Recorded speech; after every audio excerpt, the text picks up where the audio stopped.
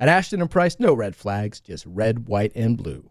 Remember, for the best advice, don't think twice. Call Ashton and Price. This is a special alert to all Americans who own a vehicle with less than 200,000 miles with an auto warranty about to expire or with no warranty coverage at all. Due to a decline in the economy, CarShield is announcing a low-cost month-to-month vehicle protection plan that is now available to the public to save any driver out-of-pocket expenses on future auto repairs. Call now to find out how you can pay almost nothing for covered auto repairs. Yes, you heard that correctly. Pay almost nothing for covered auto repairs. An open phone line has been established for all drivers to call for a free quick quote. Call 800-459-6164 now. Drivers who are covered will not have to pay for covered repairs again. This protection plan is at an all-time low. Additionally, drivers who activate this vehicle protection today will also receive free roadside assistance, free towing, and car rental options at no additional cost. Call us for your free quick quote today. 800-459-6164. That's 800-459-6164. What do you have to lose? Call 800-459-6164. Again, 800-459-6164. And we're live from the living room as Doug eyes up the matchday spread. He's reaching for the Buffalo wing. Perfect. Hang on, what's this? Oh, he's gone for a can of Pepsi too. Incredible. What a finish. Sensational combination. Look at the delight on his face. There's no doubt about it. It just tastes better. Match days deserve Pepsi. Food deserves Pepsi. Grab a pack of Pepsi Zero Sugar for today's match.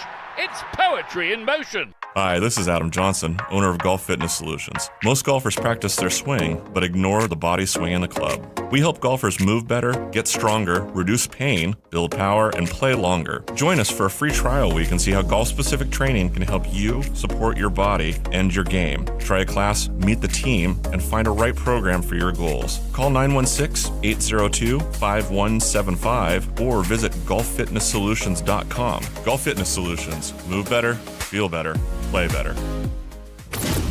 KHD1 Sacramento, KYMX HD3 Sacramento. From the Power Business Technology Toshiba Studios. Sactown Sports 1140.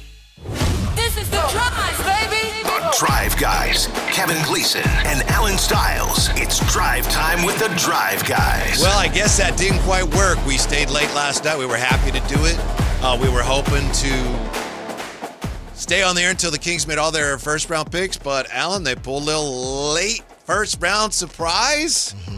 So sorry we weren't on the air for that, but I think it's a pick that a lot of Kings fans are, not all Kings fans, but a lot of Kings fans excited about. Yeah, Load up the caravan. Yeah, I mean, it's weird because I'm not going to be annoyed or upset. They gave up 34. And they gave up a future second. So obviously they still have their pick today, and it's still a very strong draft. And they're going to draft a great defender today, and that's here we go. That's going to be taken care of. So I was a little surprised. That they were that worried about missing out on Alex Caravan. But for the most part, the national outlook on the Kings haul in round one is good. So I think it's weird to me, Whitey, simply because most of the mocks had Caravan in the second round. So even though the Kings took 2 first-rounders, it doesn't feel like that spiritually because the first rounder that they took was mocked to go early in the second round. Right. So no. And I'm glad that they got him. It just I'm not viewing it as the Kings got 2 first-rounders, even though technically they did. Last year they got a guy in the second round who was second-team all-rookie, and so it was like, well, he could have been a first-rounder, but, is that really that important? Exactly. And is it that important that, as you pointed out, the national media is applauding the Kings for the work they did yesterday? It shouldn't matter, but let's face it, to a lot of us it does, because national media has been piling on the Kings very heavily for a long, long time. So it's nice at least to have nationally some people saying, wow, they did a nice job. Yeah, exactly. So I thought it was a great night. Obviously, Darius Acuff, all we can do now, ladies and gentlemen, is hope that he is the dude. And Alex Caravan, we know what he's going to be. This is what, I know he's a first rounder, but this is what the older players bring to the table. He's going to know where to be. He's going to know what his role is. There's no real question. Yes, he's going to improve for sure, but he's probably fairly close to his ceiling, and the Kings needed shooting. They're the worst three-point shooting team in the league. That's one thing I've been harping on. Jay will tell you since Drapes was here, since Drapes first got here. What do the Kings need? Oh, they need to shoot the ball better and they need to defend. I'm not saying that that's why they did it, but clearly that need became more and more glaring, and so they bring in two players who are known for their shooting.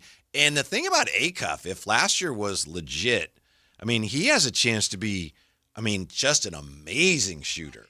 Not just, wow, that guy's a good shooter. Right. We may be talking like next level 3-point shooting if what we saw last year was legit. Yeah, and it's really been there's still some idiots out there that are saying some things that are always going to try to bag on Sacramento. But even trying to bag on Sacramento, and I saw this, Whitey, the Kings made the right pick when the only negative thing that you're hearing about the Kings is, oh, well, you're going to lose them in 5 to 6 years. Have fun now because you're going to lose them. You're going to do something stupid. Look, we don't know where we're going to – I'm not to go Kyle Shanahan on you. I don't know where I'm going to be tomorrow. I have plans on where I'm going to be tomorrow, but nobody is thinking about that right now. And if that's the biggest harp that you have on the Kings and what they did yesterday, that means that the Kings had a hell of a night.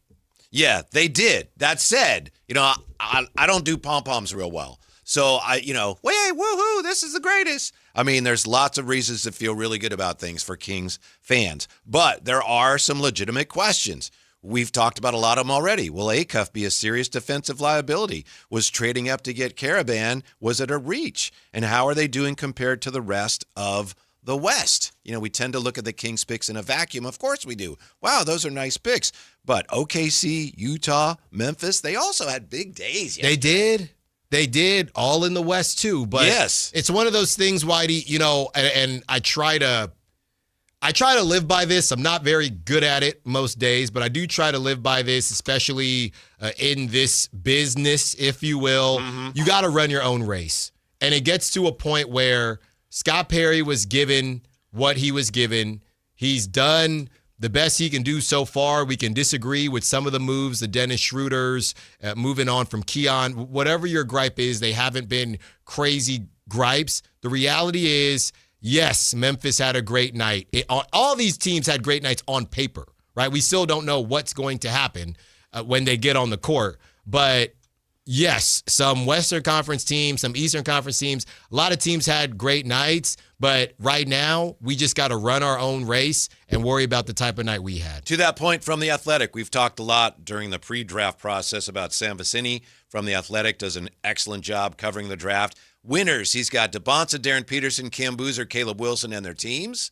He's also got, in the draft winners list, he's got, look at that, the Sacramento Kings. Wow. Winners, draft winners. The Kings didn't panic to get their guy. They let the board fall to them. They let the Clippers and Nets above them go through their process. Didn't feel like they needed to move up the board by trading assets during a rebuild. The front office worked through the intel and made the right call.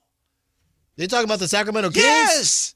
Yeah. The ones that play down the street? Yes, that's the one. In Acuff, they got both the best talent on the board and filled a massive need in the backcourt. Wow.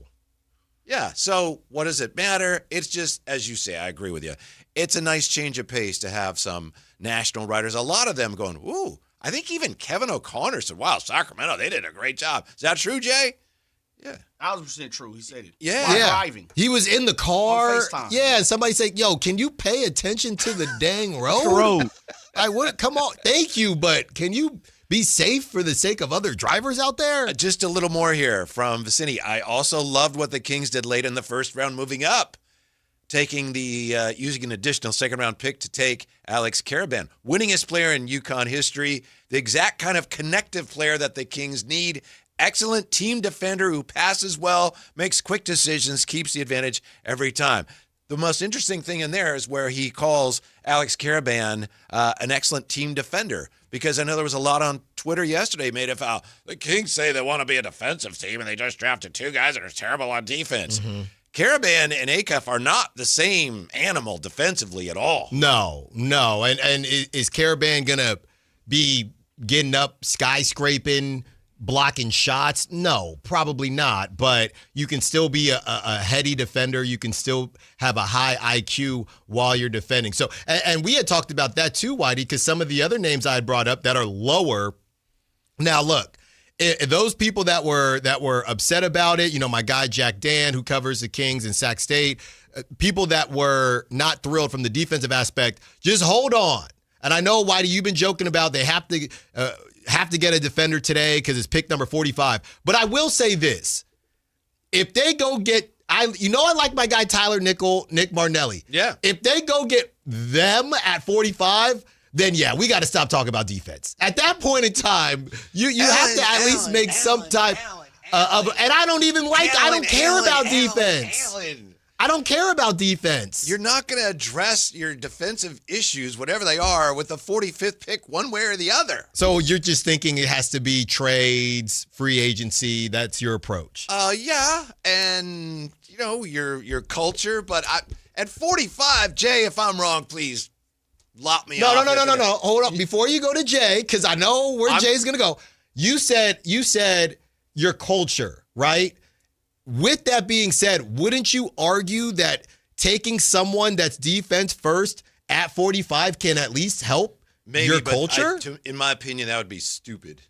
Why would it be stupid? Because at 45, you're trying to find somebody. Can he make our team? No. Now I'm going to leapfrog you to Jay.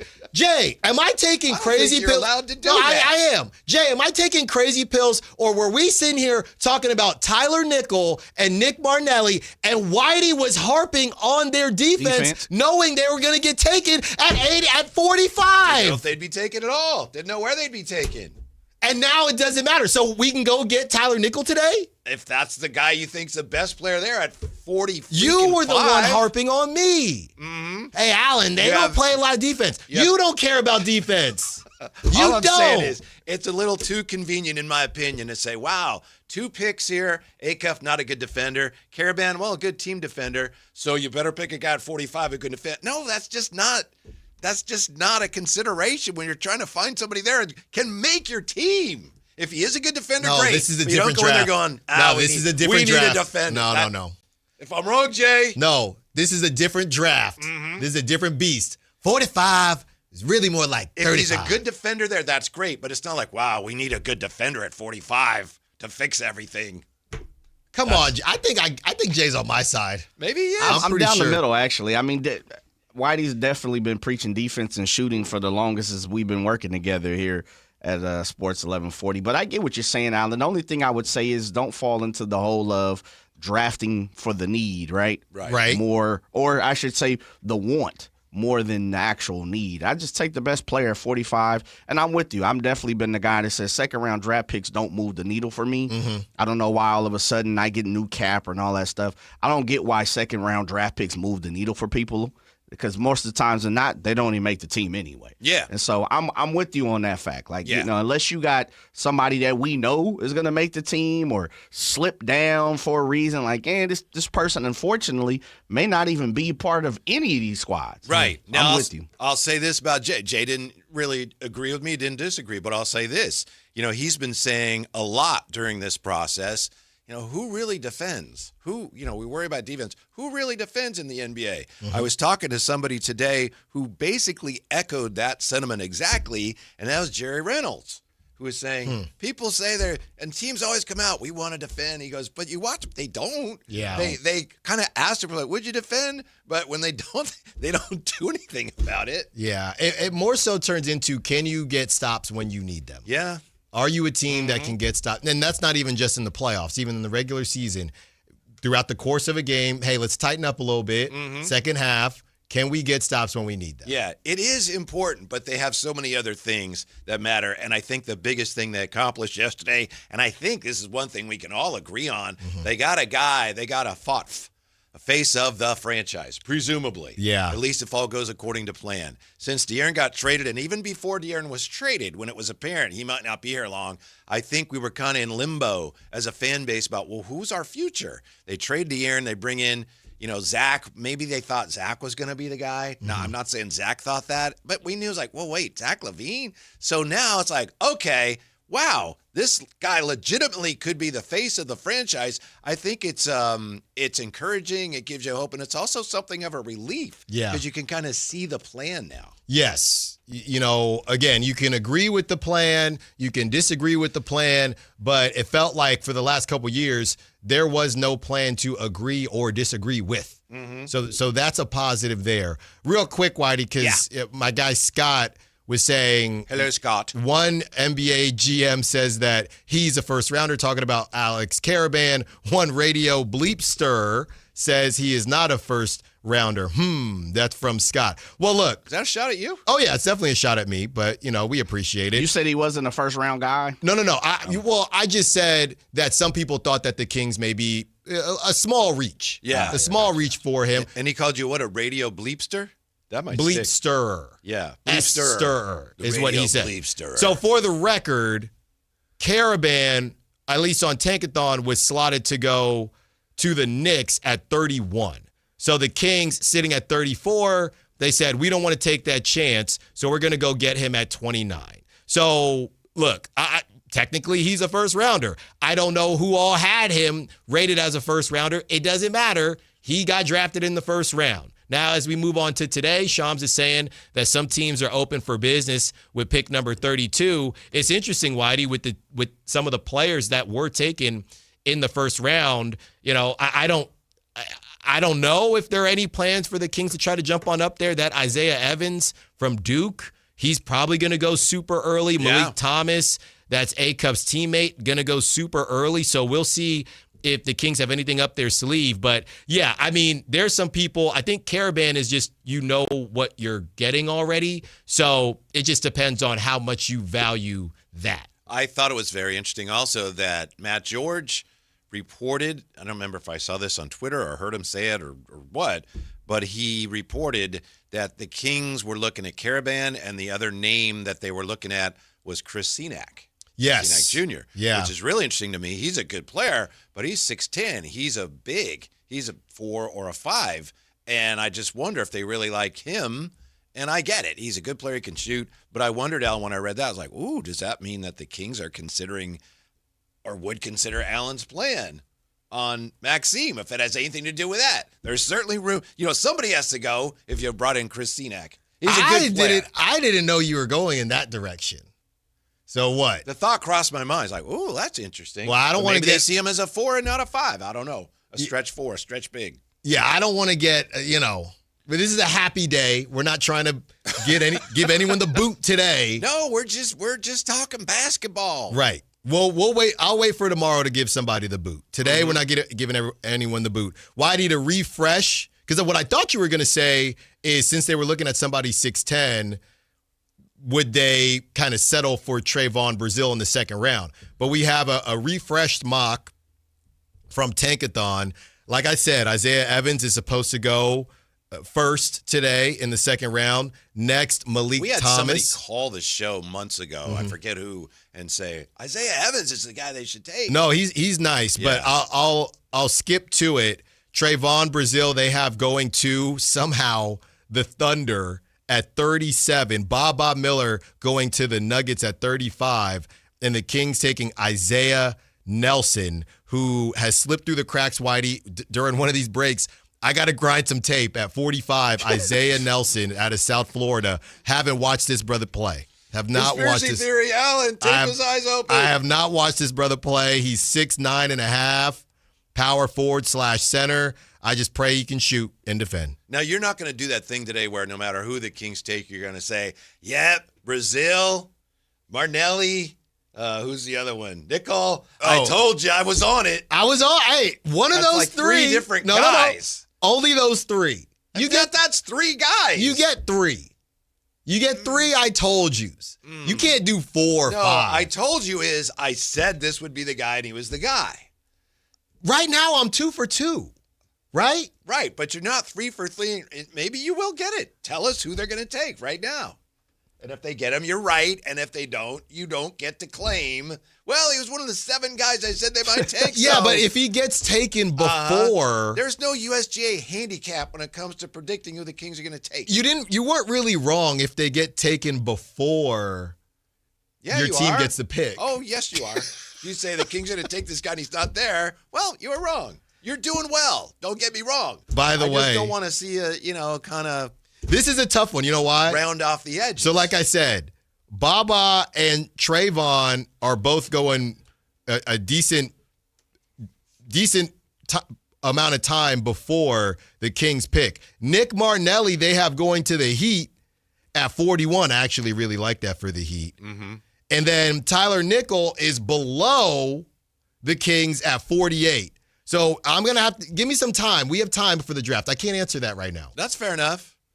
I cannot answer it. Maybe they continue to just emphasize shooting. We want shooters. Yeah, defense. Hey, you know what, Scott Perry? Now I know why you follow me on X. Now I know why you follow each other. We got the same thought process. Get us some shooters, get us some dogs, get us some boys, and we'll figure the rest out later. I want diversity of thought with unity of purpose. So that's my guy. So you buy into the narrative that Caravan is not a good defender. No. I mean, he's not a defense-first guy. I'm buying into the thought that, like a lot of other teams, this is not a Kings thing. Mm-hmm. Everyone likes to talk about defense like Whitey Gleason. We need defense. We need that. When the reality is you need buckets.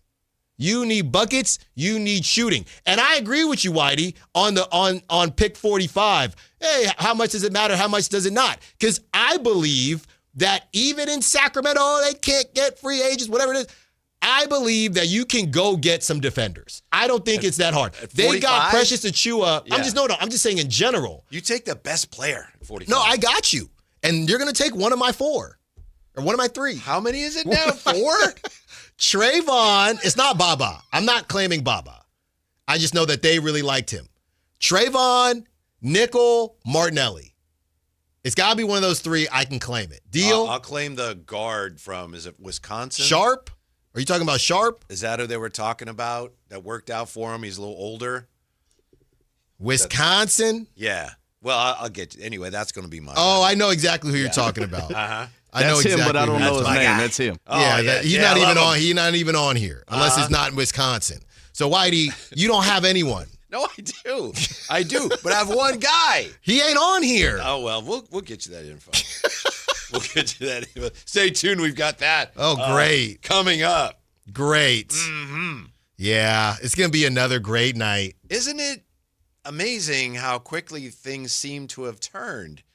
I know you can't speak for all fans. All fans are not the same. All fans don't go, we hate this, and then the next day they all go, oh, we love this. But there is so much more enthusiasm about where things are going, just based on the calls, the approach, the excitement at the arena, the text comments that we're getting. It really seems like all of a sudden there's a lot more positive energy. I'll give Scott Perry a ton of credit no matter where this goes for that, and also for establishing now what you look at the rosters like. There is thank you, Nick Boyd. That's my guy. Yeah, he ain't on here. He's my Boyd. Maybe undrafted. But you've got a legitimate young core now, and that was one of the most important things the Kings needed to do is get younger. Got to get younger. Uh-huh. And I was going back and forth with someone who was a Kings fan, basically the semantics of the team being young. And I said, look, man, you know me. I'm the one who always bags on the Kings drafting dudes that are 28 years old. But even still, relatively speaking, over the last couple years, the Kings have gotten younger. And he said, oh, well, they're young in their NBA careers, but they're not young as prospects. Yeah, that's fine. Semantics, right? Okay, so what? What school did semantics go to?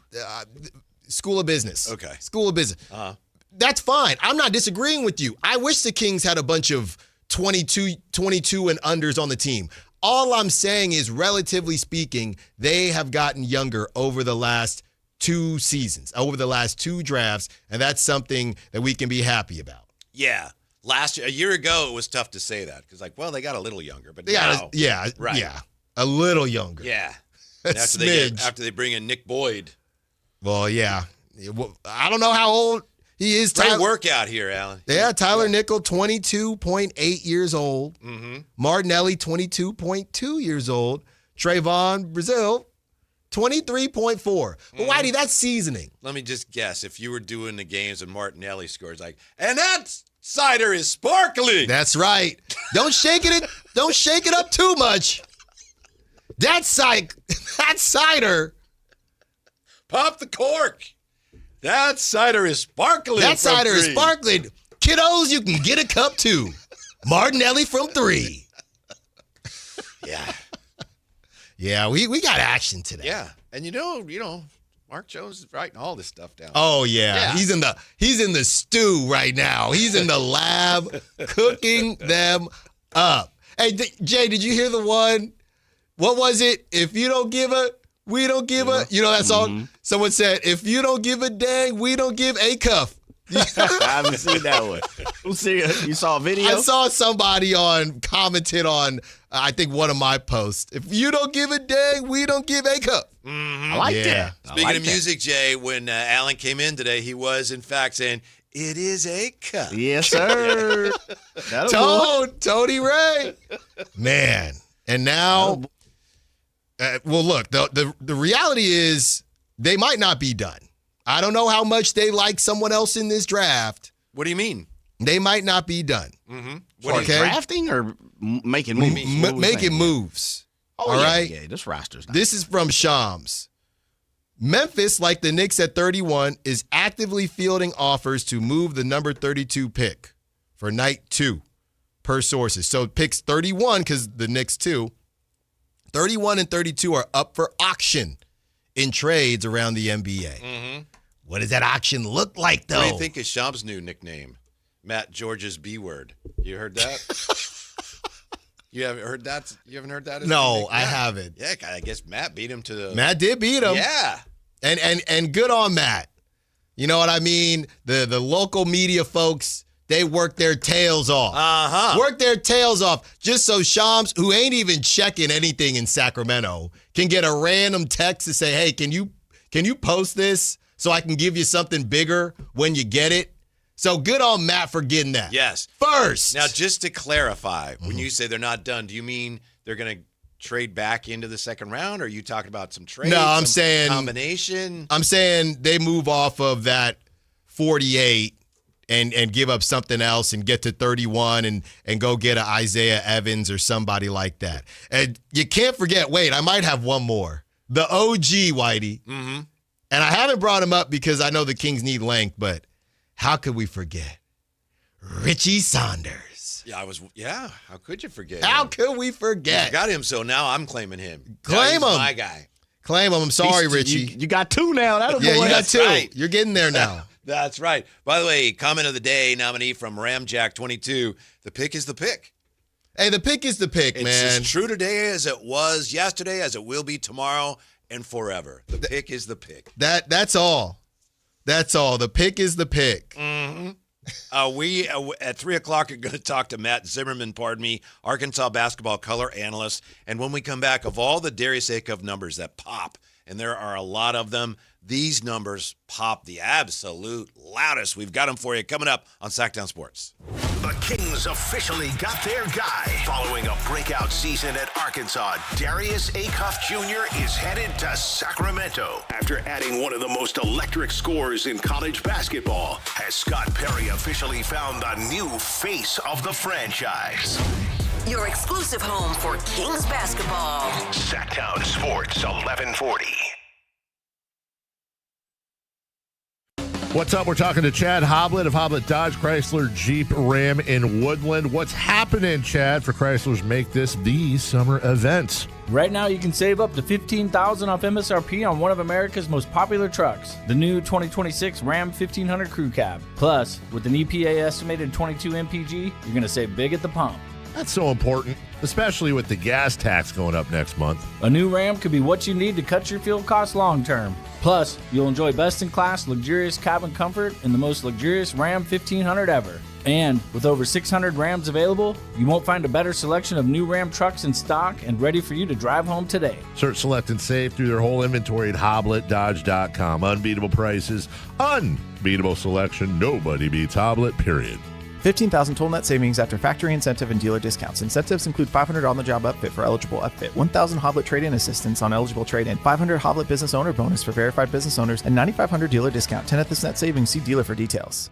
Are you looking for a night out that actually delivers? Grab your friends and head to Sutter Health Park for Sacramento River Cats baseball. We've got cold drinks, great vibes, and live baseball all in one place. Get your tickets at rivercats.com. Joe Fallon did something smart.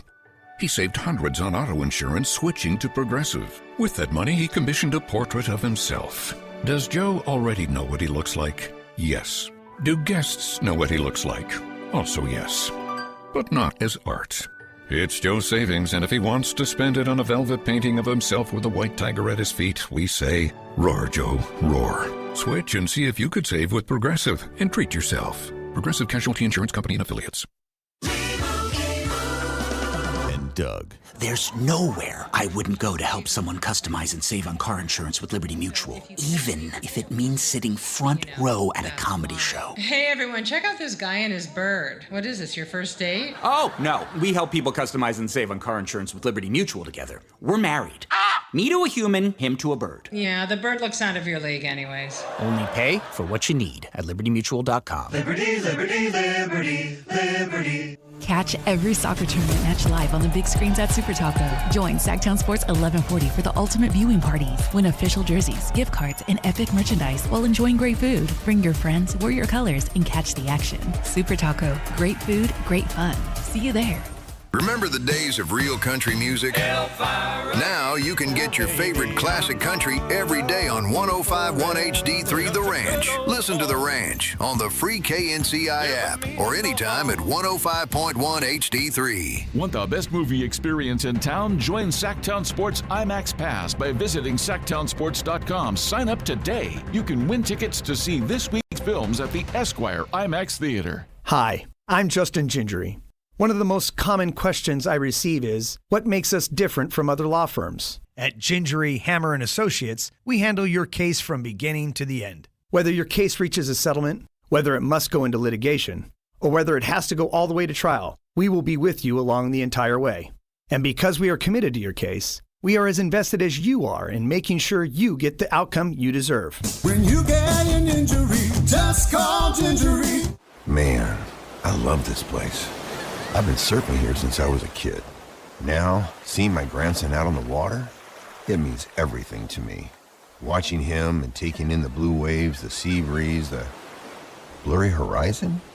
If you have geographic atrophy, or GA, subtle changes in vision could mean it's progressing toward irreversible vision loss. Izervay is proven to slow GA progression and could help preserve your vision for longer, so you may keep seeing the world around you. Izervay, or avacincaptad pegol, is an eye injection. Don't take it if you have an infection or active swelling in or around your eye. Izervay can cause eye infection, retinal detachment, or increased risk of wet AMD. Izervay may cause blood in the white of the eye, blurred vision, or a temporary increase in eye pressure. Do not drive or use machinery until vision has recovered after an eye injection or exam. Ask your retina specialist how you can slow your GA with Izervay. To learn more, call 1-855-IZERVAY or go to izervay.com. Paid for by Astellas Pharma.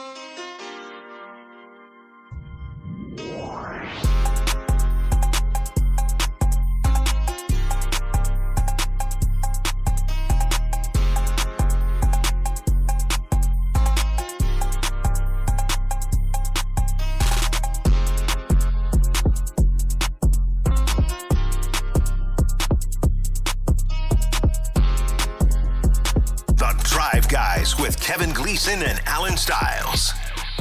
I want to warn you, Alan has a hypothetical trade that he's working on. Pardon me.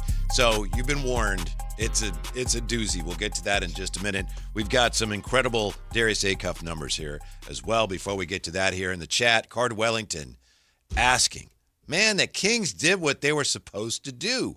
Why are we victory lapping so darn hard, Alan? We can't win. Sometimes you just can't win. Well, it's the Kings don't always do what they're supposed to do. Right. That's as you probably know. That's where this whole thing starts. Mm-hmm. That's where this whole thing starts. And I'm just telling you right now, everybody should be thanking. Now, look, we don't know what's going to happen, but everybody should be thanking their lucky stars that the Kings got 7. Because the more I think about it, Whitey, if the Kings were at 4, I think they're still taking Acuff. I truly do. They're At definitely 4, taking him at 5. Yeah. I think at 3, they probably couldn't, but they would want to. Mm-hmm. They would definitely want to. They might have. They couldn't have. At 3? No. Come on now. Well, You gotta be remember, realistic. no, I agree with him.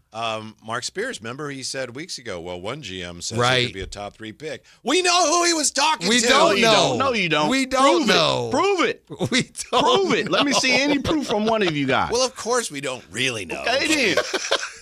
We think we may know. We have a slight idea. There's a chance that that's who he was talking to. That's all I'm saying. There's a good chance. Mm-hmm. There's a good chance that we know. And if he hasn't said it yet, you know that he would say that now if he's ever Oh, asked. yeah. Well, he already said. Well, he said best guard or best point guard last night. Scott Perry. I thought he said best guard, but I I'm thought not. he said best guard too, which would mean, Mhm.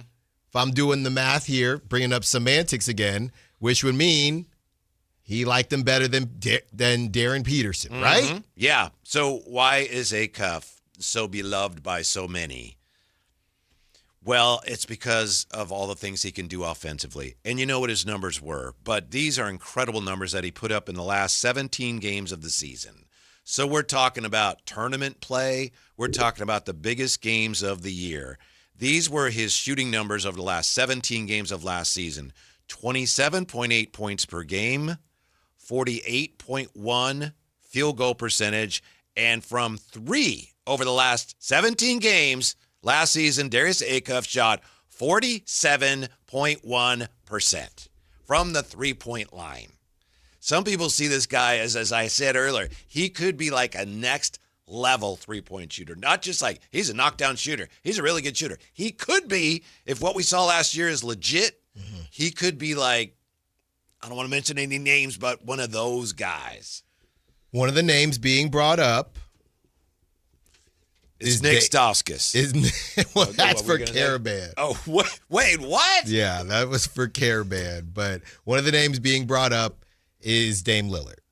Yeah. It is Dame Lillard. From a tough shot-making perspective. Now, we don't know. And funny enough, we really didn't talk about Dame that much when it came to Acuff. I think we were all on the Brunson train just because we were watching him play.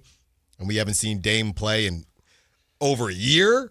But that makes a lot more sense. The one thing, I do feel like Dame athletically was on another level. Like Dame was getting up. I've seen, no Keaton Wagler. I've seen Acuff dunk, but I haven't seen Acuff dunk like Dame. Mm-hmm. But shooting-wise, more so, that is where I think the comparison is being drawn. And the Kings could have had Dame. Well, yeah, that's not today. No, today, because it's almost like the basketball gods are saying, you know what?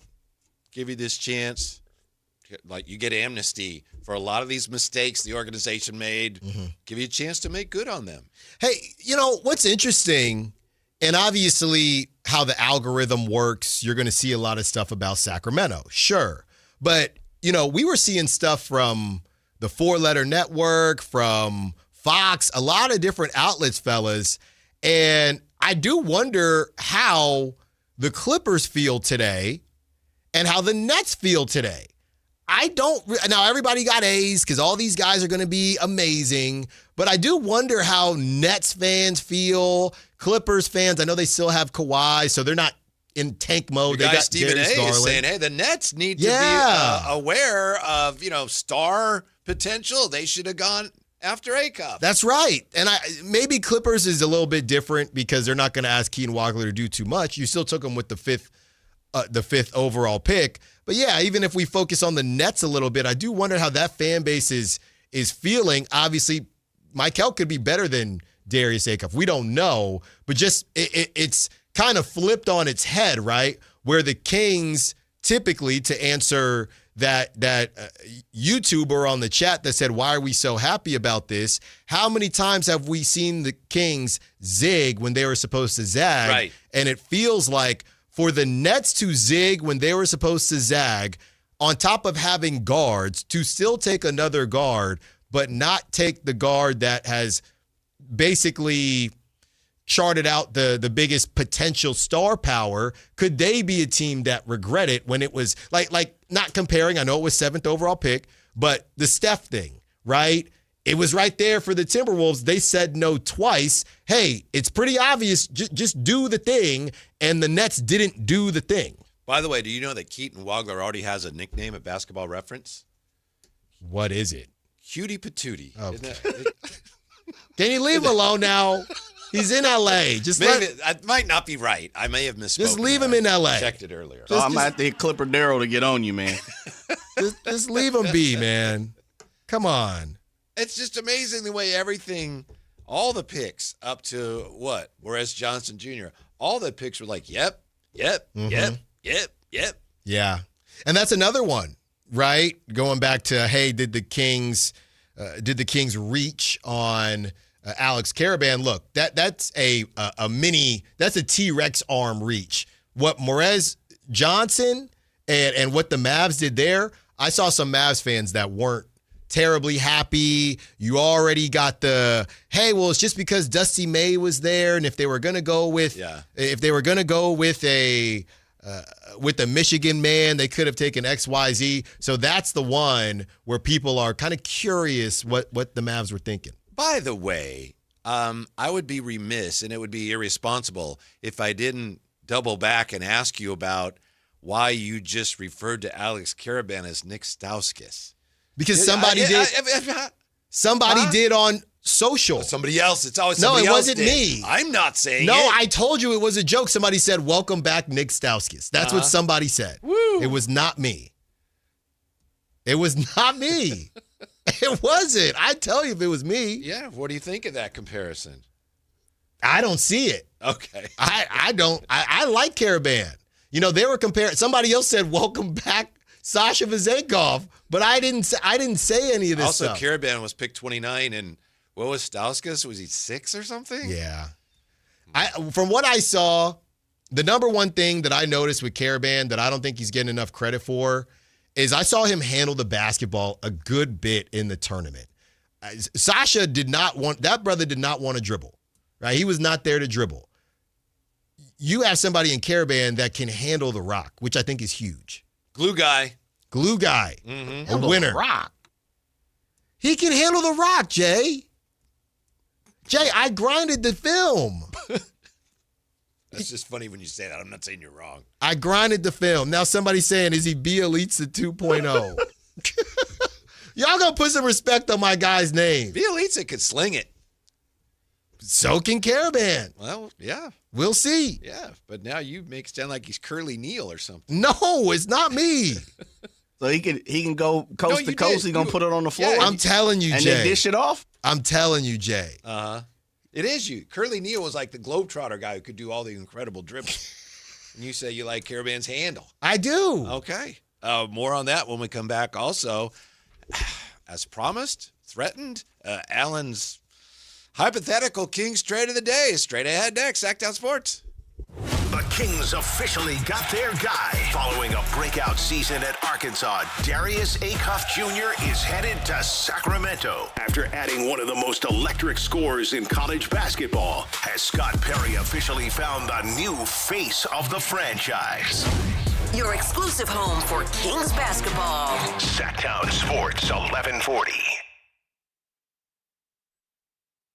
Power Business Technology is proud to be a 100% independent, locally owned and managed Toshiba copier dealer. Local ownership cuts out the red tape, allowing ourselves to never be too busy to personally answer the call when our clients need us. Recognized for excellence in service execution, training, and customer service, we're proud to be named a Toshiba ProMasters Elite dealer since 2021. Contact us today for all of your business printing needs at 844-POWER-BZ. That's 844-769-3729. Or visit us at powercopiers.com. Toyota's 4th of July sales event is on. This is the season for more. It's always summer in my This 4th of July, get 3.99% APR plus $500 finance cash on 2026 Tacoma SR5. Or get 2.99% APR plus $1,000 finance cash on Tundra. Make the most of summer in a new Toyota truck. Don't miss the 4th of July sales event. Toyota. Let's go places. Offers available through TFS to buyers with pre-rated credit and can be combined with other offers. Cashback offer excludes Tundra TRD Pro and 6/30/26. NASCAR legend Michael Waltrip is coming to Echo Park Automotive Sacramento this Thursday from 2 to 4 p.m. Get there early to meet Michael and celebrate Echo Park's sponsorship of A.J. Allmendinger's number 16 Chevrolet at Sunday's Toyota Save Mart 350 at Sonoma Raceway. 10 pairs of race tickets are up for grabs in a live drawing, plus score an autographed A.J. Allmendinger hero card. And while you're there, browse Echo Park's huge inventory. Get the new car feel without the new car price. This Thursday, 2 to 4. This is a special alert to all Americans who own a vehicle with less than 200,000 miles with an auto warranty about to expire or with no warranty coverage at all. Due to a decline in the economy, CarShield is announcing a low-cost month-to-month vehicle protection plan that is now available to the public to save any driver out-of-pocket expenses on future auto repairs. Call now to find out how you can pay almost nothing for covered auto repairs. Yes, you heard that correctly. Pay almost nothing for covered auto repairs. An open phone line has been established for all drivers to call for a free quick quote. Call 800-360-0681 now. Drivers who are covered will not have to pay for covered repairs again. This protection plan is at an all-time low. Additionally, drivers who activate this vehicle protection today will also receive free roadside assistance, free towing, and car rental options at no additional cost. Call us for your free quick quote today. 800-360-0681. That's 800-360-0681. What do you have to lose? Call 800-360-0681. Again, 800-360-0681. Capital Casino is conveniently located in downtown, 411 16th Street, and has been a part of the greater Sacramento area for over 20 years. They offer the best variety of games in the region in a safe and friendly environment, and there's plenty of parking, all well lit and monitored by security. Come have a great meal at the cafe and restaurant inside. Capital Casino has the best food, the best service, and the best action. But please always remember to gamble responsibly. 1-800-GAMBLER. Country in the Park 2, presented by your California Army National Guard, October 23rd at Hart Health Park at Cal Expo with Bailey Zimmerman, Russell Dickerson. Plus more. Enjoy line dancing, live DJs, mechanical bull, and food trucks. Tickets start at just $70. Country in the Park 2, October 23rd at Hart Health Park at Cal Expo with Michelob Ultra, the California Office of Traffic Safety, and Caltrans. More info at CITPFest.com. Only one radio program captures the excitement of hunting and fishing as it happens. The award-winning California Sportsman with Sepp Hendrickson. Only California Sportsman takes you where the action is, live on the water, live in the blind, and live with the top pros and experts in outdoor sports. California Sportsman with Fishing Hall of Famer Sepp Hendrickson is your premier destination for all things outdoors. Sepp's Saturday Morning Outdoors. Ultimate Bass and California Sportsman, 5 a.m. to 8 a.m. Saturdays on Sactown Sports 1140. If you have unfiled taxes or are in debt to the IRS, this is important news. Did you know the IRS has programs specifically designed to help people struggling with tax debt? Powerful tax assistance programs that can save you thousands if you qualify. No one knows these programs better than the experts at Optima Tax Relief, America's most trusted tax resolution firm, A-rated by the Better Business Bureau. Their award-winning tax attorneys and licensed professionals have resolved over $3 billion of tax debt for their clients. One call to Optima can start the process, helping to put an end to your worries about wage garnishment, asset seizure, and other aggressive IRS actions. Find the best options to solve your tax problems. Call the experts at Optima Tax Relief today for a free consultation. Call 800-375-2922. 800-375-2922. 800-375-2922. Optima Tax Relief. Some restrictions apply. For complete details, please visit OptimaTaxRelief.com.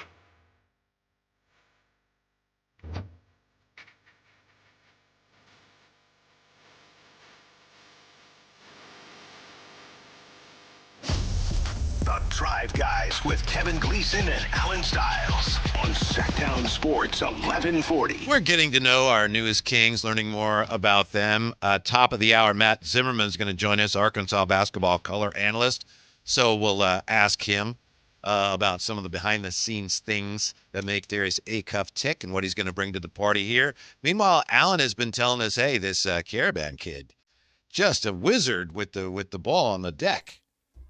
No? I said he can initiate the offense. He can dribble a little bit. According to NBADraft.net, I checked. He's a good passer. It says here, yes.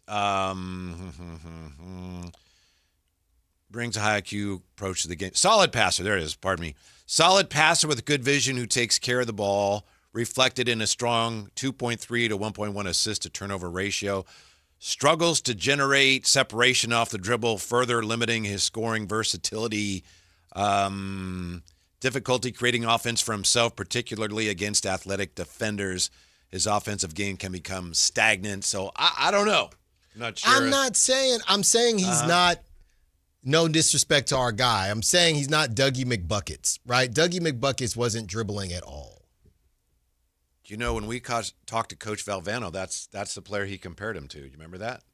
We were talking about Caravan, and he goes, I'd say he's kind of like McDermott. I don't recall that. He did. He did. Because I remember I said, maybe Caravan's a little better defender, and he kind of said, well, maybe, or something like that. Yeah, and slightly better defender, slightly better ball handler. Babcock hoops. I'm not seeing anything here about his ball handling strengths. Right, but it's not Outside you're not shooting, seeing it as a weakness. High basketball IQ, off-ball movement, glue guy, floor spacing, concerns, athletic limitations, defensive versatility, limited shot creation. So I did not say this dude is a point forward. He can dribble. He can dribble. Okay. And I stand by that. All right. Yeah. I watched it. By the way, you want to know the player he's compared to in this NBA Draft Net piece? There are some shades of, well, it says in his shooting motion, some shades of Peja. Let's go. In his motion. In his shooting motion. Jay. Particularly with his be having too many mental breakdowns. High release and fluid mechanics. Jay, let's get that parade, baby. Hey, we started on J Street. K Street, where that parade at? Come on. NBA DraftNet had him projecting in the mid-second round range with a chance to carve out a niche as a floor spacing forward. See, Scott?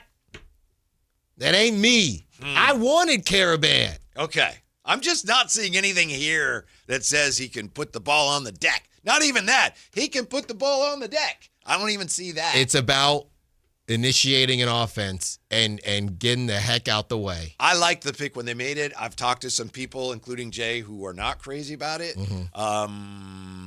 Yeah. I wonder how much of the Kings' decision to go with him stemmed from the fact that, man, he is in college anyway, a real winner, part of a winning team. Yeah. Scott Perry talked about that last night. He's a culture changer. Yeah. And you need that.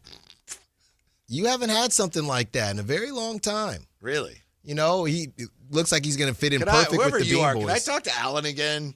Whoever this guy is. What are you talking about? Fakey Fakerson. What are you talking about? He's a culture changer. He's a culture changer. And, you know, that's something that the Kings haven't had. And you pair him with guys like Maxime Reynaud and some of the other younger players, and you're really building something here. Okay. You know, when you build a building, the structure and the foundation is the most important part, or your building will collapse. And the Kings last night added more to their foundation.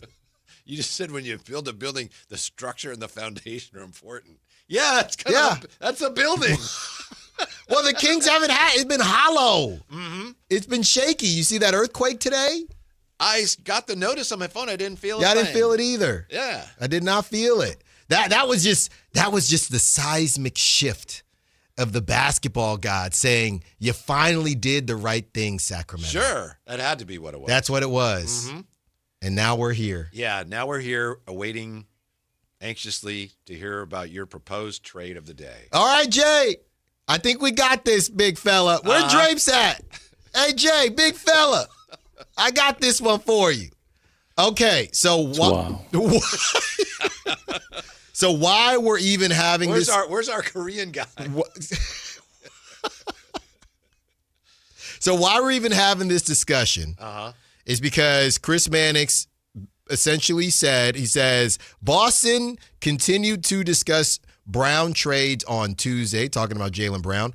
Two sources familiar with the talks tell Sports Illustrated many of the conversations were initiated by rival teams, sources say. Some were brokered by the Celtics. They are hunting a big man, says a rival executive, and they are willing to trade Brown to get it. So I cooked this up. I had to stretch a little bit, had to dust off the old trade generator because it's been a minute, and we're here now. So you ready for this? Very simple. You know the game. Who says no? It's very simple. And it could be you that says no. I'm waiting for my opportunity. And the listener, the viewer, you can say no. You can say the Kings say no. You can say the Celtics say no. So without further ado, I give to you. The Kings receive Jaylen Brown and Luka Garza. The Celtics receive Domantas Sabonis, DeAndre Hunter, 2 first-round picks, and a first-round pick swap. Can I say no yet? I'm just asking. Yeah, I want to answer. No! Okay. Are you saying no as you're saying no as the Kings? It's too much. Yeah. Okay. It's kind of a shortcut thing that would disrupt to a degree what I think I have going right now. Jay? Thumbs down. No. I know you said the 3 picks was too much, so I swapped and I said a pick swap. So 2 first, 2027, that was 2029. backstage before Alan came out here. That's right. And a 2030, 2032, whatever pick swap. Domantas Sabonis, you're trying to move on from him. DeAndre Hunter is expiring. 2 first, 27, 20, and I would like to do maybe 28 and 2030, and then a 2032 pick swap. Too much? Yeah, I'm going to need those picks. Yeah. What if I took away the pick swap? No, I'm going to need those picks. What if I took away a first? Sabonis, Hunter, 2029 first rounder, 2030 pick swap. My sense of where the Kings are and where they're going right now is such that there's just not really room for Jaylen Brown in there. Okay. And I'm a Jaylen Brown fan. But it's like, to me, it's like, all right. I would just throw out to everyone that with the change in the lottery rules, I look, we hope that Darius Acuff is a dude. We hope that he is the next Dame. We hope that he is, as my parents would always say, you're not going to be the first Michael Jordan.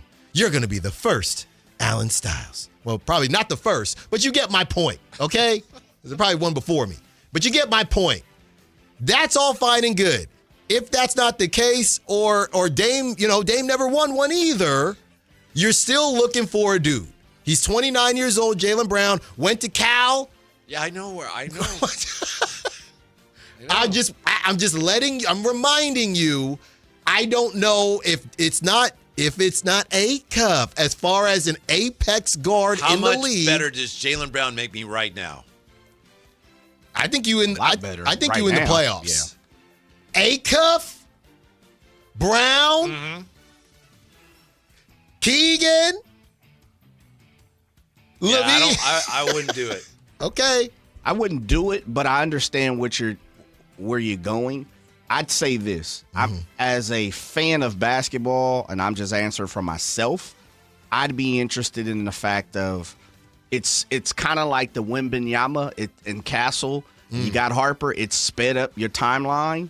But for the Kings, I'd say no. Okay. For the Kings, absolutely not. Jaylen Brown probably wouldn't be that excited. Yeah, about no, it I either. don't think so either. No. But hey, you got traded here. Even though you went to Cal, didn't he, Alan? Didn't he go to Cal? Cal guy. Oh, that's right. Bears. Cal Bears. That boy. Berkeley. So Cal Poly. No, not Cal Poly. Cal Berkeley. Don't get it twisted. Call me. Okay. I just had to ask. They're looking for a big man. Yeah. You're doing a couple things there. Yeah. So Okay. the game is who says no. I say no. I think Jay says no. Yeah, no. What do you say? It's a tough one, fellas. It's a tough one. I might do it.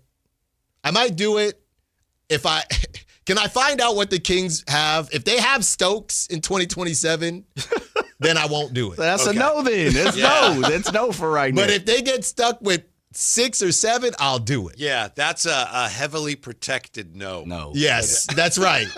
It's a no if certain things don't. It's heavily protected. That's right. Work out a certain way. Matt Zimmerman. Stop pretending. Matt Zimmerman is the Arkansas basketball color analyst, and we're going to talk to him about the newest King, Darius Acuff, when we return. Sactown Sports, don't go away. Like and subscribe to the Sactown Sports 1140 YouTube channel at Sactown Sports 1140 to get the Carmichael Dave Show with Jason Ross, Matt and Kayla, and the Drive Guys with Kevin Gleason and Alan Stiles on demand and at your fingertips. Get your fix of the Sacramento Kings, 49ers, Giants, Athletics, NFL, NBA, and the latest in sports and entertainment all in one place at Sactown Sports 1140 on YouTube. Your local sports leader, Sactown Sports 1140. This is the story of the one. As a safety manager at a manufacturing plant, he does everything he can to keep his coworkers safe. From finding ways to reduce risks to keeping safety supplies in stock. And for that, he relies on Grainger. Grainger offers a broad range of quality products and next-day delivery, so he can always play it safe. Call 1-800-GRAINGER, click Grainger.com, or just stop by. Grainger, for the ones who get it done. Having insurance isn't the same as having State Farm. It's like needing a lawyer, but getting some guy who just watches courtroom dramas. How does the defendant plead? Guilty. Wait, what? Also, objection. You object to what? Erroneous. Counsel, approach the bench. Hey, can I get a whack at the gavel? You wouldn't settle for just any lawyer, so don't settle for just any insurance. Get the real deal with State Farm. Like a good neighbor, State Farm is there. Babbel proudly presents The Poison Gift. Derek, hi. Hi, I got you something. Ein bisschen Gift. Gift? Ist das Gift? Ja, ist das Gift. Für dich. If you buy her a gift, don't tell her it's poison. Use Babbel. Practice with Babbel's guided conversations based on real situations. Get up to 50% off on your Babbel subscription when you sign up at Babbel.com. Babbel.com.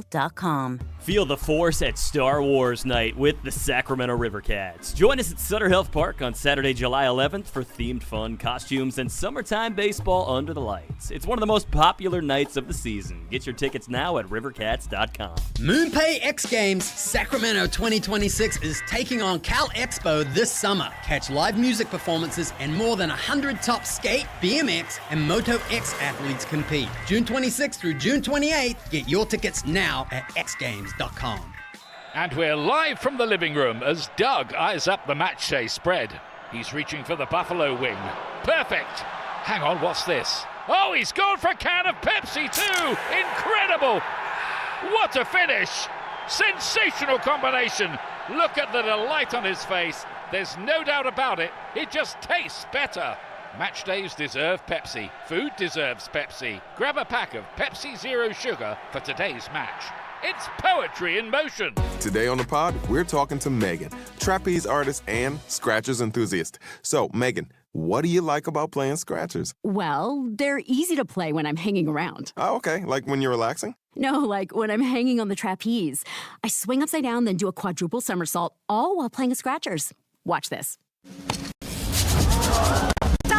Unbelievable. I know, right? Scratchers from the California Lottery. A little play can make your day. Please play responsibly. Must be 18 years or older to purchase player claim. What's up? We're talking to Chad Hoblet of Hoblet Dodge, Chrysler, Jeep, Ram, and Woodland. Chad, tell me what's going on for Chryslers. Make this the summer event. Well, you'll have to choose between 3 great deals. 0% financing for 60 months, 2.9% financing for 72 months, or 4.9% financing for 84 months. And whichever you choose, you get no payments for 90 days. Whoa, that was so many numbers. I don't even know what it all means. It means you will save thousands of dollars on your new Ram truck with the best financing options available. It's a choose-your-own savings and payments adventure with Hoblet Dodge. Search, select, and save through their whole inventory at HobletDodge.com. Unbeatable prices, unbeatable selection, and now unbeatable interest rates. Nobody beats Hoblet, period. Financing through SFS for qualified buyers. 0% for 60 months equals $16.67 per thousand borrowed. 2.9% for 72 months equals $15.15 per thousand borrowed. 4.9% for 84 months equals $14.08 per thousand borrowed. No payments for 90 days on approved credit. Interest accrues from date of purchase. Offers cannot be combined with certain other incentives. Excludes Ram, 1500 RHO, and Tungsten models. Sample VIN 342368. See dealer for details. KHD1 Sacramento, KYMX HD3 Sacramento. From the Power Business Technology Toshiba Studios. This is Sactown Sports 1140.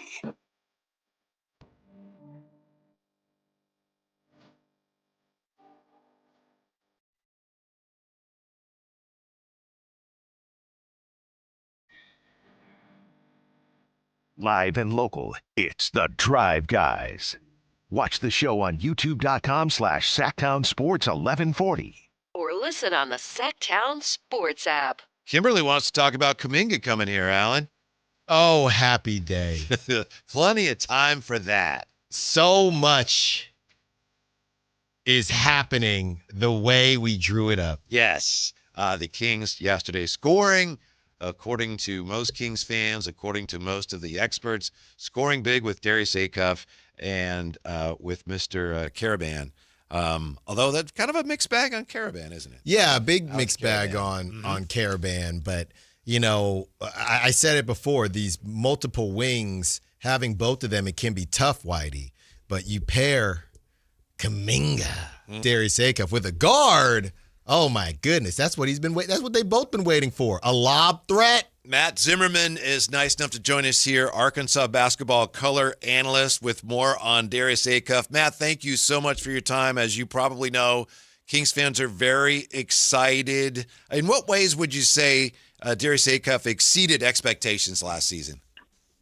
Well, nice to be on with you guys, Kevin, Allen, and he just was incredible all season. When he got here, we knew how good he was going to be, or thought he was going to be, but I'm a Razorback historian, been around here my whole life, and I sure didn't think he was going to have the greatest individual offensive season that we've ever had.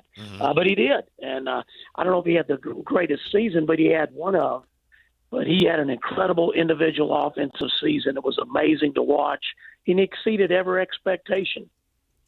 Yeah, Matt, when I watch Acuff, it's interesting. We've seen and heard so many comps, whether it's Brunson because of what he was doing in the finals, Dame Lillard's name has been brought up a little bit as well. The athleticism is almost a little confusing to me. You know those guys that they say just plays at their own pace? Where would you put Acuff's, I guess, pure athleticism and how that will translate to the next level? Yeah, that's a great question. I think as far as strength for his size at 6'2", 185 to 190 is kind of where he's normally at. Strength, his shoulders, his lower body. I mean, he's a 95 out of 100. His quickness and speed is probably a 90 out of 100, which is really, really high. Jumping ability is probably an 80 out of 100. But his ability to get a shot when he's guarded, when guys are locking him down, and he's finding a way to get a good, high-quality shot off, whether it's a three or whether it's a pull-up jumper, which he's tremendous at, that little bit of a fade jumper is incredible, but scoop drives, reverse, left hand on the right side, right hand on the left side, jump off 1 foot, jump off 2 feet, jump off 1 foot, finish with this hand, jump off the other foot, finish with the other hand. I mean, it's just so quick, so effortless. He's a 99. He is so good at getting that shot off. I mean, this guy, we've had some guys lead our league in scoring before, not many, but we've had some, and he led our league in scoring. Okay, that's great as a true freshman, but then to lead our league in assist. Yeah. And everyone talks about no one's done it since Pistol Pete Maravich. No one has. It's just a fact. No one has done it. And his assist numbers were so high for a guy that's such a volume, somebody we were counting on to score 20 to 25 points a game. Guys, his numbers went up when we got to league play. Yeah. And they never do that. They go down. At this level, we buy, we're going to buy 5, 6, 7 games a year, right? You guys know what a buy game is, a money game. And so we blow people out. He may not play 37 minutes. He may play 30 in the blowout, or he may play 25. So their minutes aren't, but they're playing less competition. But he goes into the league, and his points go up. He ended up averaging like 23.5 on the season. He averaged almost 25 in our league, almost 2 points a game more in SEC games. Now, I don't know if that says something about our league or what, but his numbers were better in the conference. That hardly ever happens. And that just tells you what kind of elite offensive player Darius is. Yeah, Matt Zimmerman, nice enough to join us, Arkansas basketball color analyst. We touched on that earlier today, Matt. In his last 17 games, Darius Acuff averaged just under 28 a game, which is incredible. But I want to ask you, as a leader, what kind of leader was he? How did his teammates respond to him, and in what ways did he make his teammates better? Another good question. He's a good leader. He's not the loudest guy in the room. He's not. That's not his nature. I wouldn't say he's quiet. I've interviewed him a bunch of times, talked to him. He's got a really good personality, but he's not going to be, just jumping up and down and the loudest guy. That's not his personality. He's more serious.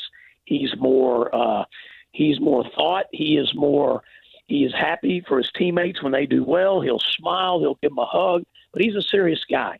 He does not mess around. And I heard him say a couple different times in interviews, I do like to laugh and joke around, but if something happens and it's not funny, then I'm not going to laugh, which I thought was really unique, because I'm one of those guys, you say, I'm probably just going to laugh, and he's like, if I don't think it's funny, I'm not going to laugh. And not too many people think that way.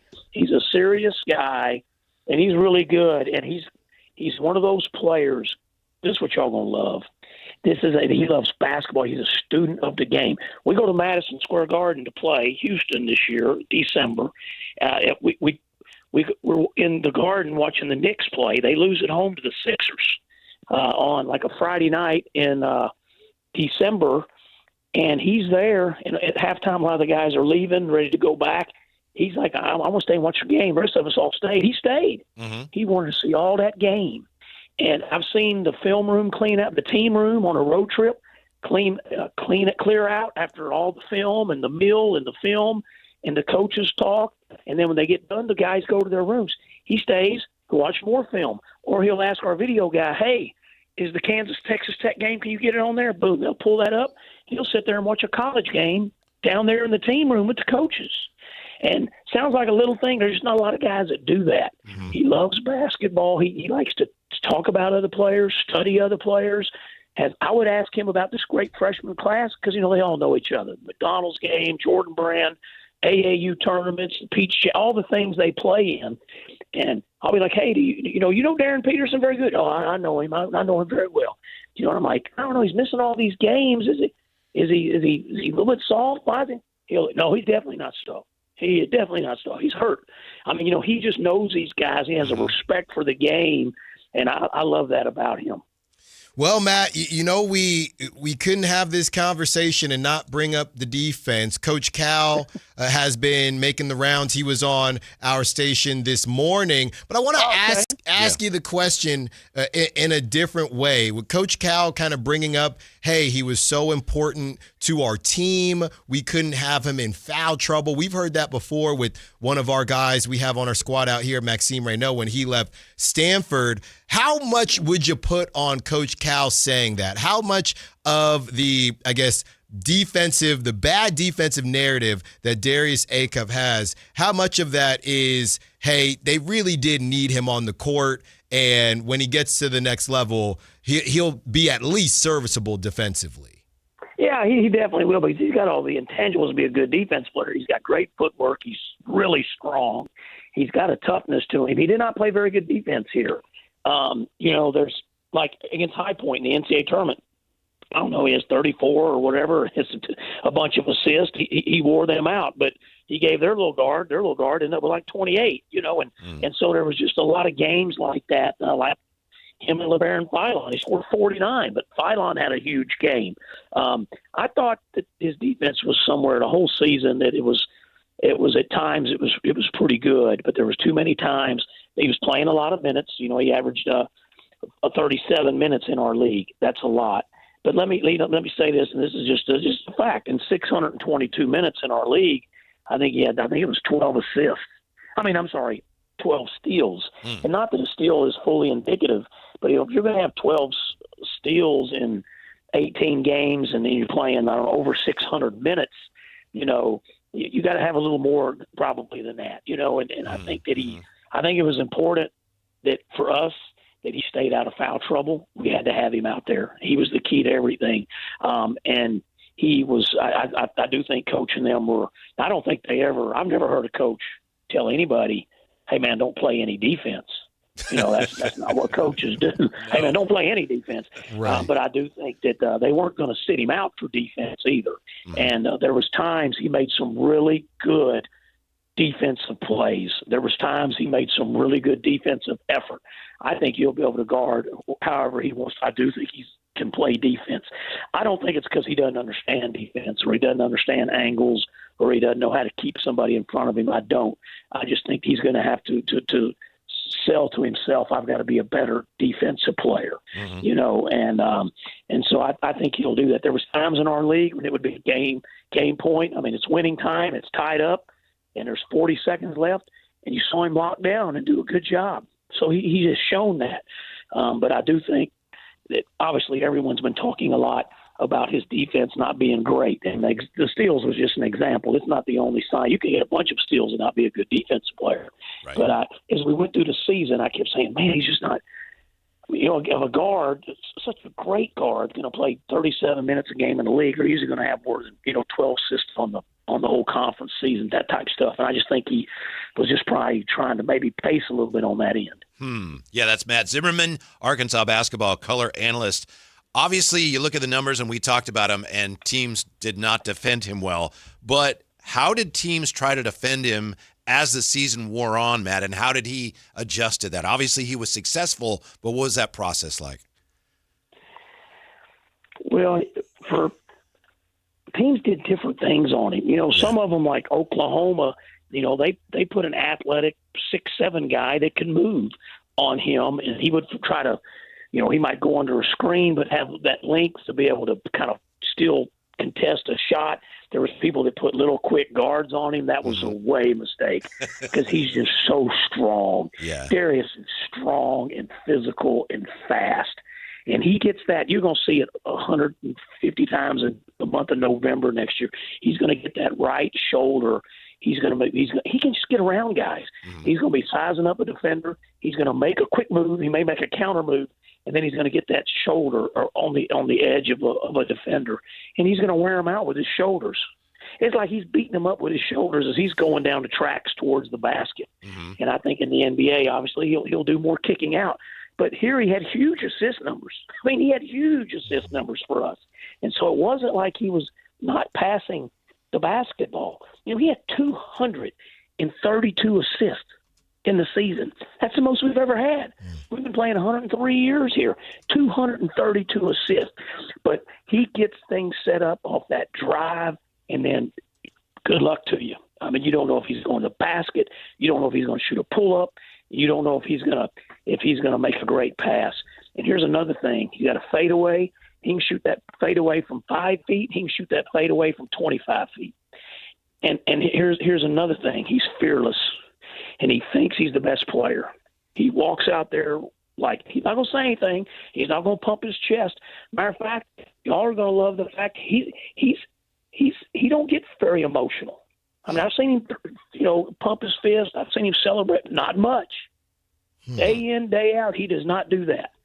You know, he is a serious guy, and he keeps his emotions in check. Never gets too high, never gets too low, and. But, man, some people in our league tried to stay off of him and then just contest the shot, and they laid off of him because of the drive. But he would just wear them people out. He just would wear them out. You have to try to guard him because he shoots it too good if you don't try to at least get up on him some. Matt, there are a lot of people that have said, if Acuff is going to work out. He's got to drop 25 a game or whatever it is. Well, I'm looking here at his game logs in 2025, 2026. He didn't have many off games, Matt. Didn't have many off games, but what does his game look like when the shot isn't falling? Well, I love what you're saying right there. He comes in here as a true freshman, right, and he's lighting it up.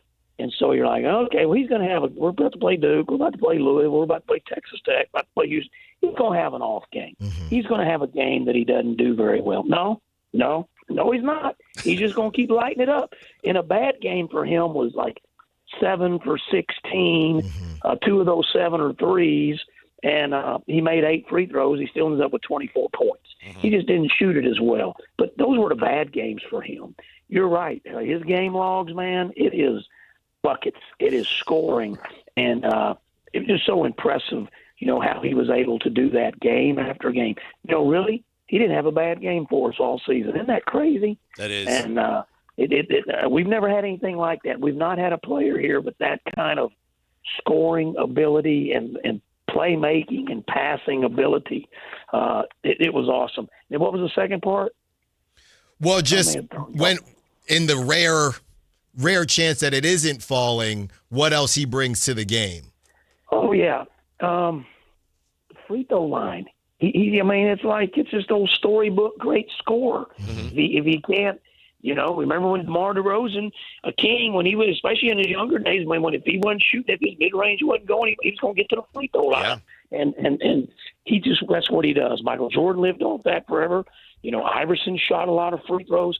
He has an ability to score, and he has an ability to draw contact with those, which is that strong body and that physicalness he plays with. He draws fouls. And I think our league calls it a little bit tight sometimes, you know what I mean? So that helped him. He would sometimes you play a college game, it's inconsistent sometimes, right? So you might play a game and it's really physical and wear you out. But when it's called like a normal game, he's just going to get to the line. If he's not shooting it well, hey, we had a game this year, guys. He was like, it was one of his games. Maybe it was LSU. It was somebody he was not shooting it well, and he was literally like 1 for 7 or 1 for 8. And then he made like his next 6 shots in a row, and he mixed in free throws. Next thing you know, he's scoring 25 points. Yeah. And he was 1 for 7 or 1 for 8. And then he's like, the heck with this. I'm just going to keep driving this ball. And they're going to foul me. And hey, he's going to make free throws. The Kings, I was talking to our athletic director, Hunter Yurchek, today, because we had our naming rights for our football stadium, which we'd had for the same name for 25 years. We're putting a new name on it. We announced that today, and I'm talking to him afterwards, and we're talking about you guys and the Kings. We're talking about the arena last night at y'all's draft watch party. Yeah. And the people, exploding right there when Darius Acuff's name's announced. I'm sure some of them didn't know who he was, but a lot of them did. And that place erupted. He should have gone higher than 7. There's no question. He should have gone higher to 7. And what a great player he is. We played in the NCAA tournament in Portland. This is an omen, I think. We played in Portland. We beat Hawaii, and we beat High Point. Well, we won with Coach Cal. Cal's one of those. Cal may be in Fayetteville today. He may be in New York tonight. He may be in Fayetteville tomorrow morning. Yep. And then he might be in Los Angeles tomorrow afternoon. And then he might be back in Fayetteville tomorrow night. I mean, he gets around. And he said, I'm not taking this basketball team. We played late Saturday night. We're going to play again on Thursday. We're in Portland. He said, I'm not going all the way back to Fayetteville just to turn around and come back on Tuesday to San Jose. And so I'm not doing that. Well, the NCAA, they kind of have their rules on, what you do. And so they weren't going to just put us up in nice hotels for an extra 2 or 3 days and all that. So we went to Sacramento. And we stayed at the Hyatt, our team, Darius Acuff. We stay at the nice Hyatt Regency on the nice street that's right by that beautiful state capitol that you have. Yes. I had never been there, and it was beautiful. And so we were there. We got there. We went there on Sunday. We flew in there from Portland on Sunday. We were there Sunday night. Monday, we went to the Kings out to the old Arco Arena where it's all gone, and there's like a practice facility. Yeah. And we went to the G League practice facility, and we practiced on Monday and Tuesday, and then we got on a bus Tuesday after practice, and we went to San Jose. We actually stayed in Santa Clara, and we played in San Jose. Sure. But we were just there, and the young man was just there. Mm-hmm. So I think that's kind of ironic that we were just in Sacramento, and on Sunday when we got there, the Kings were playing a Sunday afternoon game. This was, latter part of March, right? And they won. I went to the game. Now, not all the team was able to go to the game. They had film and some stuff, but we walked. You could just walk from that Hyatt Regency down to that nice new 4 or 5 year old arena that y'all have, beautiful arena, and we went to the game. It was awesome. That's great. Yeah. Wow. Yeah. Matt, and it was a great Matt. crowd.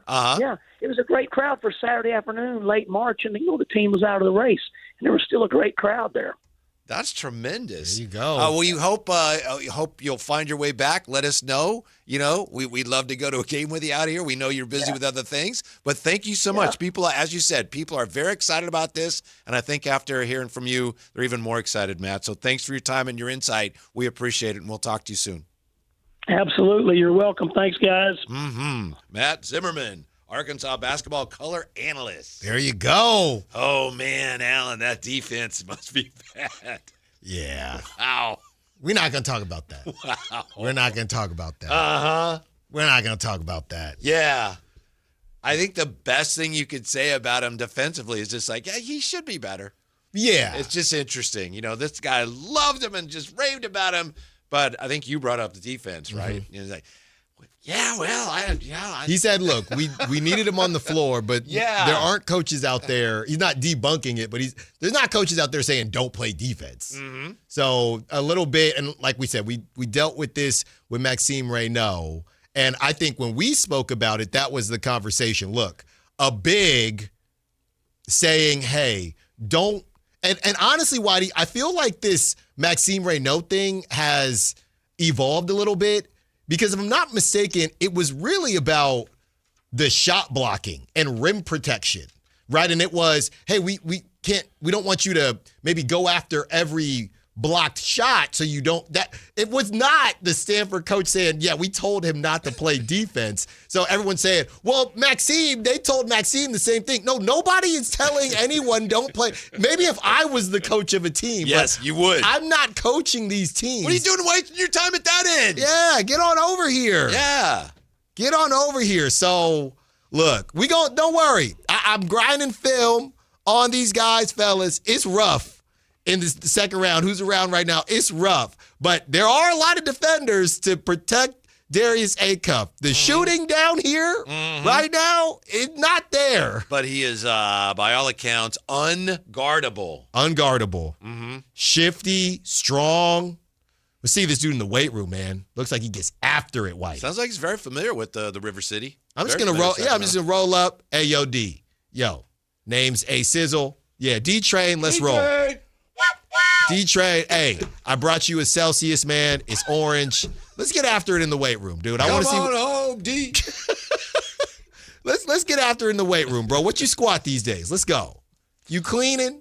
Come on. We got one of our promos running that talks about Darius Acuff as part of the small guard resurgence. And I thought that was really interesting. So is there a small guard resurgence? Is Darius Acuff part of a small guard resurgence in the NBA? How many small guards end up making NBA All-League? We will look at that when we come back to Sactown Sports. Take Sactown Sports with you everywhere you go with the Sactown Sports app. The most in-depth coverage of the Kings and 49ers. A library of written and video content. And all your favorite personalities all in one place. Download the Sactown Sports app today and get in on the action. Your local sports leader, Sactown Sports 1140. Congratulations, New York. The Knicks did it. Through battle after battle, they dominated to become this year's NBA champions. Day in and day out, the hard work paid off, and you were there every step of the way. Enjoy the crown. Own it, because this year is your year. A part of your legacy that will never be forgotten. So celebrate this moment, show your pride, and shop the largest selection of official NBA gear at NBAstore.com. A Fanatics experience. Skeeter here, my card. Field Tech, Sacramento Yellow Mosquito and Vector Control District.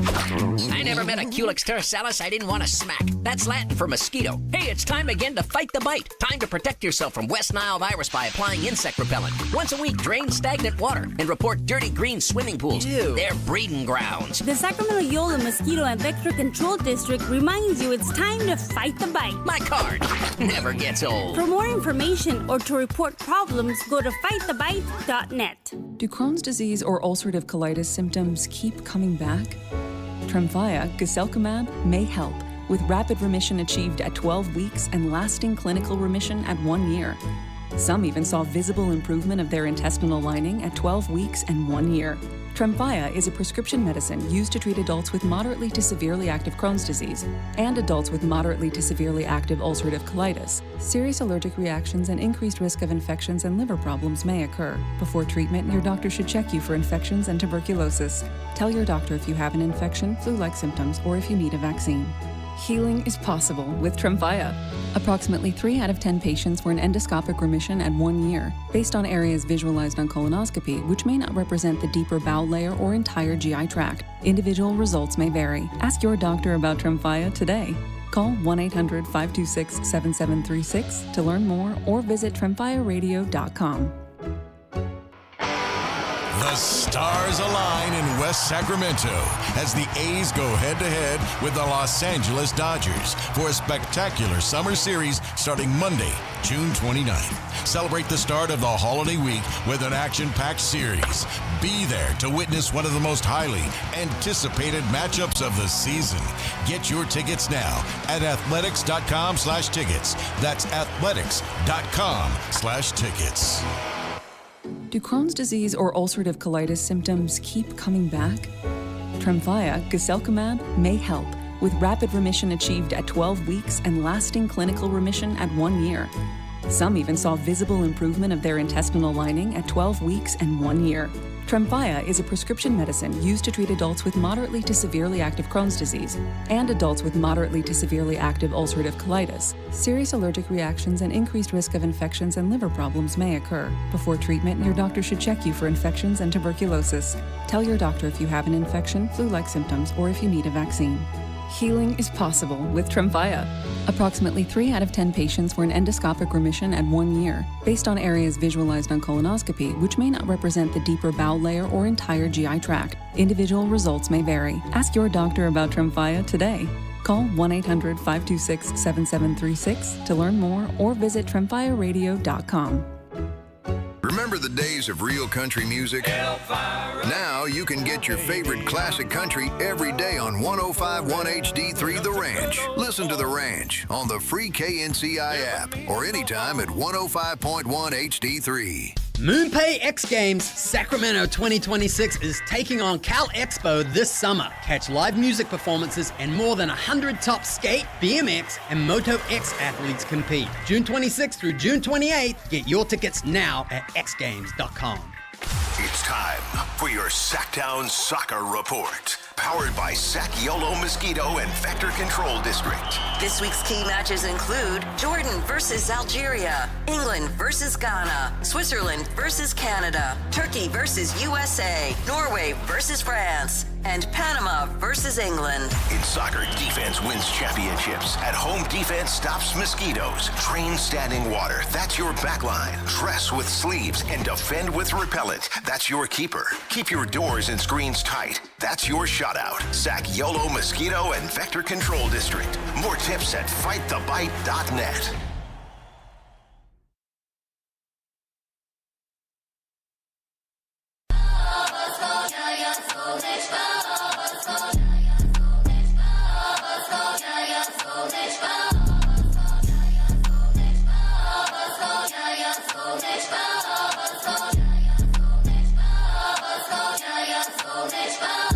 Download the app and listen to The Drive Guys. The Drive Guys with Kevin Gleason and Alan Stiles. On Sactown Sports 1140. So based on what Matt Zimmerman from Arkansas basketball told us, I think the game that Darius Acuff and the Nets must have went to was that March 22nd, Sunday, Kings at home over the Nets, 126-122. Then they went down that Thursday, I think, and played Arizona and San Jose. And night. Thanks for coming. We had a good season. Yeah, I mean, it was, and we were all paying attention because at that point, that's what's so interesting, guys. I know me personally, I was paying attention to Acuff specifically, not knowing where the Kings were going to draft because there were, to be fair to whoever said that to Mark Spears, we don't know who it was, but to be fair to that GM, I was watching Arkansas, and I know I wasn't alone because we were all doing it, Whitey, wondering, wow, where could Acuff go? And that was before we knew the Kings had the 7. Mm-hmm. So there is a lot. Let's not forget, a lot of us were watching thinking, hey, could Acuff go top 3? We didn't know that the Kings were going to get 7, and we didn't know that Acuff would fall to 7, but we were watching those games. We were watching Acuff, at least I was, the same way, maybe on a slightly secondary tier, but the watch list was obviously Boozer, DeBansa, Caleb ended up getting hurt, and Darren Peterson had his saga. And then, honestly, for me, it was Acuff and it was Kingston Flemings. Wagler came up a little bit later in the season as far as I personally remember. Yeah, especially when they had a nice run in the tournament. Yeah, exactly. So if you really think back to that, not trying to, carry water for Scott Perry or whatever, but we were watching, wondering where Acuff could end up going before we knew that the Kings unfortunately dropped to 7. By the way, that game that Darius Acuff had for Arkansas against Arizona that ended their season, that game he had, it's an example of the type of game that Matt Zimmerman was telling you about. Yeah. When you asked, what does he do when he's not shooting especially well? In that game, he was 8 of 19 from the floor, 1 of 5 from 3. In Arizona, a great defensive team, but he made 11 free throws, and he finished with 28 points. But that's exactly why you go get an Alex Caravan type of player, because you need shooters. When you are in a position with one of your heliocentric players, it's the same thing that all these players need. Luka, LeBron. Hey, what does LeBron need? Shooters. What does Luka need? Lob threat. You shooters. just want to make sure your boy Caravan, he can shoot it, but don't put it on the deck. Whatever you do not. Hey, don't dribble. Caravan, shoot it. I'm not responding to this. I'm not responding to this. I'm just saying. I'm not responding. Keegan, right? If he can get back right. And I think bringing in somebody like Acuff maybe just simplifies things, right, guys? I mean, I'll take it to baseball for a hot second. Jung-Hoo Lee moving to right field, right? You are the only person in the universe who today is comparing Darius Acuff to Jung-Hoo Lee. No, I'm not and you comparing. should be commended for that. No, I'm not comparing Darius Acuff to Jung-Hoo Lee. I'm comparing Keegan Murray to Jung-Hoo Lee. Okay? Jung-Hoo Lee in center. There's a little bit more going on in center, trying to figure things out. Moves to right field. Hey, I know Oracle's different, but you're in right field. Just focus on that. You don't got to worry about calling people off. Just focus on hitting. You got to worry about the freaking Just got to worry about the brick wall. Triples out. That's all you got to worry about. The wind. Yeah. And Jung-Hoo Lee is probably going to be an all-star. And I say that because maybe we can finally put to bed, hey, Keegan's got to do more off the dribble. No. Just don't. Just remember how to shoot, defend, and rebound. That's all we need you to do. And maybe bringing in somebody like Darius Acuff, we can stop trying to force things on to Keegan Murray that maybe he wasn't meant to do. And he can just be really good at 2 or 3 things versus, hey, just like Caravan, Keegan putting it on the deck. No, we don't need you to do that. Right. Just shoot threes, defend, and rebound. Mm-hmm. That's all. Well, this seems to be the summer of the small guard. Darius Acuff's size has been an ongoing story, and it'll continue to be a conversation. Jalen Brunson winning a championship when Becky Hammond had said, you can't win with a small guard, and that became a big thing. So I know one of the promos that we run here, says something about Darius Acuff and the small guard resurgence. So I decided to look it up and see, is there such a thing? So this is just real quick, year by year, all NBA teams. We'll say a small guard is what, 6'2" and under? Can we say that? Yeah. I'd say 6'3" and under, yeah. 6'3". Okay, 2025-26 first team. Stop me when you hear any small guard. Shea, Jokic, Wemby, Luka, and Cade, first team. All right, nobody. Second team, Jaylen Brown, Kawhi, Donovan Mitchell. 6'2". Kevin Durant, Jalen Brunson. 6'2". Third team, Tyrese Maxey. 6'2". Yeah, and then it was Murray, Jalen Johnson, Jalen Duren, and Chet Holmgren. 2025, first team, Shea, Giannis, Jokic, Donovan Mitchell. 6'2". Jason Tatum. Second team, Jalen Brunson, Steph Curry. Then you Here we go. Ant, LeBron, and Evan Mobley. Third team, Cade, Tyrese Halliburton, Harden, Cat, and Jalen Williams. 2024, Giannis, Lucas, Shea, Jokic, Tatum. First team. Second team, Brunson. And then third team, Steph Curry. So that was not the greatest year. But every one of these years, there's roughly 3 of the 15 are small guard. Why are you shaking your head? Because you said the same 2 names. 3, actually. 4, actually. Yeah. It's Brunson, Steph, Maxey, Donovan Mitchell. All right. But you only said Maxey once. This year. Yeah, 2023. Yeah, so the rest of the 3, it was just the same 3 dudes. 2023, second team, Donovan Mitchell, Steph Curry. Third team, Dame Lillard's in there along with De'Aaron Fox. And then, at some point, Kyrie comes into play. So I don't know if there's a small guard resurgence. There's always room for the small guards, but they just got to be really impactful. Yeah. Offensively. In all NBA, that's a little different animal. Yeah, I was going to say, because if you open that up, and I understand why you didn't, Whitey, because all NBA is more indicative of if you're a dude or not versus all-star. Yeah, exactly. But then if you mix in all-star, you will get your Darius. But if you asked... Chris Paul, 2022. Trae Young, 2022. Give it to him, Whitey. Ja Morant, Stick it to 2022. him. How far we going back? We going back to 1995? As we should. Where's IT at? My point is, I don't know that there's a resurgence. It looks like it is because Brunson led the team that far, but there's always been. I don't think there's a resurgence. No, I think there's always been. I'm with you. That's what I'm saying. There's no resurgence. It's just if you're good enough, there's a spot for you. Yeah. That's what it is to me. You got to make your money at that end. If you found a dude, if you have a dude, you have a dude. That's it. It's not about Chris Paul and 21. Woo! Tyrese in there. I mean, you said it, Alan. If you're legit, you're legit. Yeah. I think that's where it's at. It's all about how legit is this dude going to be. And I think when it really boils down to is can he be a top 20 guy in the league? Mm-hmm. It's what you could be 5'11". If you're raw, bro. That's it. That's it. So there's no resurgence. Did you find one of those dudes? Yes. Yeah, I am agreeing with you. I don't think there's a resurgence. I think there's always been room for them if you're good enough. Right. There's probably never going to, I think a different way we could say this is there's probably never going to be, I don't know, guys, more than 5. Kemba Walker, 2019. He might have been a Keep little going, Whitey. We pre-COVID now, Whitey. Come on, what are we doing? Yeah. There's probably never going to be more than 5, 6'3" and under guards taking over the league at one time. 2017, second team, right. Steph Curry, now you're getting Isaiah on my nerves. Thomas. Now you're getting on my nerves. Talk to him, Whitey. Yeah. Right, I think it's capped at 5. And right now, John Wall, huh? We're pretty close to 5.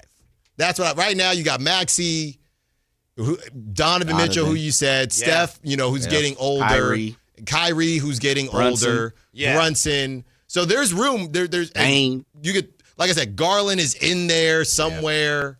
So there's always room for around 5 smaller guards to be doing their thing at one time. But none of those guys that we named, none of them are anywhere near an all-league team because of their defense. None of them. None. Right. Not at all. Mm-hmm. Maybe you said Chris Paul back in the day, but that Kyle Lowry, third team, 2016. Hello. All right. Hello. All right. When was that? 08? No, that's 2016. Oh, wait, it's a good question now. Who'd you say was?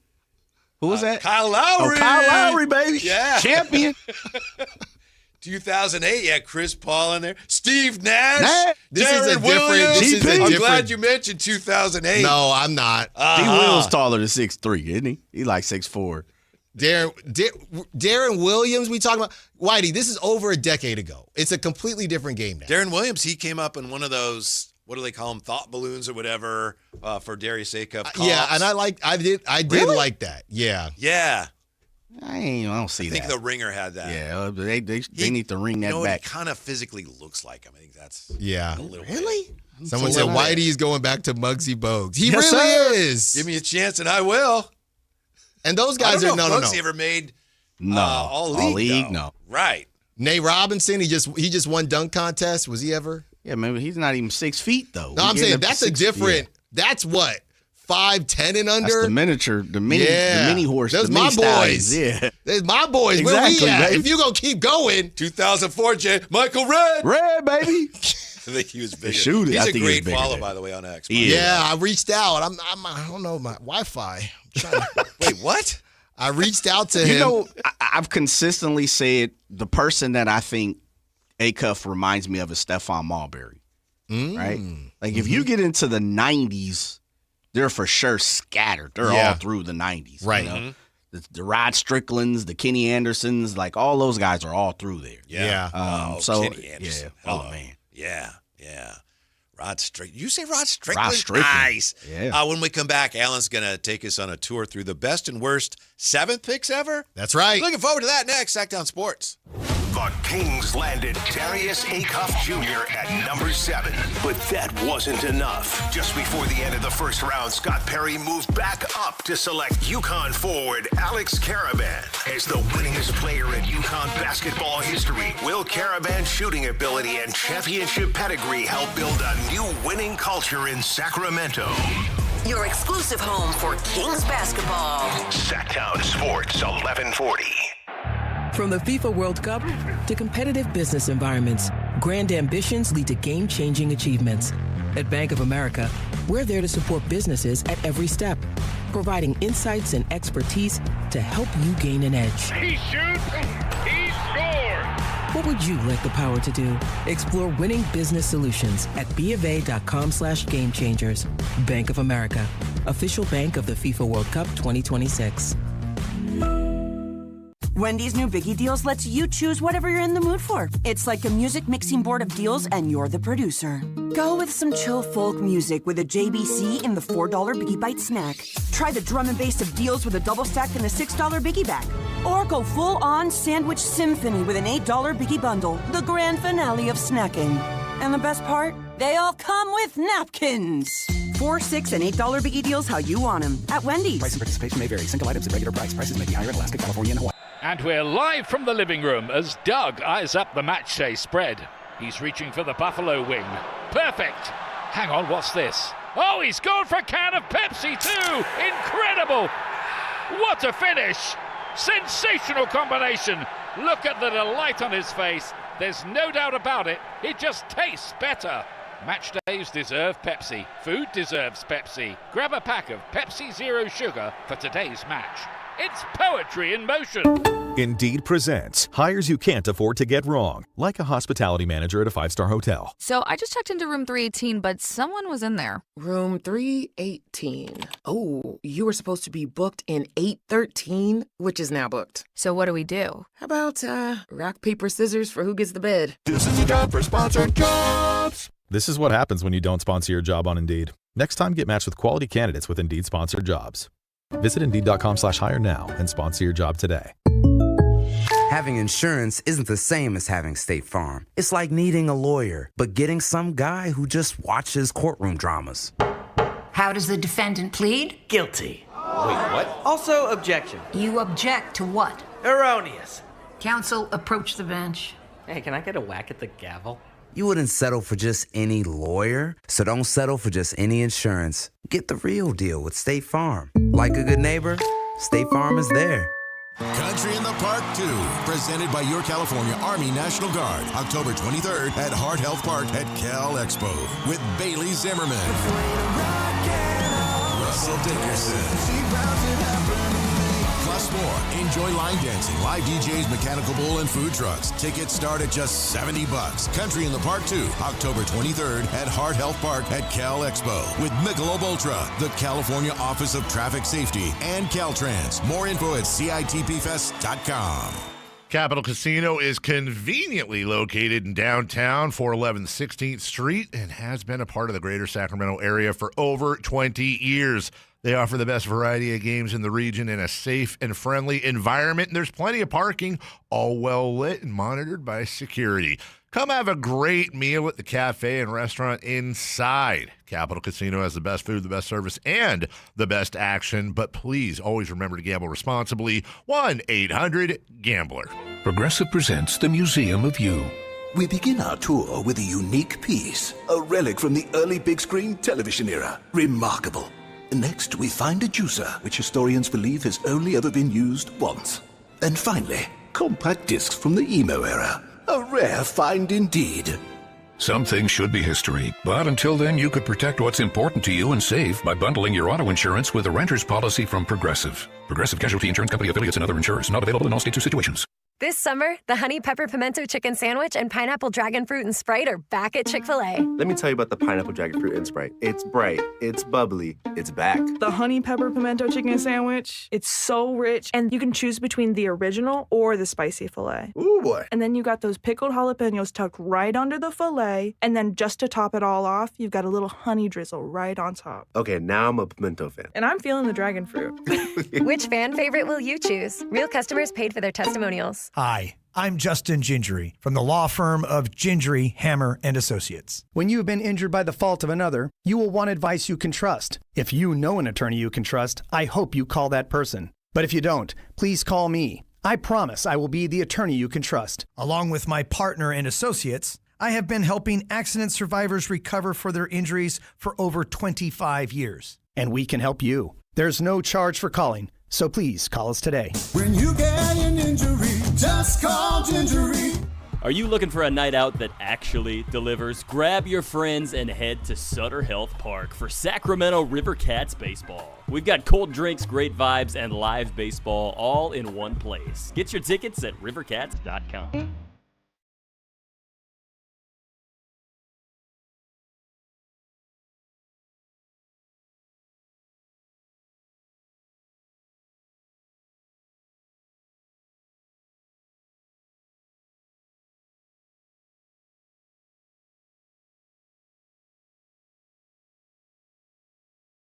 The Drive Guys with Kevin Gleason and Alan Stiles on Sactown Sports 1140. Yeah, Alan's excited about day 2 of the draft. Not as enticing as it appeared it was going to be before the Kings traded one of their picks to get Alex Caravan. But by the way, coming up next hour, about 4:30, Wayne Norman will join us. Who's Wayne Norman? That's a good question. UConn basketball analyst. So we'll talk to him about Alex Caravan. I know Alan's looking forward to the next round. At some point, he's gonna give us his breakdown of all the guys he's got in the second round, and he's gonna name like 20 of them. So no matter who the Kings pick, he can go, "I told you, my guy." So quick, Alan, who they picking? They gonna go get Trayvon. Okay, go get him. Mm-hmm. Trayvon. Doesn't Brazil play tonight? Do it for Brazil. Trayvon. Now you have something for us on the best and the worst 7th picks ever. That's right. Yeah. Brazil's playing right now. They're beating Scotland 2-0. Okay. So now that it's official, let's go through some of the best and worst 7th overall picks. I don't think it's too early to place Darius Acuff on this list. Where are you putting him? Best? Second best? What do you think? Hope he will end as the best. Okay. I think that definitely could happen. Now, this goes back, Whitey, to 2001 here on StatMuse, okay? You know, I like to go further back as I know, but we're not going to do that. So, all right, let's start from Hey, 1952 Slater Martin All-League. He was a smaller guard. Yeah, go get him. Yeah. Go get him. All right, Whitey, we have just the ones to, discuss and ones that really aren't. Worth It, Nene in 02. You have... Nene Hilario? He was good. Yeah, Nene. Yeah. Yeah, Nene on the Nuggets. Yeah, he was good. Yeah. Uh-huh. So that was in 02. Mm-hmm. Kirk Heinrich in 03. Okay. Luol Deng in 04. Corey Brewer in 07. Eric Gordon played for a long time. Oh, yeah. In 08. Of course, in 09 was Eric Gordon shooter. Steph Curry in 09. Bismack Biyombo in 2011. He was, I think the Kings technically took him, but they traded him for Jimmer. Wasn't he on the Spurs this year? Yeah, he was. He was Correct. one of the Bash Bros when Wembanyama put the hit out. Harrison Barnes in 2012. He's a champ. Went to the finals, 3 times now? Most recently with the Spurs, was a part of breaking that streak By with the way, the Kings. Eric Gordon played 6 games this year with the Sixers. That's insane. Yeah. So how many seasons is he at? Let's see. 19? 18 years. Jeez. Yeah. All right. 18-year vet. Mm-hmm. Harrison Barnes, like I said, 2012. And what did he shoot from 3 this year?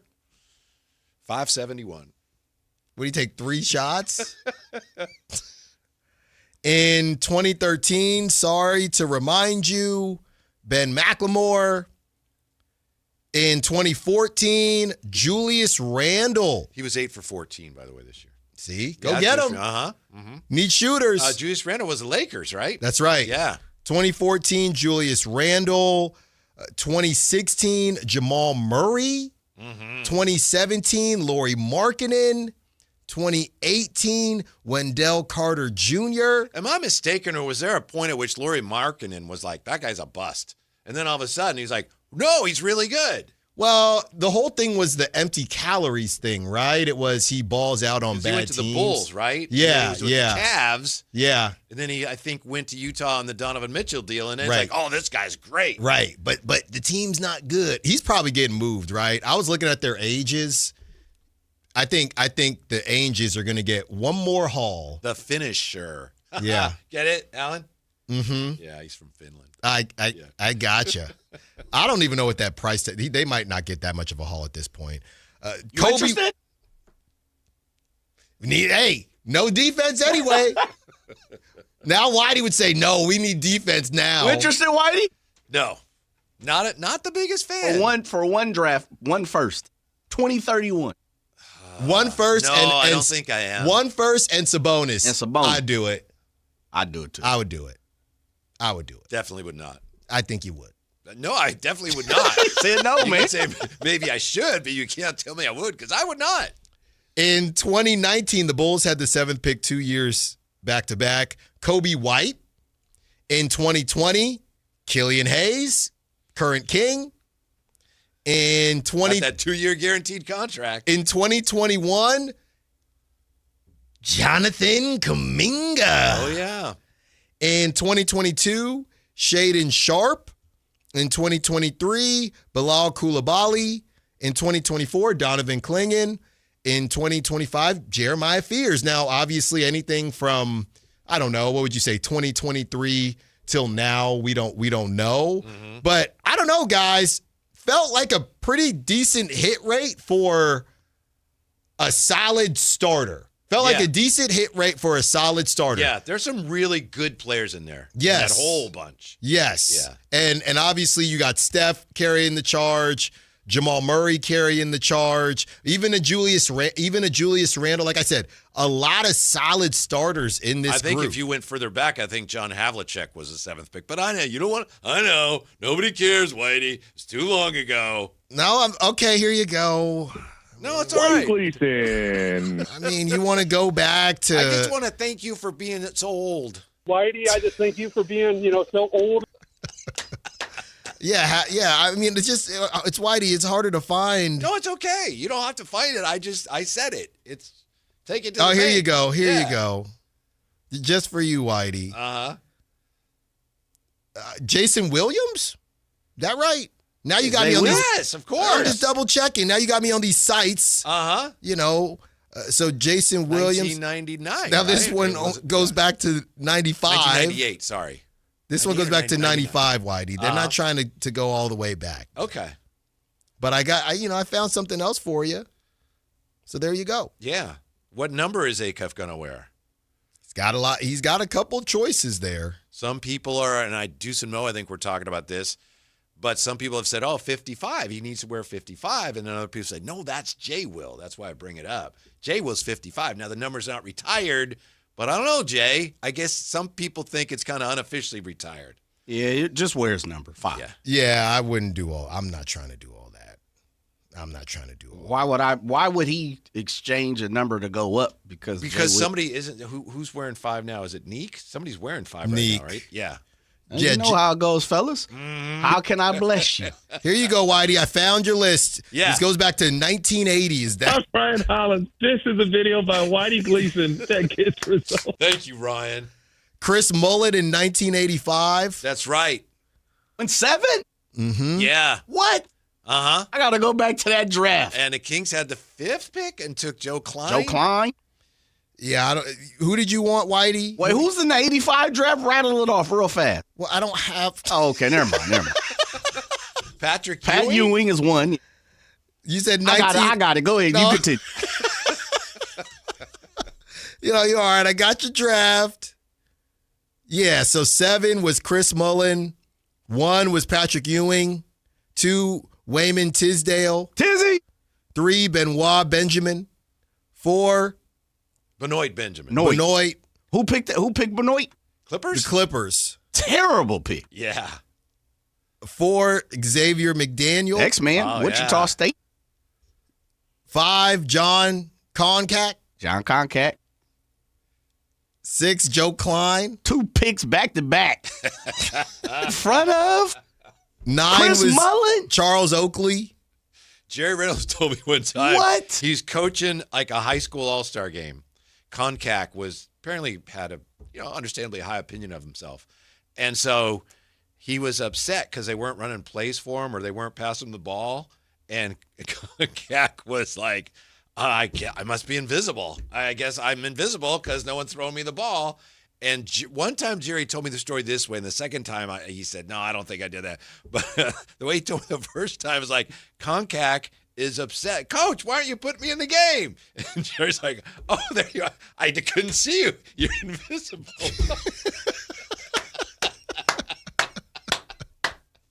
Two terrible. Yeah. Mully was an All-American coming out of high school. You know who else was in that draft, Jay? The mailman. 85, yeah. 11? What do you go, 11? 13. 13th. Karl Malone. 13. Yeah. So, look, I think everyone... Hawks, didn't they? Ooh. Concack, the Hawks. Yeah. Gosh. All right, back to the 7th pick. I think we all should be feeling good about it. Yeah, absolutely. When we come back, how much pressure's on Darius Acuff compared to yesterday's other draft picks? Thanks for that, Alan. That was fun. And we're going to have more fun. Don't go away. Drive, guys. This is the story of the one. As a safety manager at a manufacturing plant, he does everything he can to keep his coworkers safe. From finding ways to reduce risks to keeping safety supplies in stock. And for that, he relies on Grainger. Grainger offers a broad range of quality products and next-day delivery, so he can always play it safe. Call 1-800-GRAINGER, click Grainger.com, or just stop by. Grainger, for the ones who get it done. Thunder, feel the thunder. It's the energy all around you. Lightning and the thunder. The thrill of the moments to come. The flash of lights. The rush of pure exhilaration. The roar of the crowd. See it, hear it, feel it. Thunder, feel the thunder. Lightning and the thunder. Thunder Valley Casino Resort. Feel the thunder. Hi, this is Adam Johnson, owner of Golf Fitness Solutions. Exercise and golf have been two important activities in my life. I opened Golf Fitness Solutions in 2013 to help my fellow golf enthusiasts improve their posture, relieve their pain, gain strength and endurance, and most importantly, hit the ball farther. From beginners to professionals, I've had success working with all ages and all skill levels, and I can help you too. Located in Carmichael, call us at 916-802-5175 or go to golffitnesssolutions.com.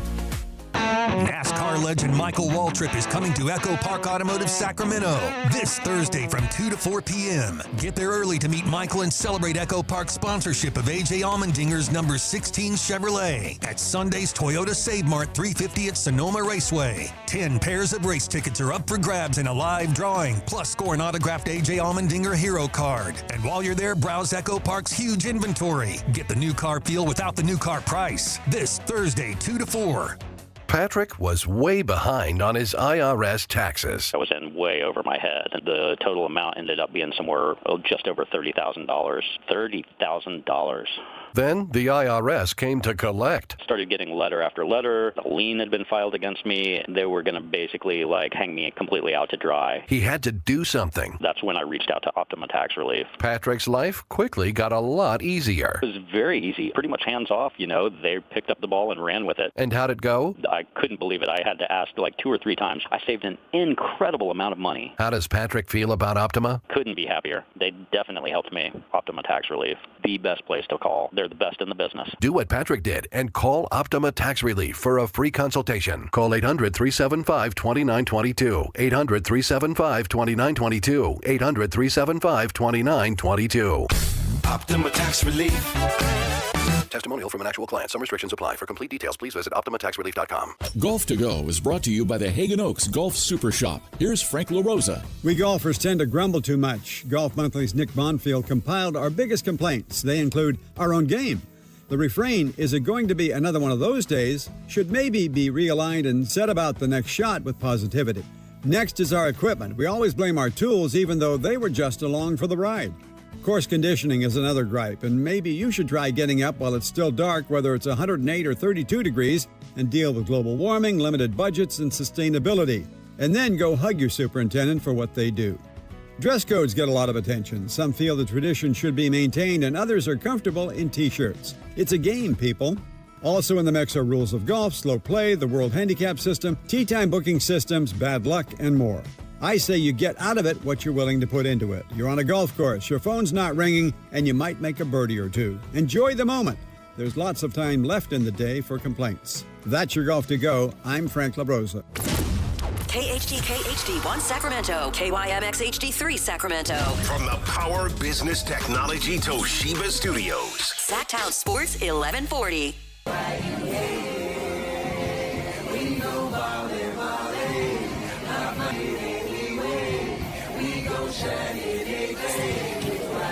Download the app and listen to The Drive Guys. The Drive Guys with Kevin Gleason and Alan Stiles. On Sactown Sports 1140. Round 2 of the draft coming up tonight. Kings with 1 pick as it stands right now. So Alan was just taking us down memory lane, looking back at a few infamous and famous drafts, and we ended up somehow talking a lot about 1985, and John Koncak went, 5th to the Hawks, and then Joe Klein, and then the Kings took Joe Klein, then Chris Mullin was selected as Karl Malone, waited and waited and waited. Mm-hmm. John Koncak ended up with a huge contract, and it's become a thing now. His nickname was John Contract. He has since said, I didn't deserve the money, but what was I supposed to do? Say no? Right. Shaquille O'Neal has come out and said, I was a football player. When I saw what he got, I said, I want to play basketball. But speaking of contracts of dubious merit, what do you think of this one? Now, this guy's a much better player than poor John Koncak ever was, but Lakers intending to sign Austin Reeves, 4 years, $185 million max deal to return to L.A., Allen. Crazy. Just between you and me, Jay is not the biggest Reeves guy, but Austin Reeves, Jay, big money, big money, big money. Congratulations to him. Yeah, good for him. They knew, we knew he was going to get cashed out. He's sitting kind of right. He'll eventually get to 50 mil, fellas, but he's climbing up there, 40, 44, then 47, and then a player option in 2029, 2030, which he will be opting into at $51 million. I'm going to ask the same question that I ask about a lot of players. I asked this about Maxime Reynaud and his future. I asked this about De'Aaron Fox as well. And Whitey, we can default to the Ringer top 100 as well. But who is the best player that Austin Reeves is better than? Oh, wow. I don't know, but I will offer this tidbit. His new deal will be the richest contract in NBA history for somebody who was not drafted. Oh, good for him. Yeah. No, good for him. I mean, I wouldn't pay it. I don't think Jay would either. Something to keep in mind for any of the prospects that aren't chosen tonight. You think you think of Dylan Cardwell, guys like that, or, man, Austin, you're my hero. Yeah. You are my hero. Uh-huh. Best player that he's better than. I don't know. I remember the game he had when he came into Golden One. I want to say it was like the 4th or 5th game of the year last year. The 50 burger. LeBron's out and Luka's out, and he just dominated. He did. I think he's better than Jay does. I don't want to get into an argument with Jay. I don't want to, disagree with Jay here. But that's an awful lot of money. But he's a really good player. Mm-hmm. Based on the Ringer, I don't see anything too egregious, to be honest with you, which makes it more of maybe an overpay. Because they have him at 34. In the NBA? They have him at 34. Well, I'm just saying, and maybe it's easier shots out to him to do it by guards, but when I started scrolling, Jay, I didn't see anything initially egregious, and maybe here's the problem, Jay. They got him at 34. Guess who's at 35? Your other boy. Derek White. Derek White. Oh, my God. So that's the problem.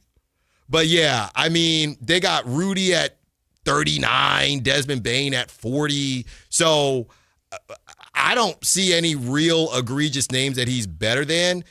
The Lakers just seem to like him a lot. De'Aaron's at 46, by the way. He continues to drop. I don't see any names that he's, that are that egregious. They just cashed them out. The problem for the Lakers, not that this is Laker talk, we'll get back to the Kings in the draft, but Reeves put up really good numbers last year. Really, really good numbers. But he only played in 51 games. He hurt his calf. He injured his oblique. He's, 28 now? So it's like, wait, you're going to give him all this money now when he is at the very least approaching his prime? If he's not in it now, and if he's physically starting to break down, he would be past his prime. You're going to invest all that money in him now? No, I would have to double check how many games he's missed prior to this season before saying his body could be breaking down. He only played 51 games this year. I know that's not what you were asking. But, yeah, career low 51 games this year. Right. Career low 51 games. Besides that, I got it right here for you. Once the calf injuries start, Alan. Woo. I hear you. 73 games in 2025, 82 games in 2024. Yeah, 64, takes a toll. 64 in 23, 61 in 22. So taking a toll. Now that your body's starting to break down, let's give you more money than anyone thinks we should give you. That's how it works. Mm-hmm. What were they supposed? Just let him walk? He can't walk. He only limp away. No, seriously, you gotta. You have to consider that. And he wanted to stay. You might have been able to work something out where you don't have to pay him much. But you're acting like they're giving Ja this type of money, who just never plays. Mm-hmm. 4 years for a guy who's 28 and is, Jay and I disagree about how good he is, but I mean, no one's going to say he's one of the 20 best players in the league. So yeah, not a top 50. Yeah, that's the going rate, I guess. Mm-hmm. Let him walk. But that's why I asked the initial question, because I don't know. You move on from Braun, or he comes back, whatever. Is Austin Reeves good enough to be a number 2 on a championship team? That's what you're paying him to do. I don't think so. I don't think so either. I think he's a perfect number 3. The number one thing I asked when they added Luka is whether or not Austin Reeves and Luka were a bit redundant. Obviously, Luka is better than Austin Reeves, but they both kind of need the rock. They both stink on defense, and I don't really think – how many games do we see Luka and Austin Reeves both go off. I think that's one of the things that makes him valuable to them is that he's shown he knows how to play off of Luka. Okay. And he's not going to have the numbers to your point, but he can do that. These teams, AJ, why these teams love giving dudes raises to do less? I don't know. Where we sign up for that? Talk to me. Where we sign up for that? You find out, let me know. Whereas Brunson played with Luka and he's like, yeah, I don't want to do that anymore. Nah, no, thank you. And he was good too. He could do it, but he just didn't want to do it. Right. Well, that's the funniest thing. Like when we joke about Eric Paschall and certain players. I'm not really trying to play with Steph like that. It's all about Steph. Some dudes think that I can be the orbit. I don't necessarily need to just play around a certain player. Now, some guys are right, like Jalen Brunson. Some guys are wrong, like Eric Paschall. And some guys are able to mold their game a little bit, like Austin Reeves. And there's something to be said about doing that, Whitey. And maybe, hey, we're paying you to be what Luka needs. Yeah. Now, a lot of players who are drafted early in the NBA draft suffer from the kind of the savior syndrome, where maybe they don't think it, but a lot of people, the fan base, maybe even the organization, look at them as, ooh, you got to save us. You got to be our savior. There's nobody clearly in this draft that deserves that, but some of these people will come into league with high expectations. Who faces the highest expectations? All things considered. Spot where they're drafted, team they're playing for, how good that team is, and how much pressure do you think, all things considered, Darius Acuff is under next year as a rookie with the Kings? Oh, this is fascinating because it's probably Acuff. That's my initial thought. Really? In the NBA? No. Out of the rookies. Out of the rookies? Way. No. Listen to this, though. Uh-huh. The other name I would bring up is Michael Brown Jr. because you went ahead of Acuff. But hold on, Jay. Hold on. I'll go through it. AJ DeBonsa. Trey just got a ton of money. You still got Anthony Davis. You still got Alex Sarr. I know DeBanza was the name. I hear you. City, baby. I hear you. City. I get it. But they have other guys to kind of shepherd him and other guys that will need to score and have the basketball.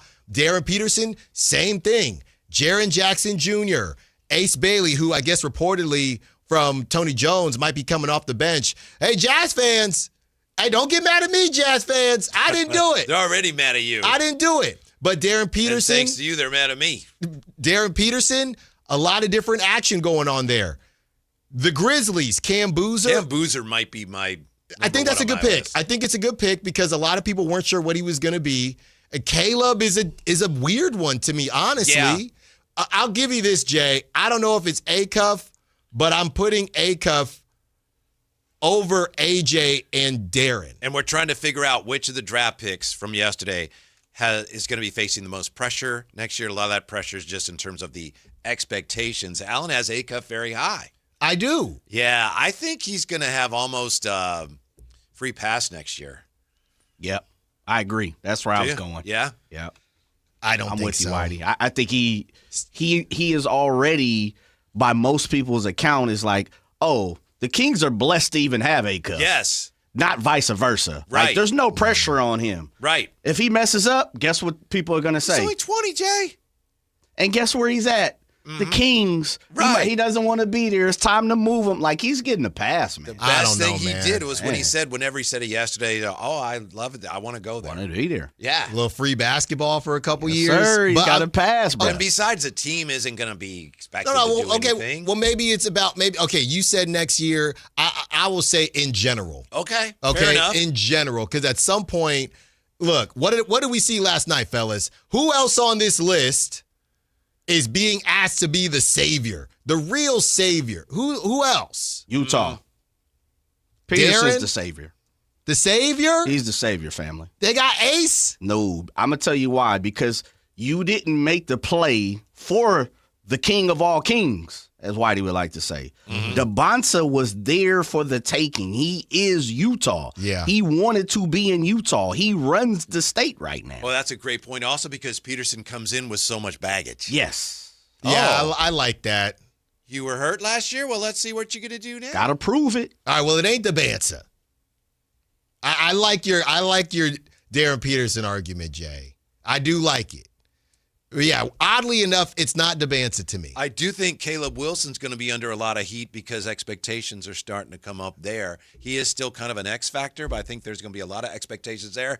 And I think Wagler, because of he's not very athletic baggage. And, he'll get a little more grace period. It's not like people are expecting him, I don't think, to come in and average 25 a game. Yeah, I don't see the Caleb thing. Brown's I agree with you. I think that's a great point. Yeah, I feel as if, the Caleb thing, because he didn't play that much and, the Bulls kind of get bagged on a little bit too. I think he's playing pretty free next season. How many games in Chicago before somebody says, you're just another Patrick Williams? None. None. So first preseason game? There's none. Mm-hmm. No way. But I feel the opposite with Caleb Wilson. I think he's playing with house money. I think it's Darren, Boozer, Michael, and because of Acuff, it's Michael. And if I'm going to have Michael on there, I have to have Acuff on there. I do think it's possible that Burries and Nate Ament will have a lot of expectations because now, obviously, Bucks fans are realizing, we're in a transitionary period here without Giannis, but these are the new Bucks? Yeah. Yeah. This is what we have now? Right. Ament, there's a lot of, I don't know how much pressure there is on Ament. Maybe he might not be that good. A lot of people, but here's the thing. A lot of people don't think he's going to be good. Mm-hmm. So he's got the opposite of pressure.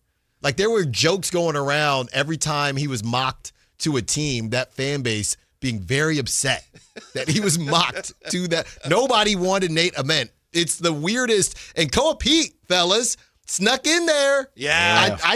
He knew. Hey, good for you, Koa. Got that 4-year guarantee, baby. You hung on, baby. I'll give you one more, fellas.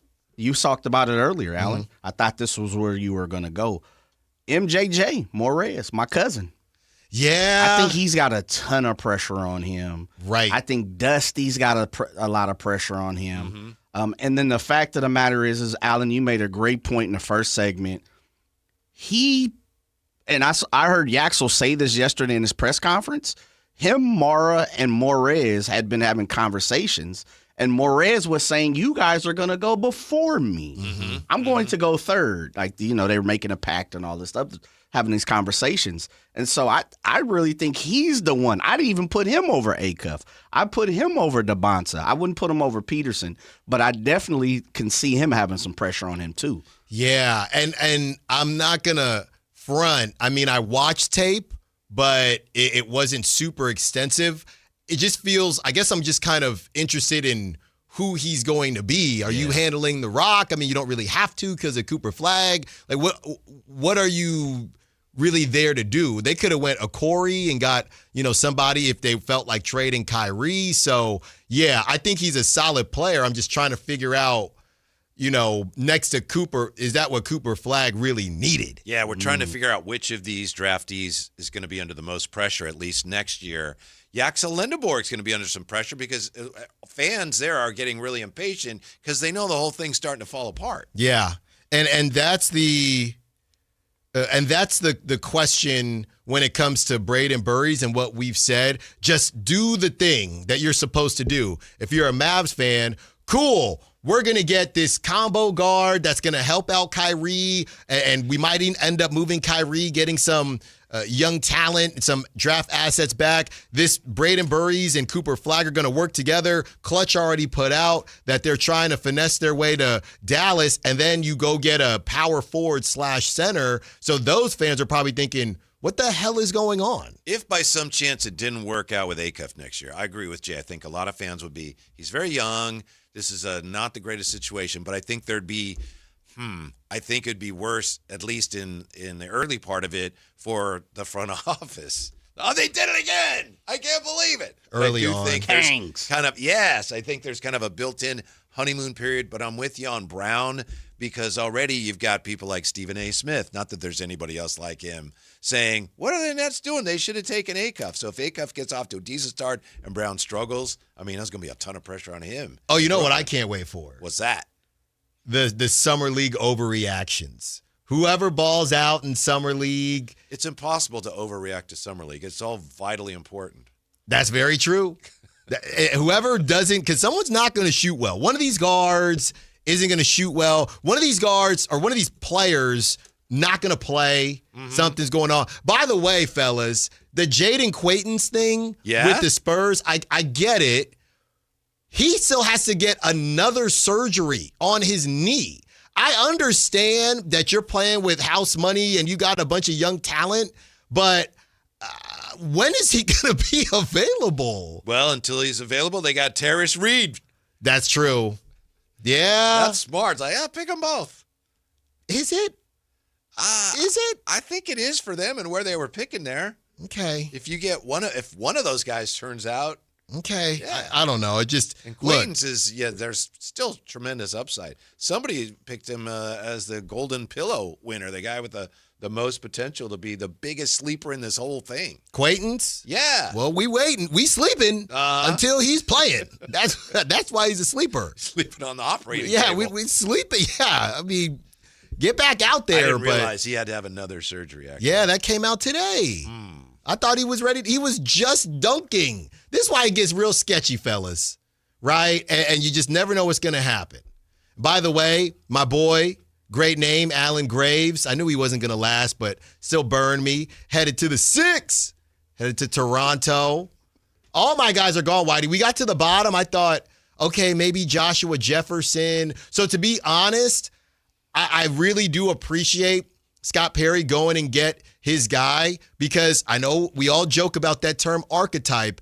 It did feel like that's why I'm tripping looking at the rest of the second round, because those like 6'8", 6'9" shooter 3-and-D types, they all kind of went at the end of that first round. And I think Scott Perry thought, you know what? This seems to be hot right now. I don't want to miss out on our guy. When the Kings made the trade, I wasn't watching.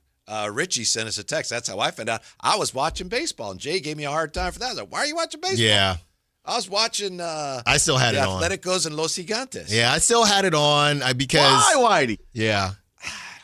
I guess part of me is like, oh, Babe Ruth series, but stepping on my boy's hand. We got to talk about that. That's right. Yeah. 415 loves the 510. Stupid banner. Stupid banner. Like, I would assume Whitey, and he's not he goes 6'6", so he's not 6'8", 6'9", but Isaiah Evans, my guess, that's where he's mocked, probably goes early. That's where a lot of these types of players, they went earlier than expected. And I know Joshua Jefferson was supposed to go in the first round in the back of it, but Alan Graves ends up, what did he go, Whitey? 19? Yeah. I think when Scott Perry saw that, and then he saw, even the Koa Pete's of the world, or I know Koa Pete went after the fact, but I think he said, you know what? I don't want to mess around. Even Morez Johnson Jr. going where he went in the Dalen Swains. I think Scott said, you know what? Everybody's looking for these lengthy kind of shooters, and I know a lot of these guys play better defense than Caravan, but I think he just said, I don't want to miss out because there's no guards are going right now. You know who may have had a sneaky good draft? Not sneaky good because their picks were decent, but the league has to be shaking their heads over what OKC did at 12 and 16. 16, they move up, getting Amara and your guy Bennett Sturts. That's right, and I believe they said OKC getting those two. Yeah, Bennett Sturts is going to make Isaiah Joe a bit expendable. So, some think that the Kings should be in on that. Kings just have such a crazy money situation. It's just hard to even discuss stuff like that. How about Alex Caravan, the Kings later first-round pick? We're going to find out more about him when Wayne Norman, basketball analyst for UConn, joins us next. Drive, guys. Don't miss that. Sactown Sports. Like and subscribe to the Sactown Sports 1140 YouTube channel at Sactown Sports 1140 to get the Carmichael Dave Show with Jason Ross, Matt and Kayla, and the Drive Guys with Kevin Gleason and Alan Stiles on demand and at your fingertips. Get your fix of the Sacramento Kings, 49ers, Giants, Athletics, NFL, NBA, and the latest in sports and entertainment all in one place at Sactown Sports 1140 on YouTube. Your local sports leader, Sactown Sports 1140. Progressive provides protection for your boat and other outdoor vehicles so you can explore new things. Oh, I can finally try pesto. We meant like water skiing. I've just never had pesto. Or maybe take the boat somewhere new? I mean, is pesto spicy or sweet? Oh, guess we'll find out, right? Right. Bundle home or auto insurance with your boat, RV, or motorcycle and stay protected with Progressive while you explore. I don't know. Maybe I'm not ready for pesto. Progressive Casualty Insurance Company and Affiliates. Not available in all states or situations. If the world were like a Sleep Number mattress, everything would adapt for your comfort. Because as your life changes and your body changes, Sleep Number mattresses adapt and shift to give you personalized comfort night after night. And right now, new mattresses start at $1,500 during our 4th of July sale. To experience a whole new world of comfort, visit a Sleep Number store or go to sleepnumber.com. Sleep Number. To a good life sleep. What's up? We're talking to Chad Hoblet of Hoblet Dodge Chrysler Jeep Ram and Woodland. Chad, I got a question. What's happening for Chrysler's Make This the Summer event? Right now, you can save up to $14,000 off MSRP on those hard-to-find new 2026 Ram 2500 and 3500 heavy duties. Plus, you can take advantage of available 5.9% for 84 months financing with no payments for 90 days on select inventory. Chad, you've always got the best selection of Rams and now the best interest rates. We are truck people at Hoblet. That's why we have over 600 new Rams available. And more importantly, the hard-to-find Rams you're looking for.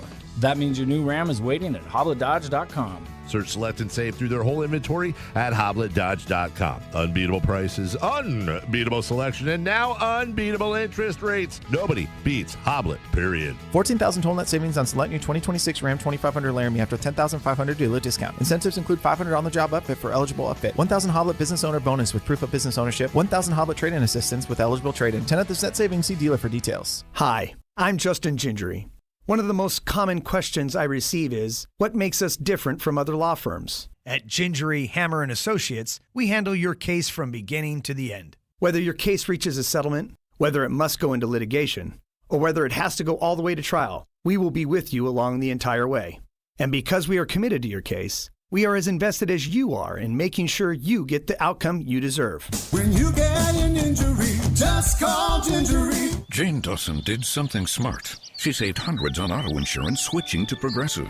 With the money she saved, she got herself a pricey bird feeder with an ultra-high-def camera. Should Jane have just bought a regular bird feeder? Yes. Is it hard for her to admire nature when the camera doubles as the bird's potty?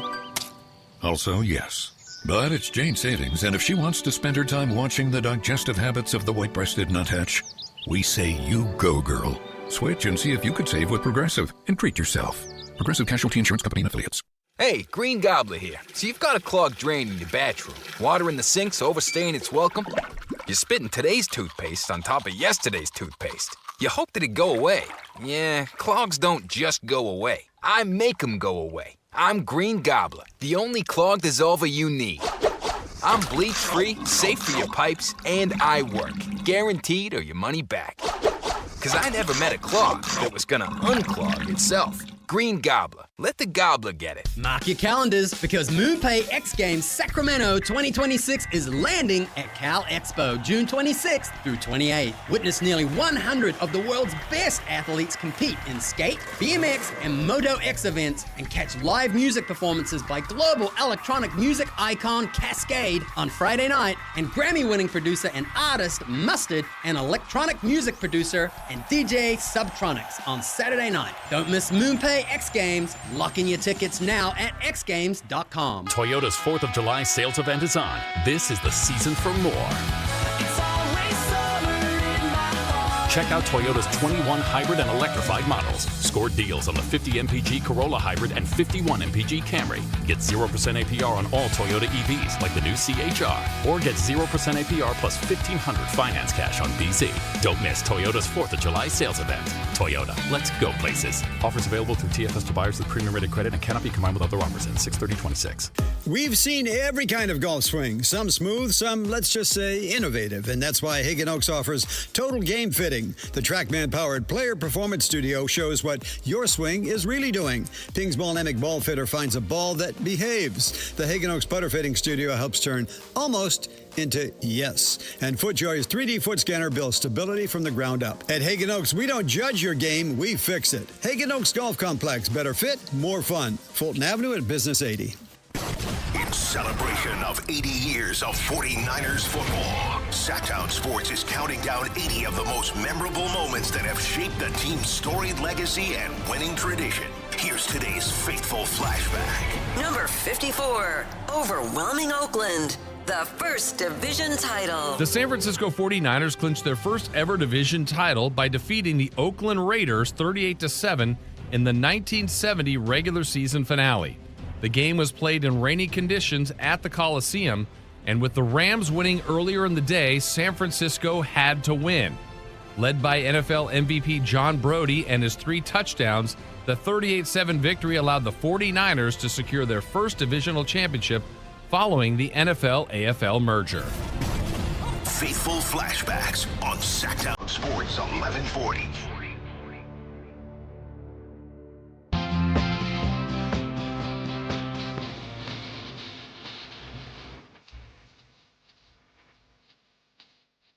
Download the app and listen to The Drive Guys. The Drive Guys with Kevin Gleason and Alan Stiles. On Sactown Sports 1140. Alex Caravan, selected by the Kings for the 29th pick last night. So the Kings ended up with 2 first-rounders. Going to find out a little more about him. Nice enough to join us. He's been part of UConn radio. That is a football and basketball broadcast since 1979.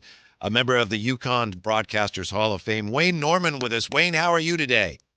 Hey, all good. Beautiful day back here, and we're really happy that a couple of Huskies made first-round picks last night. Absolutely. Listen, I actually I did a UFL game. I was an analyst for the Sacramento Mountain Lions against the Hartford Colonials, and we were at Rentschler Field. Isn't that where the Huskies play football, Rentschler Field? Yeah, they've been playing there since 2003, and they've drawn some pretty big crowds over the years. It's been a little bit down lately, but with Jim Mora last 4 years, he kind of got the program back up, and now Jason Candle's in charge, and we're looking for resurgence in football to match what's been going on with men's basketball. Absolutely. It's a beautiful stadium. I had no idea how large that stadium was. But anyway, Wayne, thanks for your time.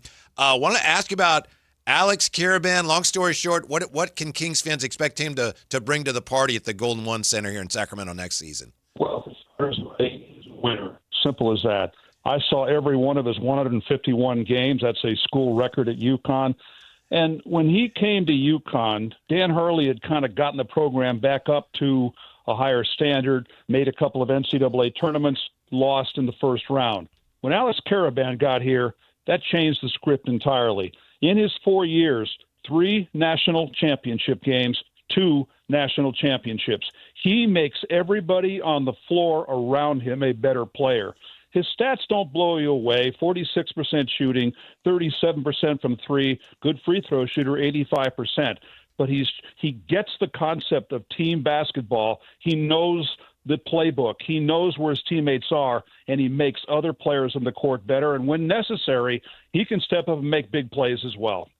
You know, Wayne, with all of the mock drafts that were floating around and all the basketball that we've been watching, I don't know if maybe I got confused a little bit, but I recall during the tournament watching Alex Caravan handle the rock a little bit. You know, everybody looks at him as, hey, he's a shooter and, you know, he's going to spot up and do his thing. I'm not saying that he's a point forward at all, Wayne, but doesn't he have the ability to initiate the offense a little bit and get some passes off? Absolutely. Some games this year when he led the team in assists. Not every game. They had point guards on the team as well, but there were times when he was able to find the open shooter. And, of course, the biggest assist of his career came in the Elite Eight game against Duke when they were down 19 and came all the way back to win it on the Braylon Mullins 3. Who got the assist on that Braylon Mullins 3? One of the most famous shots now in NCAA history. Alex Caravan knew where Mullins was after Mullins had gotten the ball in the back court, had brought it up court, got the ball to Caravan, and Alex dished off to his left for the open, long jumper that put UConn in the Final Four. That's Wayne Norman, basketball analyst for UConn. Nice enough to join us here as we are learning more and more about Alex Caravan. Wayne, what is his range like, and what spots on the floor is he most lethal from? He can make threes from anywhere on the floor, but he can also put the ball on the floor, attack the rim, get layups. He can make those mid-range jumpers as well.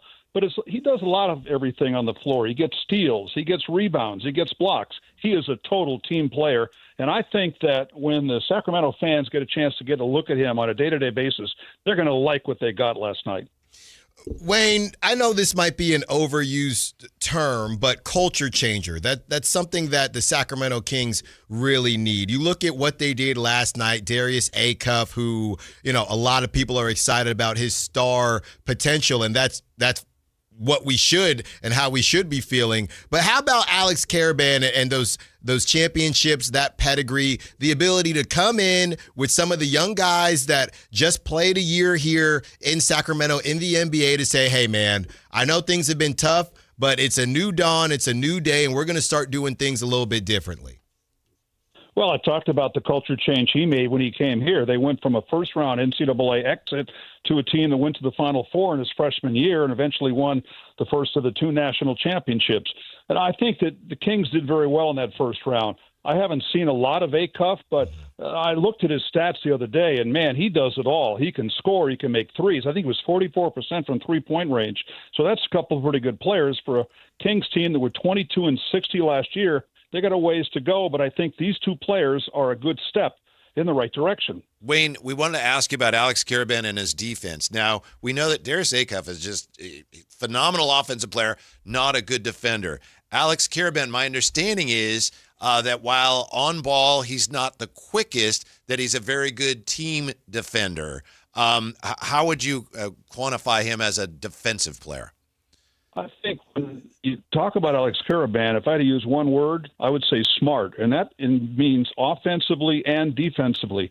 He may not be the quickest guy on the court, but he understands the scheme, and he knows where to be at the right time. He rarely makes mistakes when he's on the floor. Wayne, did it feel like while he was at UConn with the time winding down, obviously you talked about that famous shot in the Elite Eight, but was there anybody you'd rather the ball be in their hands than Alex Karaban? Was he kind of that steadying force for UConn? I think for 4 years he was just that. And I think one good example is that his final home game at Gamble a couple of months ago, they inducted him into the Huskies of Honor. That's like the Ring of Honor, the Hall of Fame at the UConn. And it's the only time in school history that an active player has been added, had his number 11. By the way, his birthday is November 11th, number 11. And I don't know what the numbers are in Sacramento, but I would bet he's going to ask for number 11 there. But in that game, he had a huge game. He had 23 points, a couple of big late three-pointers, and they needed him because they had to come from behind, and he made the big plays. He had a career-high 27 points in the NCAA second-round game against UCLA. And when other guys aren't making shots, Alex can sometimes put the team on his back and carry him that way. He may not be Kemba Walker. Kemba Walker and Shabazz Napier both did amazing things at UConn earlier where they basically put the team on their back and took them to national championships. Mm-hmm. Well, Alex can do that at a time when it's necessary. I think that he can be a leader. I wouldn't look for him in his freshman year to be a leader, but I think he can be a very good player for the Kings. Wayne Norman, UConn analyst, with us. I know that Scott Perry had mentioned that he liked Alex Karaban's versatility. He can play either of the forward spots. Which would you say is his more natural position based on what you saw? Small forward or power forward? I think he's small forward, definitely at 6'8". I think that, and especially in the NBA, I think he'd be playing more on the wing more than he would as far as posting up. I think that, but he, as we said earlier, he can handle the ball. He can be away from the hoop and still make things happen. Mm-hmm. Yeah, we were curious just about the rebounding. We don't know what's going to happen with Domantas Sabonis, but rebounding is something that Keegan Murray has focused on and others. What can we expect from Karaban on the defensive and the offensive glass? Well, he's one of 3 players in the NCAA Division I history with career totals of at least 1,850 points, 750 rebounds, speaking to your point, 300 assists, 250 made three-pointers, 100 blocks, and 100 steals. He does a little bit of everything, and he can rebound. If he needs to be, he can get inside. We had guys like Terrace Reed who got drafted 3 picks ahead of Alex last night, and really it was Reed who put the team on his back in the NCAA this year. He really elevated his stock by playing so well inside. So once he began to do that, dominating the paint, you didn't really need Karaban to pound the boards as much. He could more roam and do what he does, shoot, make threes, distribute. Well, we're very happy with the pick. We're looking forward to seeing Alex Karaban here in Sacramento. Wayne Norman from UConn. Wayne, thank you so much for your time. We appreciate your insight. We hope to talk to you again soon. Fun to be honest. I'm a fifth-generation Californian. There we go. Where from about? Just about there? Mm-hmm. I'm from Hollywood and Glendale. Okay. There you go. Right. Yeah. Not too far. Thank you, Wayne. It's a long drive. Guys, it was fun. Thank you. Yeah, we appreciate Thanks, Wayne. it. Yeah. Short and sweet, Wayne Norman with his responses. To the point. Yes, sir. That's how you guys say I need to be with my questions. I don't say that. You said it, and Jay said it to me yesterday. You say it all the time. I say it off the air, don't I? You say it off the air. Why are you talking? Come on, man. Why are you spilling the beans? Say it off the air. Shout out, Wayne. Yeah. Put the ball on the deck. That's all you had to say. He said it 3 times, Said it 3 times. Stop playing with how I grind film. My fault, Alan. That's my fault. Come on, man. Yeah. He did say, and when you were going there, I wrote down, handle the rock, because I was like, oh, man, if this doesn't go well, we're going to have to revisit this. I don't know why he's asking him. Hey. He says he's a really good passer. And I thought, oh, no, that's not what Jumped happened. around it. Yeah. No, he didn't. Yeah, but yeah, Put I the think ball he on the brought it home deck. For you. Just like Davion. Trust your work. I'm trusting my work. Now, you have the all Frito-Lay's team for us. We have that coming up. That's right. Yeah, we'll find out who's on it and what it means. Alan's all Frito-Lay's team. Apparently, it's full of Kings. We'll find out why next. Sactown Sports. The Kings officially got their guy. Following a breakout season at Arkansas, Darius Acuff Jr. is headed to Sacramento. After adding one of the most electric scorers in college basketball, has Scott Perry officially found the new face of the franchise. Your exclusive home for Kings basketball. Sactown Sports 1140. Sacramento weather is brought to you by Bonnie. I'm Dirk Verdorn in the KCRA3 Weather Center. Clear skies and cooling temperatures overnight with the southwest winds 5 to 15 miles per hour. Temperatures dropping off into the mid to upper 50s, then warming tomorrow into the mid to low 90s. Get the latest forecast on the KCRA3 News and the KCRA3 app. Oh, the Sacramento heat. Right now, get your AC professionally tuned up for as low as just $59 and enjoy your summer nice and cool. Plumbing, electrical, heating, and air, Bonnie.com. Summer restrictions apply. License 696-355. And we're live from the living room as Doug eyes up the matchday spread. He's reaching for the Buffalo wing. Perfect! Hang on, what's this? Oh, he's gone for a can of Pepsi too! Incredible! What a finish! Sensational combination! Look at the delight on his face. There's no doubt about it. It just tastes better. Match days deserve Pepsi. Food deserves Pepsi. Grab a pack of Pepsi Zero Sugar for today's match. It's poetry in motion.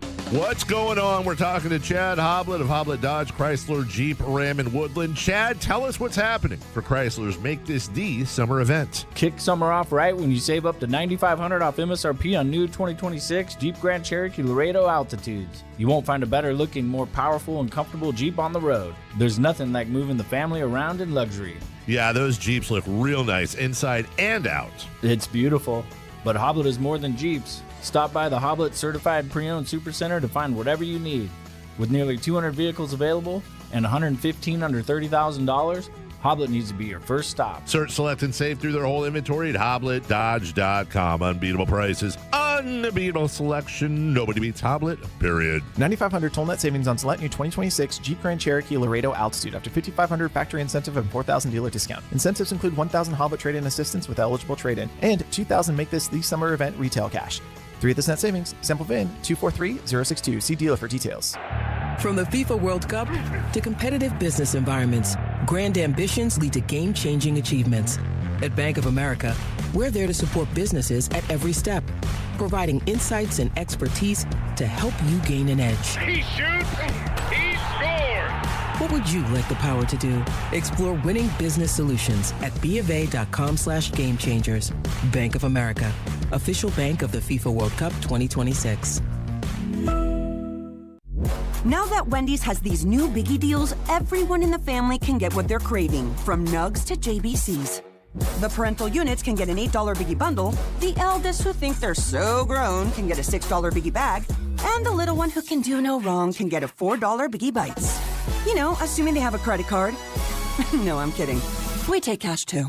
4, 6, and $8 biggie deals for the whole family. Only at Wendy's. Price and participation may vary. Single items at regular price. Prices may be higher in Alaska, California, and Hawaii. NASCAR legend Michael Waltrip is coming to Echo Park Automotive Sacramento this Thursday from 2 to 4 p.m. Get there early to meet Michael and celebrate Echo Park's sponsorship of A.J. Allmendinger's number 16 Chevrolet at Sunday's Toyota Save Mart 350 at Sonoma Raceway. 10 pairs of race tickets are up for grabs in a live drawing, plus score an autographed A.J. Allmendinger hero card. And while you're there, browse Echo Park's huge inventory. Get the new car feel without the new car price. This Thursday, 2 to 4.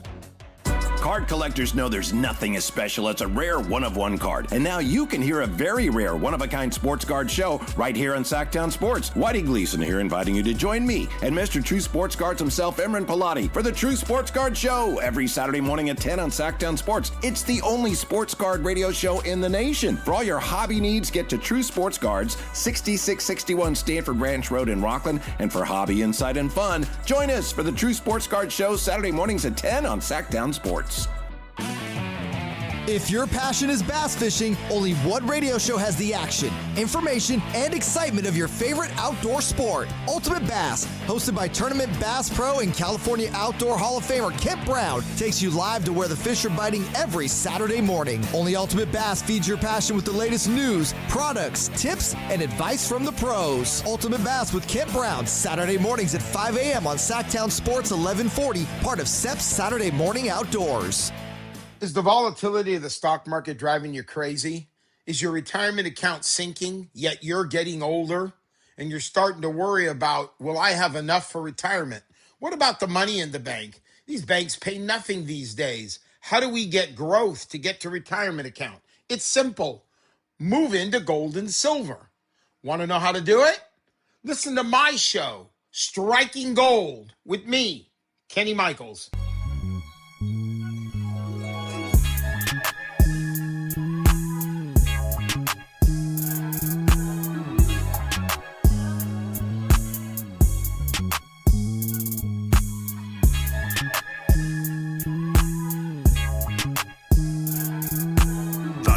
Guys with Kevin Gleason and Alan Stiles. What do you make of this? From Stephen Schoen here in the chat. Seems Perry's finally putting this team in a better position. Be interesting to see what else he does. It is exciting, which is a word that hasn't been used on the Kings of late. It's another reflection of that new enthusiasm. It's always been there, kind of dormant.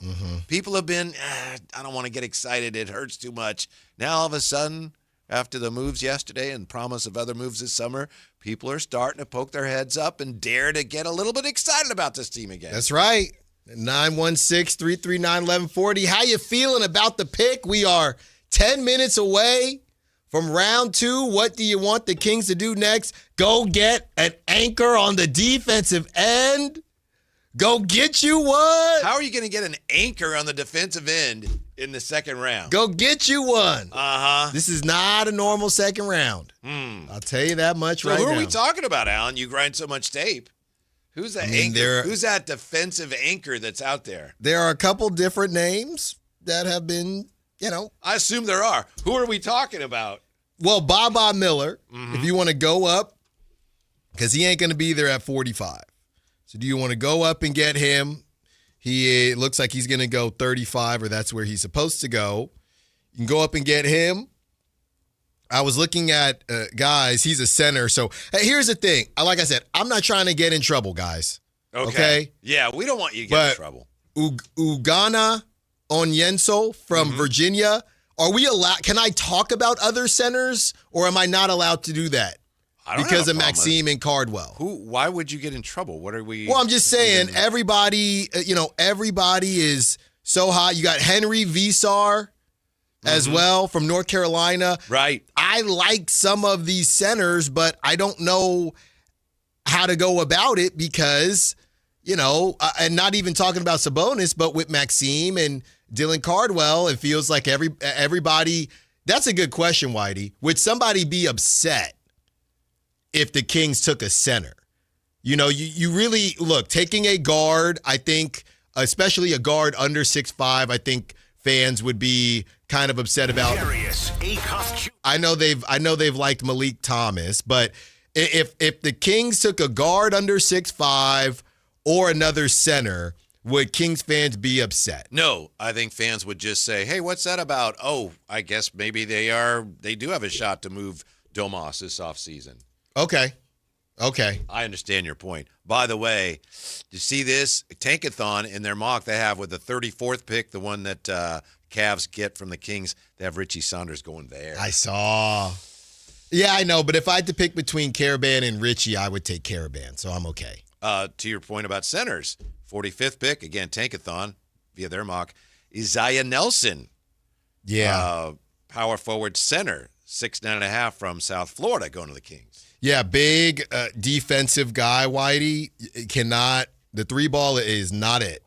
Not there for our guy, Isaiah. Mm-hmm. Not going to fly. But again, hey, what did I say? I said, hey, you get your shooting, which they already did. So I have to be okay if they get someone that maybe can't shoot. And just to clarify, I realize the importance of defense. I just think the notion that you've got a really good shooter who's not a great defender. You've got another guy yesterday who is great team defender, but not a great one-on-one defender. So today you got to take a defender. To me, it's like, no, I just that doesn't make any sense to me. But I appreciate good defense. Now, yeah. No. Just real quick. Would you mind, would anything, so nothing at 45 would make you raise your eyebrow? If they took a 6-foot point guard or a 6-foot shooting guard, but they thought it was the best player available, you wouldn't say, okay. At 45, I probably wouldn't. Okay, that's fair. Just double checking. I mean, I don't even know of any player like that. I mean, Jacoby there's Gillespie some 6'1". That's what I'm saying. There's some 6'3s, some 6'1s running around that I don't love. Somebody called Trayvon Brazil. I saw a guard. He's 6'10". Yeah, that's, not everybody grinds as much tape as you do. That's fair. Mm-hmm. And it's, how people play as well. I get it. What is going on with the Alan Sal's All Frito-Lay's team, and why are there so many Kings on it? That's right. First team All Frito-Lay. And this is about having a chip on your shoulder. So these are the players, and let me know if I'm forgetting anyone. I'm not counting DeMar DeRozan, respectfully, love him. Not counting him for this exercise, as we just don't think he'll be on the squad. So I have 5 guys, of course, Whitey, on my first team, all Frito-Lay, having a chip on your shoulder. First, the first team, all Frito-Lay, Keegan Murray. Keegan Murray got the bag, fellas, was unable to play this past season, missed majority of it. Nobody talks about him anymore as far as the national landscape. He was supposed to be the savior. Darius Acuff is in town. You're old news. You get old in the NBA quick, guys. We do know that. So Keegan Murray, I think he's got something to prove. He wanted to prove something last season. He wanted to be most improved player, and unfortunately, he couldn't stay on the court. So Keegan Murray, my first slot out of 5, first team, all Frito-Lay. You mentioned that Keegan Murray got the bag, and we're talking about Frito-Lay. So if you got the bag and it's chips, and you could pick the chips, what kind are you getting? You go 2 chips. Ooh, I go French onion, sour cream French onion. No, I'm going. You know me. I'm going hot Cheetos. It's very simple. Hot Cheetos. Put them in my sandwich. It's incredible. The limon, hot Cheetos limon. That's where you can find me. Our daughter Lonnie last weekend for Father's Day, she made some sandwiches for us, and it was I think tuna, but it had chips with jalapeno chips in there. Oh, it was really okay. It popped, elevated that sandwich. I like that. I know some people are hot and cold on this. See, my chip life way different than my ice cream life. I love salt and vinegar. I love salt and vinegar chips. I house them every time I have a sandwich. It's hot Cheetos or salt and vinegar. Yeah. Jay? I fit the stereotype. Take it how you want to. I'm gonna write down his answer. Don't. Chili cheese Fritos. I'm in there. Flavor twists and Funyuns. Okay, Oh, yeah. I wrote down barbecue Pringles for you. Sorry. They make Love those too. flaming hot Funyuns too. You can They get do. that. Yeah. Take All the right. flavor away. Okay. Next, I Real know we quick gotta on the go Keegan here. Murray real fast. Yeah. Does he know he has a chip on his shoulder? Yes, I believe so. Just wanted to ask it. I think he had one last season. Don't sleep on my boy. You know, I'm cool with the fam out there. Yes, sir. You know, talked to Pops, had a good conversation. You talked to him once like 4 years ago. He might be keeping combos with him on the text message, Whitey. We talked to him too. We had him He on. was in the building with me. Okay. That So boy, that's all. claim it. Yeah. Next on the list, DeMontis Sabonis. This is the most obvious one, right? First team all Frito-Lay. All summer, for the last over a year, all you've heard is nobody wants to trade for you. You're not worth a first round or whatever it is. DeMontis Sabonis. Getting them Lithuanian lays. That's right. DeMontis Sabonis, first team all Frito-Lay. Next on the list, this is kind of my sleeper pick. I'm going to say Devin Carter. Devin Carter with a regime that did not draft him, didn't get to play until things were all but over. New look? Yeah, I like it. Got the haircut going, got the fade, got tapered up. Devin Carter's on my list, all Frito-Lay. Next on the list, this is another obvious one. He got the bag as well, Zach LaVine. Hey, nobody wants to give you that Trae Young. You can't get a Trae Young extension. You can't get a Kyrie Irving extension. You're stuck in Sacramento. Zach LaVine got something to prove. My fear is that for him, that he just considers himself above that. It's like, I didn't create this situation. I don't have a chip on my shoulder. I don't have anything to prove. I don't think you're probably not wrong. That's just on my list. Who should have a chip on their shoulder? Gotcha. And last but not least, y'all think Darren Peterson better than me? Y'all think Keaton Wagler's better than me? Y'all think Michael Brown Jr. is better than me? It's Darius Acuff time. Woo. 7th after what I just did at Arkansas? Yeah, I got a Frito-Lay. That's my first team, all Frito-Lay team. All right, we'll review that when we come back. Also, we'll look at what the two newest Kings have in common, how they're different, what all that says about where the Kings are headed, and the draft's getting underway round 2 as well. We got all that and more coming up on Sactown Sports. This is the story of the one. As a safety manager at a manufacturing plant, he does everything he can to keep his coworkers safe. From finding ways to reduce risks to keeping safety supplies in stock. And for that, he relies on Grainger. Grainger offers a broad range of quality products and next-day delivery, so he can always play it safe. Call 1-800-GRAINGER, click Grainger.com, or just stop by. Grainger, for the ones who get it done.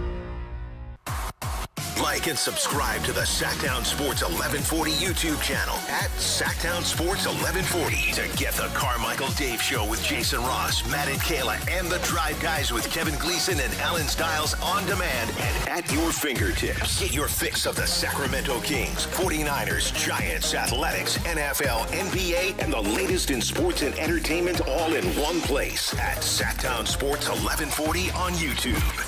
Your local sports leader, Sactown Sports 1140. Country in the Park 2, presented by your California Army National Guard, October 23rd at Hart Health Park at Cal Expo with Bailey Zimmerman, Russell Dickerson. Plus more. Enjoy line dancing, live DJs, mechanical bull, and food trucks. Tickets start at just $70. Country in the Park 2, October 23rd at Hart Health Park at Cal Expo with Michelob Ultra, the California Office of Traffic Safety, and Caltrans. More info at CITPFest.com. Capital Casino is conveniently located in downtown, 411 16th Street, and has been a part of the greater Sacramento area for over 20 years. They offer the best variety of games in the region in a safe and friendly environment, and there's plenty of parking, all well lit and monitored by security.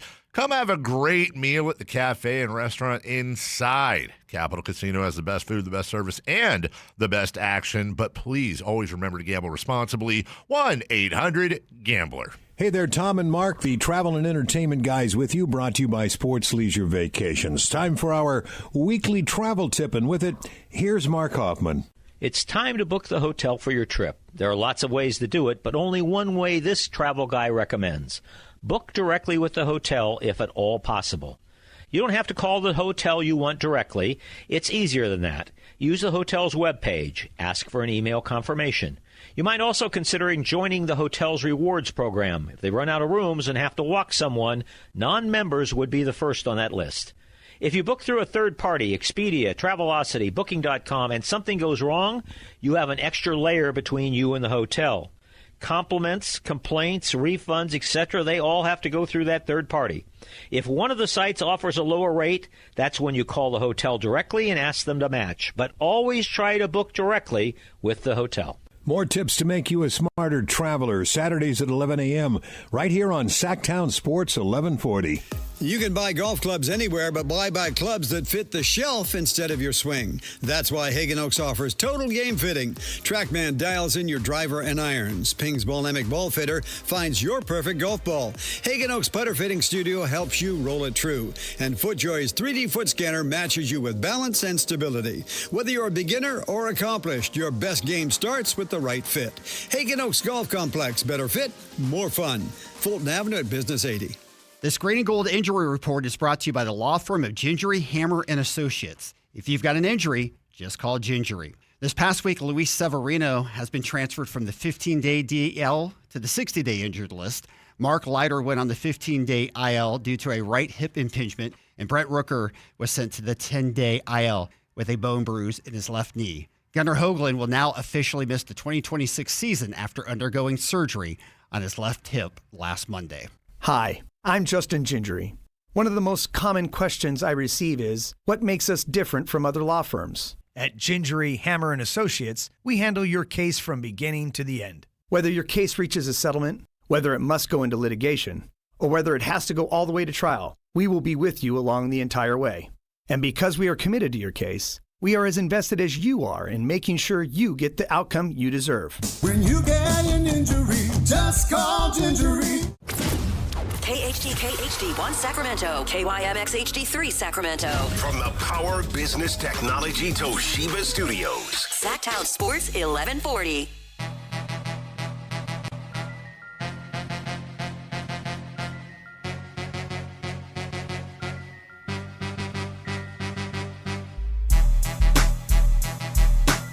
Live and local, it's The Drive Guys.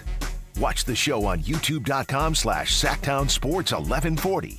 Or listen on the Sactown Sports app. Kings fans can relax a little bit and enjoy the second round, if such a thing is possible, because they know, hey, the Kings are already, this draft's already a W, no matter what. Yeah, pretty much. I'm just looking here, Whitey. You grinding tape? No, well, no. I know you're not, but that's you could say, yes, I am. I am. Okay. Well, I'm grinding a different type of tape. Mm-hmm. People are just giving it to the Nets. Yeah? Which is so funny. I'm so confused, fellas. All the mocks had Acuff going to the Kings. So if all the mocks had Acuff going to the Kings, why is everyone freaking out that the Nets took... There should have been a conversation before. Well, I would guess it's because the Nets did a really good job of obfuscating. Nobody knew what they were going to do. Yeah. So if you're a Net fan, you could say, yeah, well, the mocks don't mean anything because the Nets, they got their own plan. But hear me here though. If Acuff was viewed as so much, as better than Michael Brown, we'll just leave Keaton out of it because I haven't seen much on the Clippers, and the Nets did a good job of hiding who they were taking. Yeah. Why didn't the mocks have Acuff? And some did, I guess, but why didn't most mocks have Acuff going to the Nets? Because the Kings had made it clear they were targeting him. Okay. I mean, it's refreshing because it ain't the Kings, but the Nets are getting. I hope it stays this way, and Acuff there is a reason for the Nets to get kind of eviscerated because Acuff is that dude, but it is interesting watching all the blowback simply because we weren't that worried that they were even going to. It's not as if, oh man, like the Anthony Bennett thing. Oh, well, the Nets are clearly going to take Darius Acuff here, and then they didn't. Like, honestly, the Mavs, they're clearly going to take Braden Burries. We hear about them talking about it. Then they go more as Johnson Jr. It wasn't even anything like that. So the blowback is interesting to me. It's also interesting because there's every reason to think Michael Brown Jr. is going to be a really good player. Right. I don't get it. It's not like they picked Benoit Benjamin or something. Or Benoit. Yeah. It's just fascinating because it's almost as if the Nets fans didn't believe they were actually going to take Michael Brown Jr. because every mock we saw, almost every one, it said Michael Brown Jr. 2 questions for you. One from Kimberly. Most important question of the day, is Acuff a bean boy now? If he wants to be. And second question from Discount Breaks. Whitey and Allen, if nothing changes with the vets, who do you expect to be the starting 5? Great question. Here we go. Great question. If nothing, this is actually a funny one. If nothing changes with the vets. Ping pong, you can start. Domantas Sabonis. Acuff. Keegan Murray. That's a good one. And we're not counting DeMar. Precious. We're not counting DeMar, right? It's up to you. I wouldn't, but you can. Don't count DeMar. Yeah. And Precious not on the team right now. So you can't count Precious. If nothing changes with vets, I expect him to be the starting 5. I can if I want. Jay, can I say Precious? No. Say it. No. Precious Achua. I expect him to be starting. I don't think he's starting. Because so DeAndre Hunter's coming off the bench? I know he came off the bench for the Cavs. Oh, he'll be traded. So, Whitey, you just added someone that's not on the team and removed someone who is on the team. What I expect, Alan, the question is not who's on the roster. It's what do you expect? No, that's not the question. The question is, as the roster currently stands. No, it says if nothing changes with the vets. Right. All right, okay. Alex Caravan starting alongside Keegan. It's your turn. You get No, because you already ruined it. Okay, I will remove my picks and give you the floor so you can answer the question. Thank you. Yeah. Zach LaVine. Thank you. Domantas Sabonis. Thank you. Keegan Murray. Darius Acuff. So far, that's exactly what I had. No, you had Caravan and Precious. And I guess DeAndre Hunter. Named that position yet? Yeah. Okay. DeAndre Hunter. All right. There you go. Because they're trying to get him out. They're trying to. I'm not saying they're trying to get him out of here, but they probably would like to trade him. Let's go to the only one who actually knows. Jay, what do you got? The same that Allen has. Okay. Thank you. Caravan. And he can put it on the deck. You could run him. You could run him at the 3. Wait, so should I have not set him, or it's okay no, you that shouldn't I have set him. Huh. The 2 newest Kings, what do they have in common? How are they most different? What they have in common is they're winners, and they can shoot. They can shoot it. That's probably the biggest thing. They can put it on the deck. They can both put it on the deck. Thank you, That's Jay. probably third. Yeah, that's definitely up there. Thank you, In Jay. fact, I can envision Caravan just, we're going to run Acuff off the ball. Caravan's going to run point a little bit. I can't say anything, man. It all gets blown out of proportion. No, but you've been proven right today. That's right. Why are you tripping? Whitey's acting like I said, hey, man, we're running the triangle offense through Caravan. That's what we're doing. He's Lamar Odom. Yeah, we're running the right. Princeton. Hey, Domas, get out of here. We running them that way. You've been proven correct today. Come on. Caravan gets the rebound. Acuff comes over. Like, Coast to coast. Yeah. Whatever. No, just get down there. Get down there. I'll find you.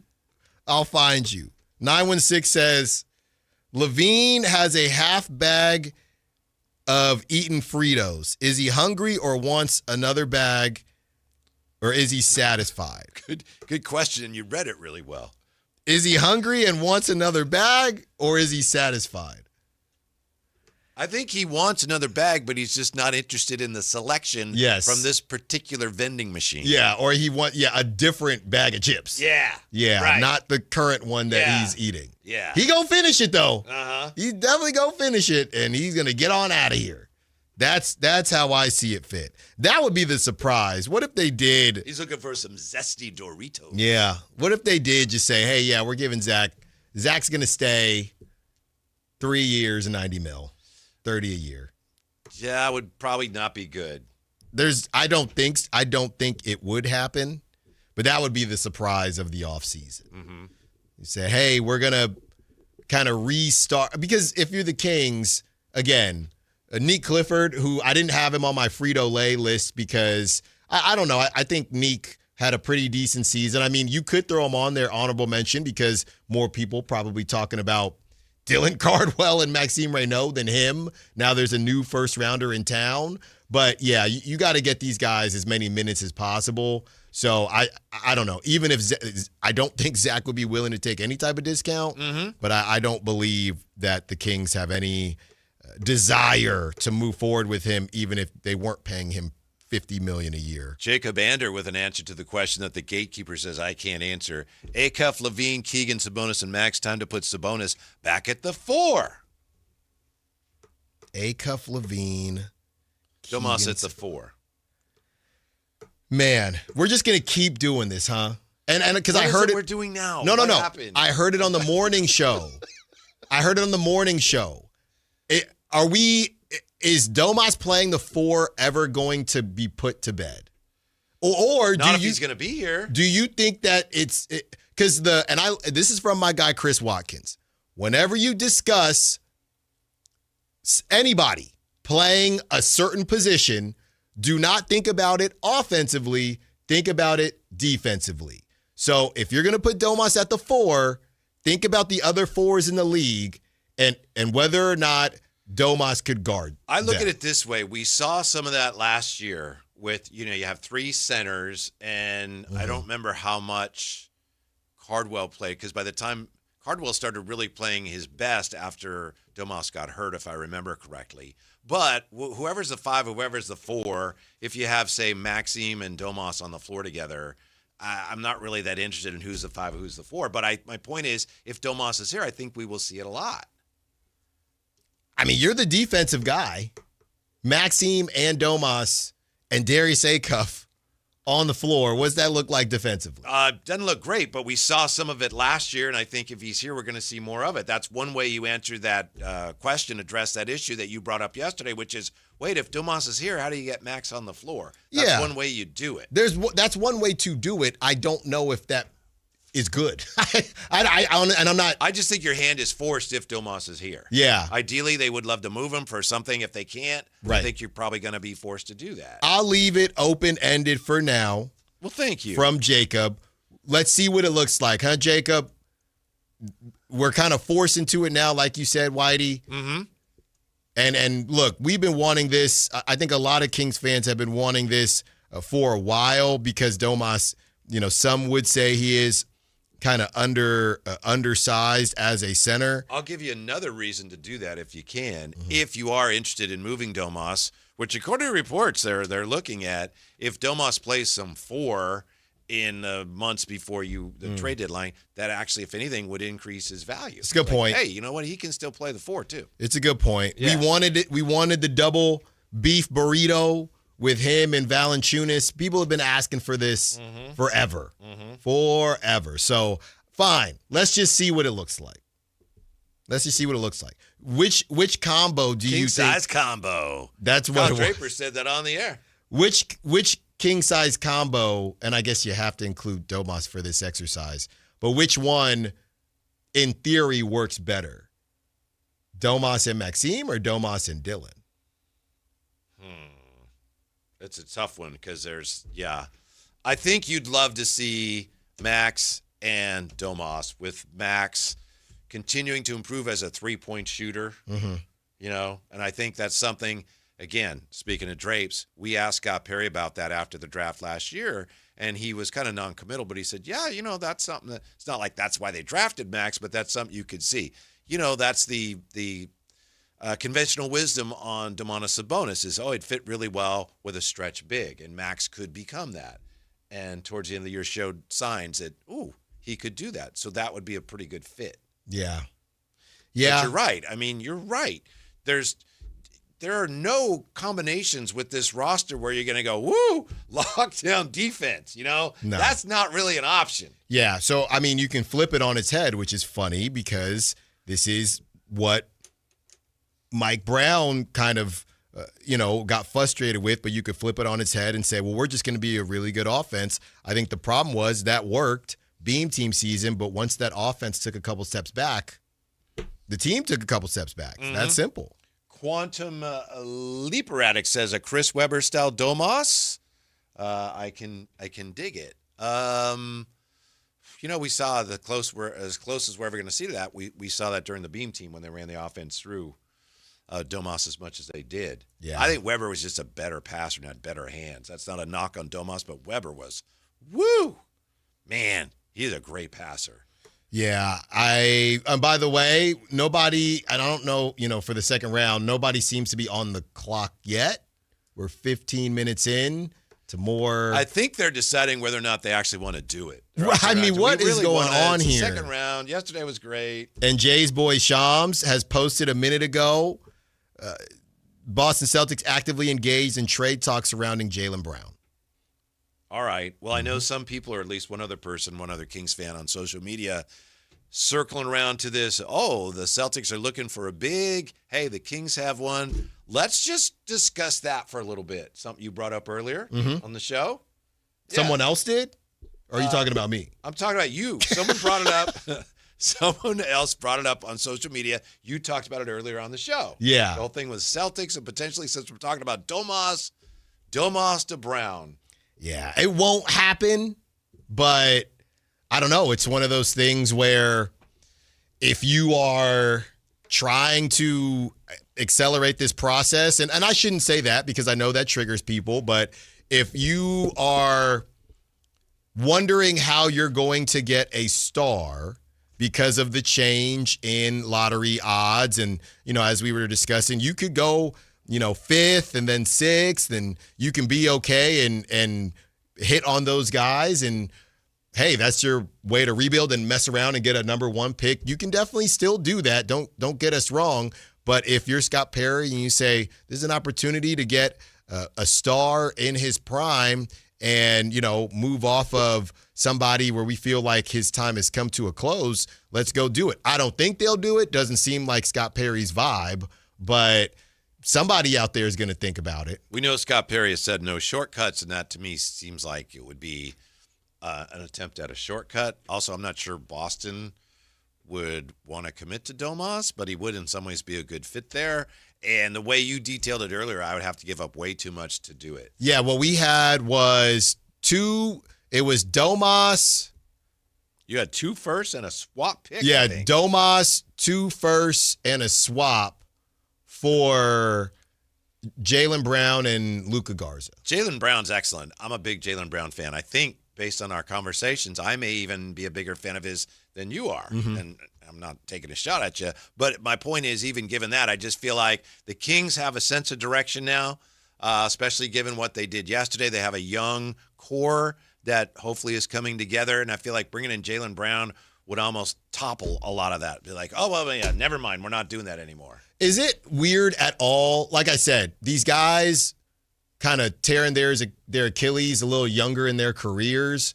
And I know KD, it happened with KD. It's not weird to anyone that Jason Tatum tears his Achilles. Jaylen Brown kind of proves he can be the number one guy, is in MVP talks. And the Celtics' reaction to that is to move Jaylen Brown and not have any conversations on Jason Tatum. Well, I think Jaylen Brown's the one who seems the most disturbed by it all.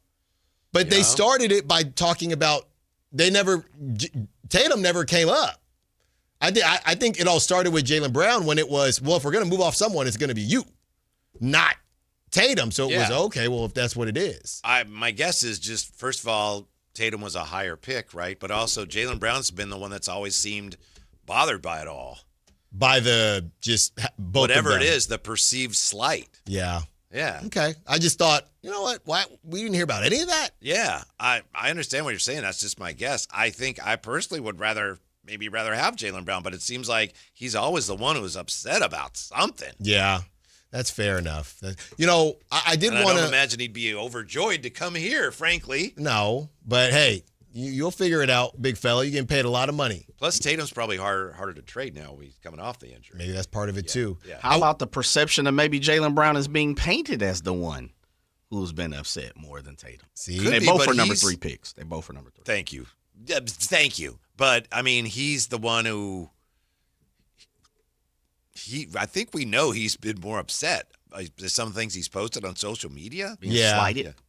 Yeah. And, well, I think a lot of it start after half of the time the Celtics weren't even a part of it. It was when he won Finals MVP and he wasn't on Team USA.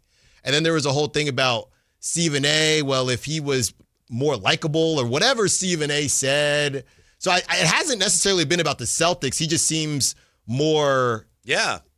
Maybe that's one of the reasons he's successful. Yeah. He's always kind of maybe he should be on the front of your special Allen Styles Frito-Lay's bag. Oh, definitely. Yeah.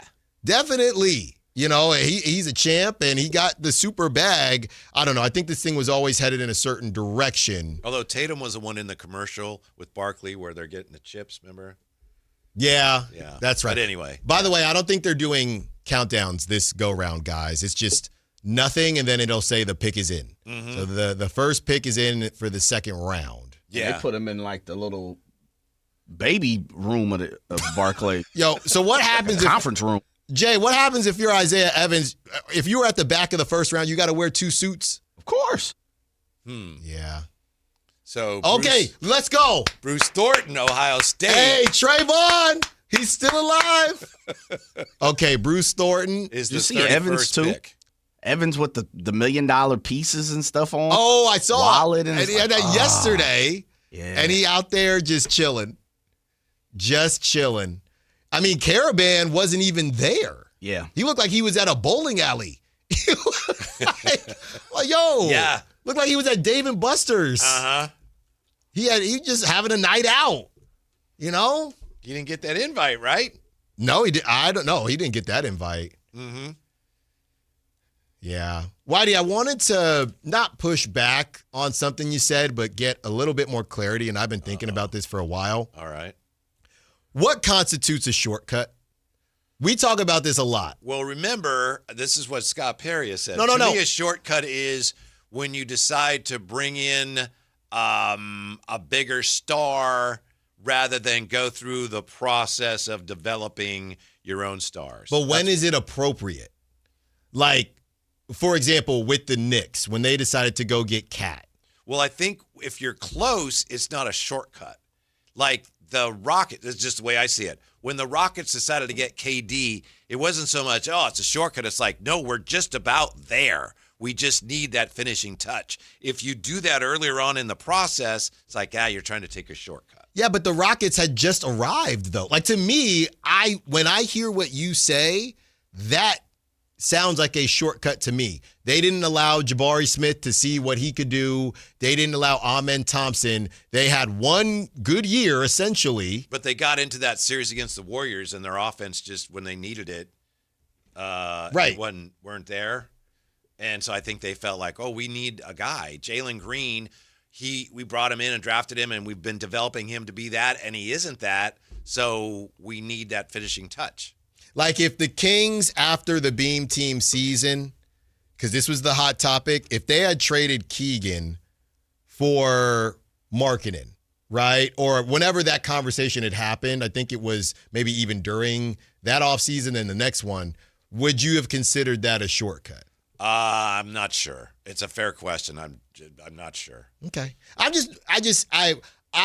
kind of trying to figure out when it's appropriate to say, hey, we've taken this thing. It's either we've taken this thing as far as we can take it, or we need to strike while the iron is hot, and we're going to bet that Jalen Green is not going to be a top 10 player in the league. So, yeah, it's interesting.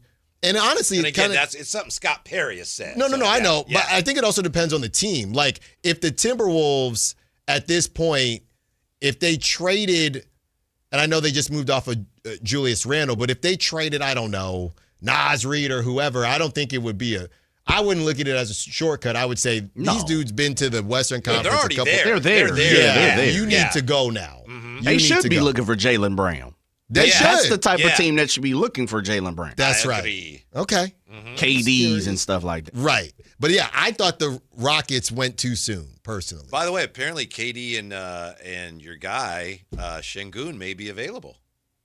Yeah. Now that to me goes back to that argument of shortcut. Now they broke themselves. Right. Now they have no clue. Right. That's the thing where we're going to this place and they get there. It's like, oh wait, this is not where we wanted to go. Now we don't know where to go. Now how do we get back on? Hey, the ways proceed to route. No, there's no service, and you out there stuck. Yeah, that's where they're at right now. You ever get that? Proceed to the route.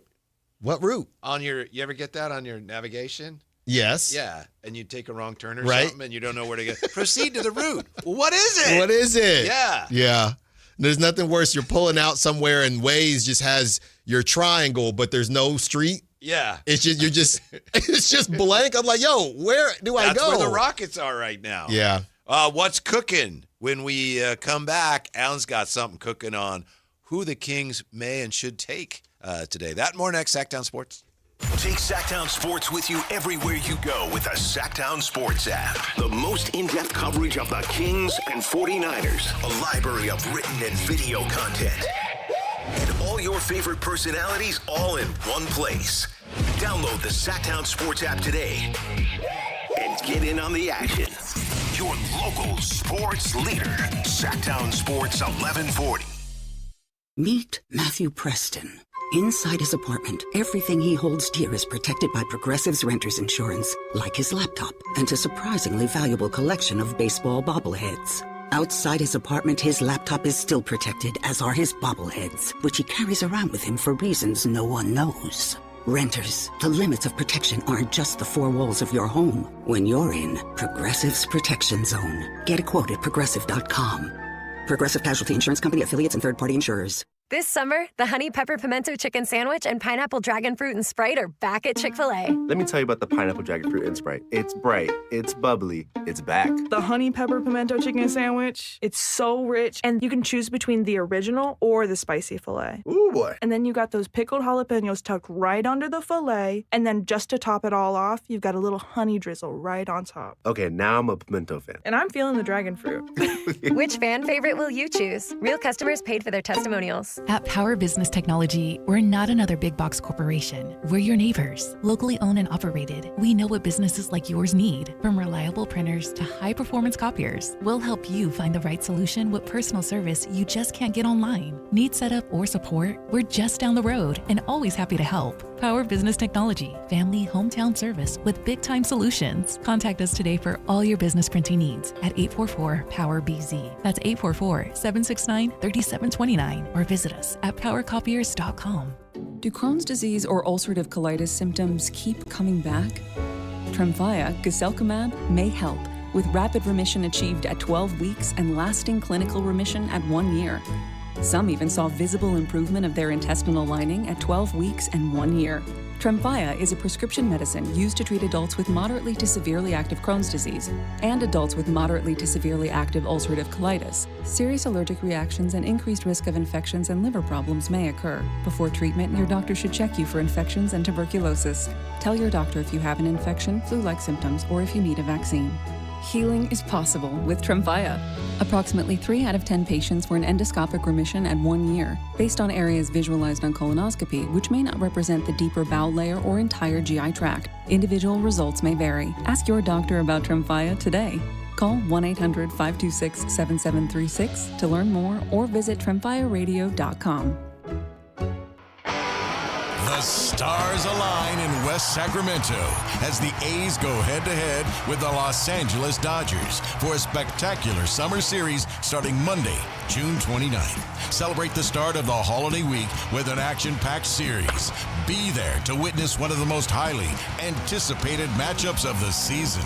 Get your tickets now at athletics.com/tickets. That's athletics.com/tickets.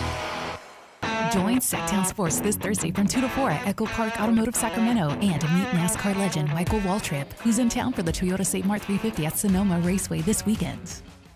Order up, Sacramento. And for you, sir? I will have the gabagool. The dinner bell rang, and it's time to find out what's on the menu. Lunch? Oh, you gotta be kidding. Lunch is for whips. So fire up the grill and crank up the burners, because it's time to find out what's cooking on the Drive Guys. Give me all the bacon and eggs you have. Do you understand? Here's Whitey Gleason and Alan Stiles. I'll have what she's having. You know what's cooking. Sacramento, the NBA draft is underway. What are the Kings going to do? We'll see what Alan's got cooking on his wish list. He's been doing well on his draft wish list so far. This is from Matt George on social media. Ooh. Matt George. He says, keep an eye on these 4 names for the Sacramento Kings in the second round.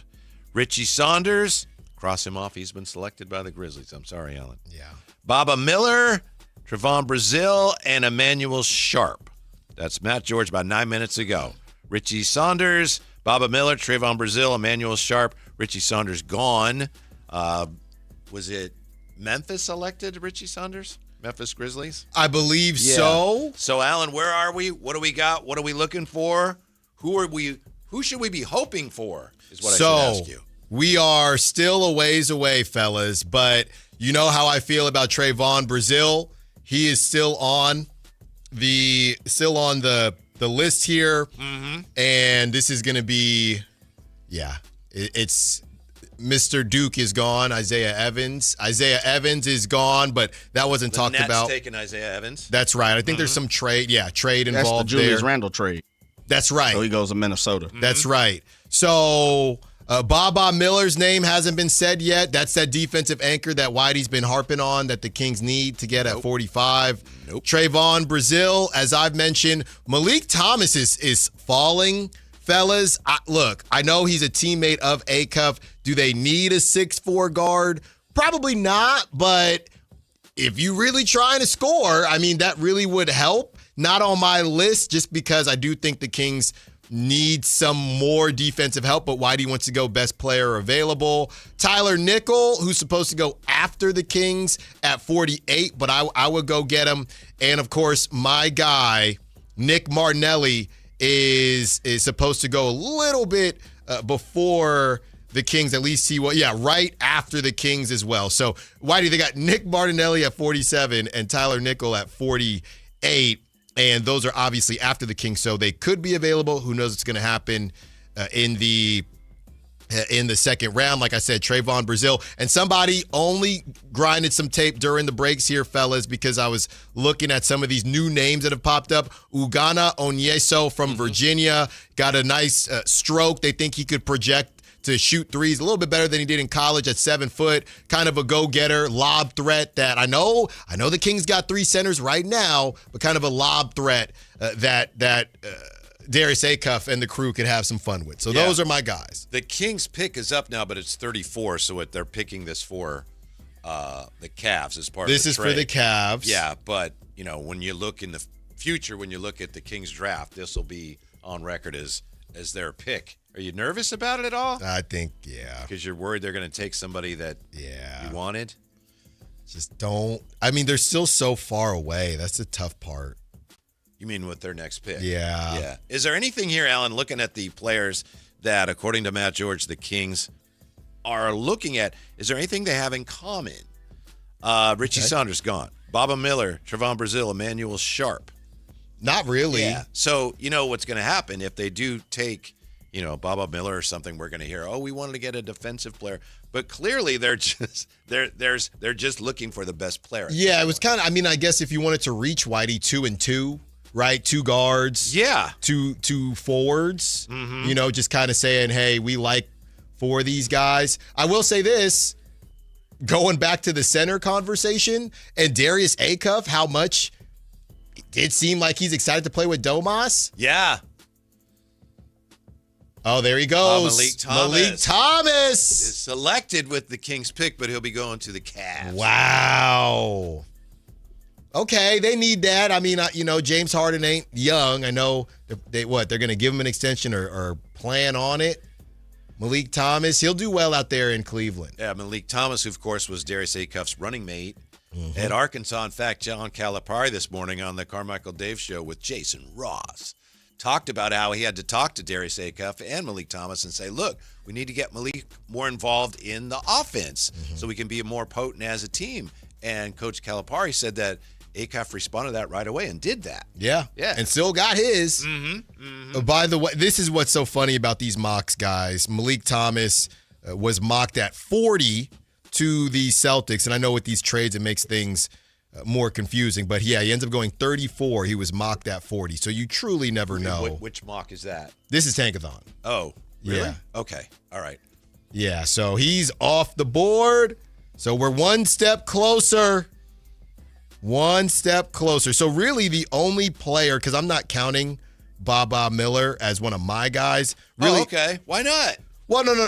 He came into Sacramento. Why don't you just, whoever they take, say that was one of my guys? No, I don't do that. Oh, okay. You make it seem like I do that, but I do not do that. I already told you my 3 guys, and I like Ugana Onyeso, but we haven't heard anything. I don't even feel like the Kings worked out that many centers. Ken Holmes, by the way, says we have 2 of the 3 on Styles' wish list. And I told you guys yesterday I guaranteed Perry would move into the first round. So, see, he's giving you credit. Hey, there we go, Ken. Yeah. There we go, Ken. That's what we're talking about. Oh, there goes the ticker. Now they have the timer. They did not have that before. Now why San Antonio got 8,000 picks? San Antonio picks every other pick is San Antonio. Because we didn't bleed them dry. That's a great point right there. Every other pick is San Antonio. That's the most insightful comment we've had on this station in 2 months. That's right. 2 years. Since the trade. We didn't need to, Jay, because we got Zach LaVine. Cultivated the trade market. Yeah. Wow. But you know what? It's hey, fine new now. chapter. It's fine. New chapter. I don't even have, we talk about Zach LaVine. I have nothing against Zach LaVine. Nothing at all. I used to love watching him play when he was playing. He stopped playing last year. But I don't resent him. I don't resent the fact that he is exercising his right to get the most money. I hope things work out for him and the team. But I know a lot of people, are like, oh, Zach LaVine. I don't think he's a very good defender, but I have nothing against Zach LaVine. Yeah, I definitely hope he plays well next year. I definitely don't either. I don't have any animosity. No, but I think for me, I just never really knew. Everybody would say, "Oh, he doesn't like the DHO.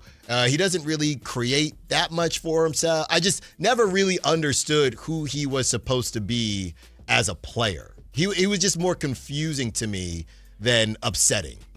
Boy, when he was really playing well for the Bulls. Yeah. We saw that once the Kings went back there before the trade, obviously.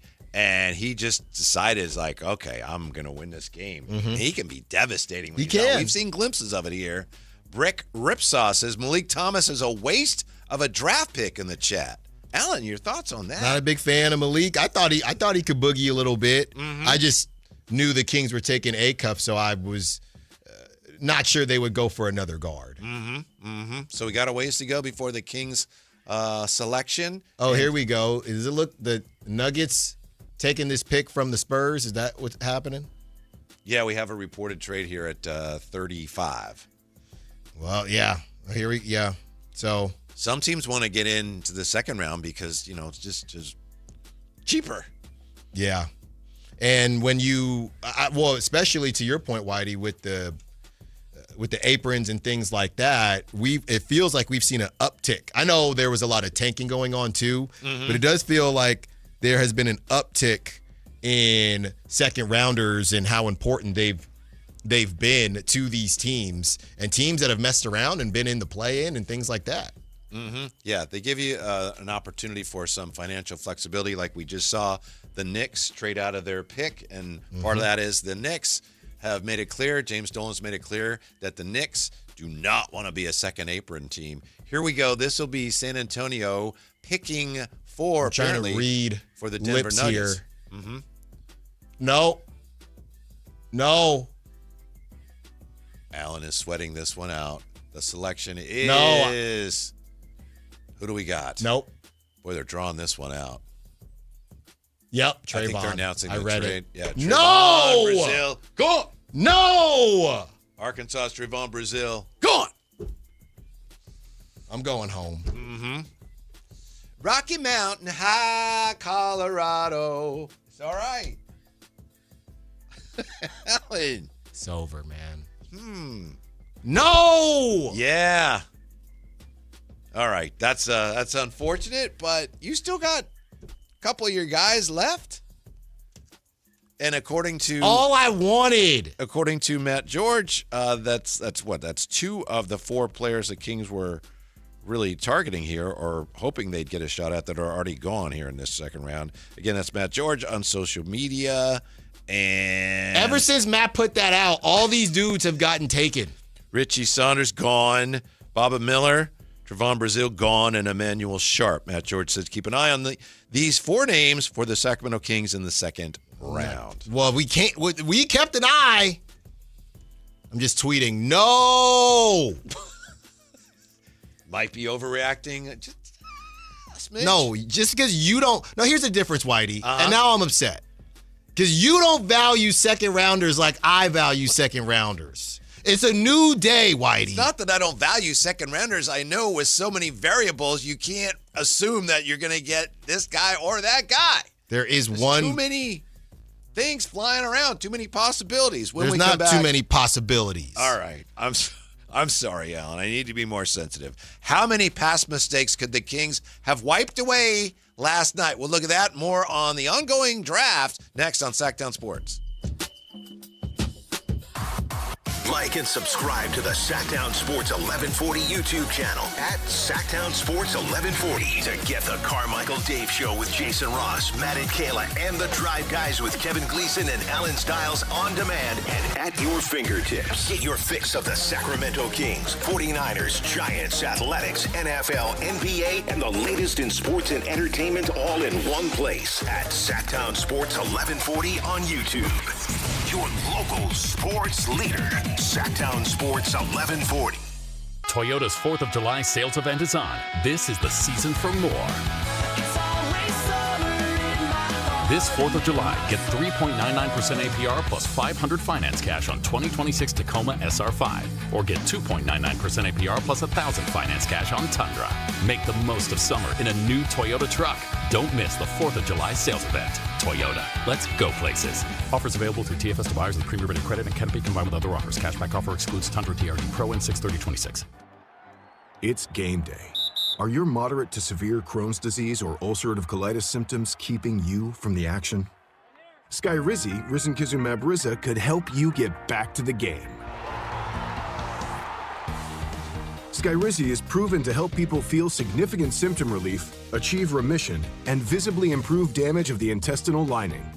Skyrizi is a prescription injection medicine for adults. Don't use if allergic to Skyrizi. Serious allergic reactions, increased infections, or lower ability to fight them may occur. Before treatment, get checked for infections and tuberculosis. Tell your doctor about any flu-like symptoms or vaccines. Liver problems leading to hospitalization may occur when treated for Crohn's or ulcerative colitis.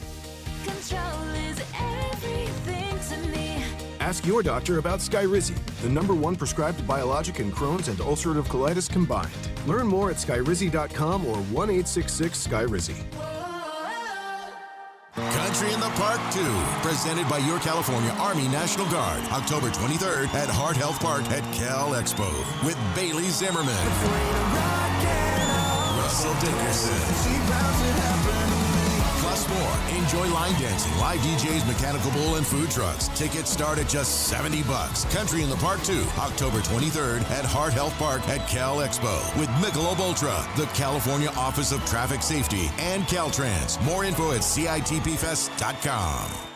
What's up? We're talking to Chad Hoblet of Hoblet Dodge, Chrysler, Jeep, Ram in Woodland. What's happening, Chad, for Chrysler's Make This the Summer event? Right now, you can save up to $15,000 off MSRP on one of America's most popular trucks, the new 2026 Ram 1500 Crew Cab. Plus, with an EPA estimated 22 mpg, you're going to save big at the pump. That's so important, especially with the gas tax going up next month. A new Ram could be what you need to cut your fuel costs long term. Plus, you'll enjoy best-in-class, luxurious cabin comfort in the most luxurious Ram 1500 ever. And with over 600 Rams available, you won't find a better selection of new Ram trucks in stock and ready for you to drive home today. Search, select, and save through their whole inventory at HoblettDodge.com. Unbeatable prices, unbeatable selection. Nobody beats Hoblet, period. 15,000 total net savings after factory incentive and dealer discounts. Incentives include $500 on-the-job upfit for eligible upfit, 1,000 Hoblet trade-in assistance on eligible trade-in, 500 Hoblet business owner bonus for verified business owners, and 9,500 dealer discount. 10th this net savings. See dealer for details.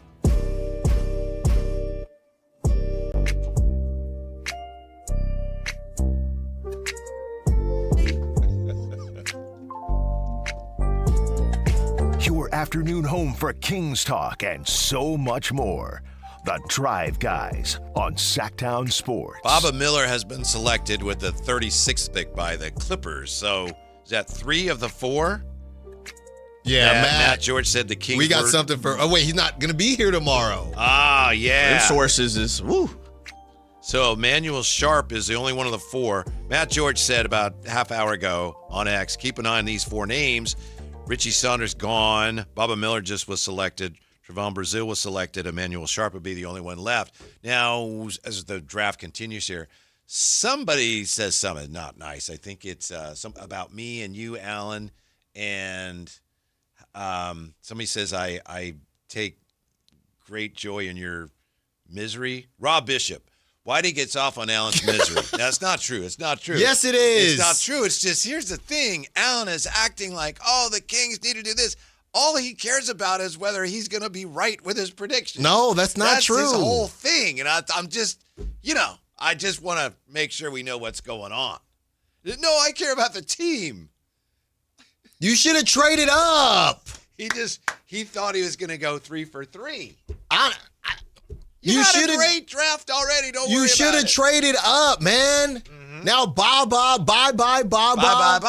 Have you any? Well, yeah. So, look, I still got my guys. I know they're going to take. So, who's left? Emmanuel Sharp, right? From Matt's list? From the Matt George list. Please. And then if he goes, please just say the name Tyler Nickel or Nick Martinelli. Just say it. Mm-hmm. Or take Onyensu. I don't have a problem with anybody. Right, but these guards, we got the guards. I don't know how good of a chance whoever this player ends up being is going to have to actually make the roster. I'm not saying it no chance. Well, if they had Trayvon, he'd be on it. Mm-hmm. Baba. Man. And I know that it's this hard was to supposed say to be a because good there's going to day. be presumably some players that are moved out. We'll see. But I don't know that they're as worried about it as you are, Alan. Of course, that's not true. This was supposed to be a good day. It is a good day. The whole thing is taking forever, acting like we ain't got nowhere to be. How many of the past mistakes, the many past mistakes the Kings have made, could they have wiped away last night in the eyes of fans? I realize once you make a mistake, like a bad trade or the firing of a coach, it doesn't just go away. But I'm remembering that we talked so much for so many years about, they didn't draft Luka. And during the Beam Team year, it didn't matter. Then that team unraveled, and it was back on the front burner. So my point is, if they nailed the pick last night, I think a lot of these mistakes, maybe they don't go away, but they're just not as important. And as far as Kings fans are concerned, yeah. That was then, this is now. It doesn't matter. It depends on the mistake, but I do think that it changes when it's different management too. Yeah. And nobody said that. I don't know if you guys saw the Gills Arena clip, but, Brandon Jennings and the crew, it's kind of tough out there in Sac for Darius Acuff, but they didn't realize that there's a new front office. Mm-hmm. So, it's just one of those things where it still burns, Whitey. It'll always burn, but at least Kings fans can say, look, we're on to something new. Right. We're on to something new. I'm sorry. LRF, Logical Raptors fanatic. Alan, get ready for Luigi Speedy incoming. Luckily, he ain't there. We'll see him next season. He is not there, dude. Mm-hmm. He is not there. Man, I can't believe this. Yeah, see, Czar is saying they're spending more time in between second rounders. Yeah, they're stretching it out. This is ridiculous. Right, when there's that much less to talk about because these players are not as good. Just keep it pushing, man. Right. Oklahoma City Thunder now, their pick is Emmanuel Sharp. And the selection here at number 37 by the Thunder. Thunder have already had a heck. Okay, they go guard. Ryan Conwell. he was mocked for the Kings a couple times. Mm-hmm. From Louisville. But you know what, Whitey? If they do go Emmanuel Sharp. The lefty, I don't know why Allen doesn't like him. I mean, I love my lefty. I think, no, your guy, Boyd, was a lefty. But if they do go Emmanuel Sharp, 37% from three, I think what's interesting is that, there's no messing around when they have you mocked. They don't even put the PG on it. I think that's my question mark, right? They don't say point guard / shooting guard. It just says shooting guard. Mm-hmm. So to me, I would just ask the question with the current rotation, and I know they're going to move on from Zach LaVine. I would just ask the question, what does that mean with Nick Clifford? Now, what's funny is when you get somebody who went at the back of the first in a softer draft, and then someone who goes in the second round of what's perceived to be a stronger draft, I wonder how Emmanuel Sharp will look in training camp and things like that. But like you said, maybe he is going to spend more time in Stockton. But that was my whole thing just about the whole guard conversation. Because I was talking to you and Jay about it during one of the breaks, or I might have even been on air. Who is the backup point guard for the Kings right now? I think it's Malik right now. Yeah. So for them to go guard again, cool. Interesting if they go with a more of a pure shooting guard versus, somebody that can do a little something. Yeah, but not to be redundant, but at this point, aren't they just, who's the best player out there? No, I hear you. No, that would have been nice. Uh-huh. No. It would have been nice, Whitey. And if it is a center, Visa or somebody, if that's who they like, some people may say, wait a minute, what are they doing? Because I already have Max on. No, you got to, at this point, take anybody that you think, man, they've got more ability than anybody who's left. Let me ask you your Dylan Harper question about Nick Clifford. Where about do you think Nick Clifford would be going in this draft? I feel like pretty far. I don't know if you're setting me up, but I think he's going pretty late, right? Yeah, I would think even in the second round. Right. That's my whole point about we don't know if Emmanuel Sharp could be viewed as a better prospect than Nick Clifford. Now, they both are older, right? Or, Emmanuel Sharp is 22, not even almost 22, 23. I still think the most realistic projection for Nick Clifford, and there's still a lot of other possibilities that are more ambitious, but I think it's most likely that at his best, he's like a rotational guy on a good team. Yeah. Yeah. And to be honest with you, watching Houston during March Madness, Emmanuel Sharp was in a lot of action. He was really important on that Houston team. So if the pick is the pick. And if that's the pick. Well, there you go. I can't argue with that. The pick is the pick. Mm-hmm. I don't even know I don't even think the Kings would have picked by the time I get home. This is ridiculous. We might be announcing it. The morning show might be announcing it at this point. I don't think so, Alan. This is ridiculous. Mm-hmm. Taking forever, well, that's man. a rough thing from a Kings fan standpoint about this draft. It's not really rough, but yesterday where there was so much excitement and anticipation, and today is kind of a slog, right? Yeah. I will say Emmanuel Sharp, he does got that dog in him. I think, Jay, we need to get rid of this having the draft on 2 different days. That's one thing that we need to have already learned from this. It's like, this is ridiculous. Have the NBA draft on one night. They're not going to, because I know teams like having an extra day to prepare. Yeah. But to the texter's point here, the way they're dragging this out, it's unnecessary. Very much is ridiculous. Yeah. This is sleepy ridiculous. All of a sudden. Uh-huh. No, I mean, Emmanuel Sharp, and that's another one, Whitey. They don't call him a sharp shooter for nothing. What's another what? Sharp for 3. They don't call him Sharp for nothing. I'll work on it. If they take him, we don't know. We'll find out at midnight tonight. Will you feel any better if that's the pick? Or at this point, is that... I re-grinded the film. Yeah, I'll be fine. there's some names on here. I still like my Nick Martinellis and my Tyler Nichols, so we'll see. And then once the draft is completed, then the fun really starts. Oh, with yeah. This roster. California Classic, Summer League. The Kuminga Classic. Will it just be all the trade talk? Kuminga Classic. Come on home. Enjoy the rest of the draft. Thanks for being with us. We're back with you tomorrow. Stick around. More outstanding sports talk is coming right up on Sactown Sports. Come on home.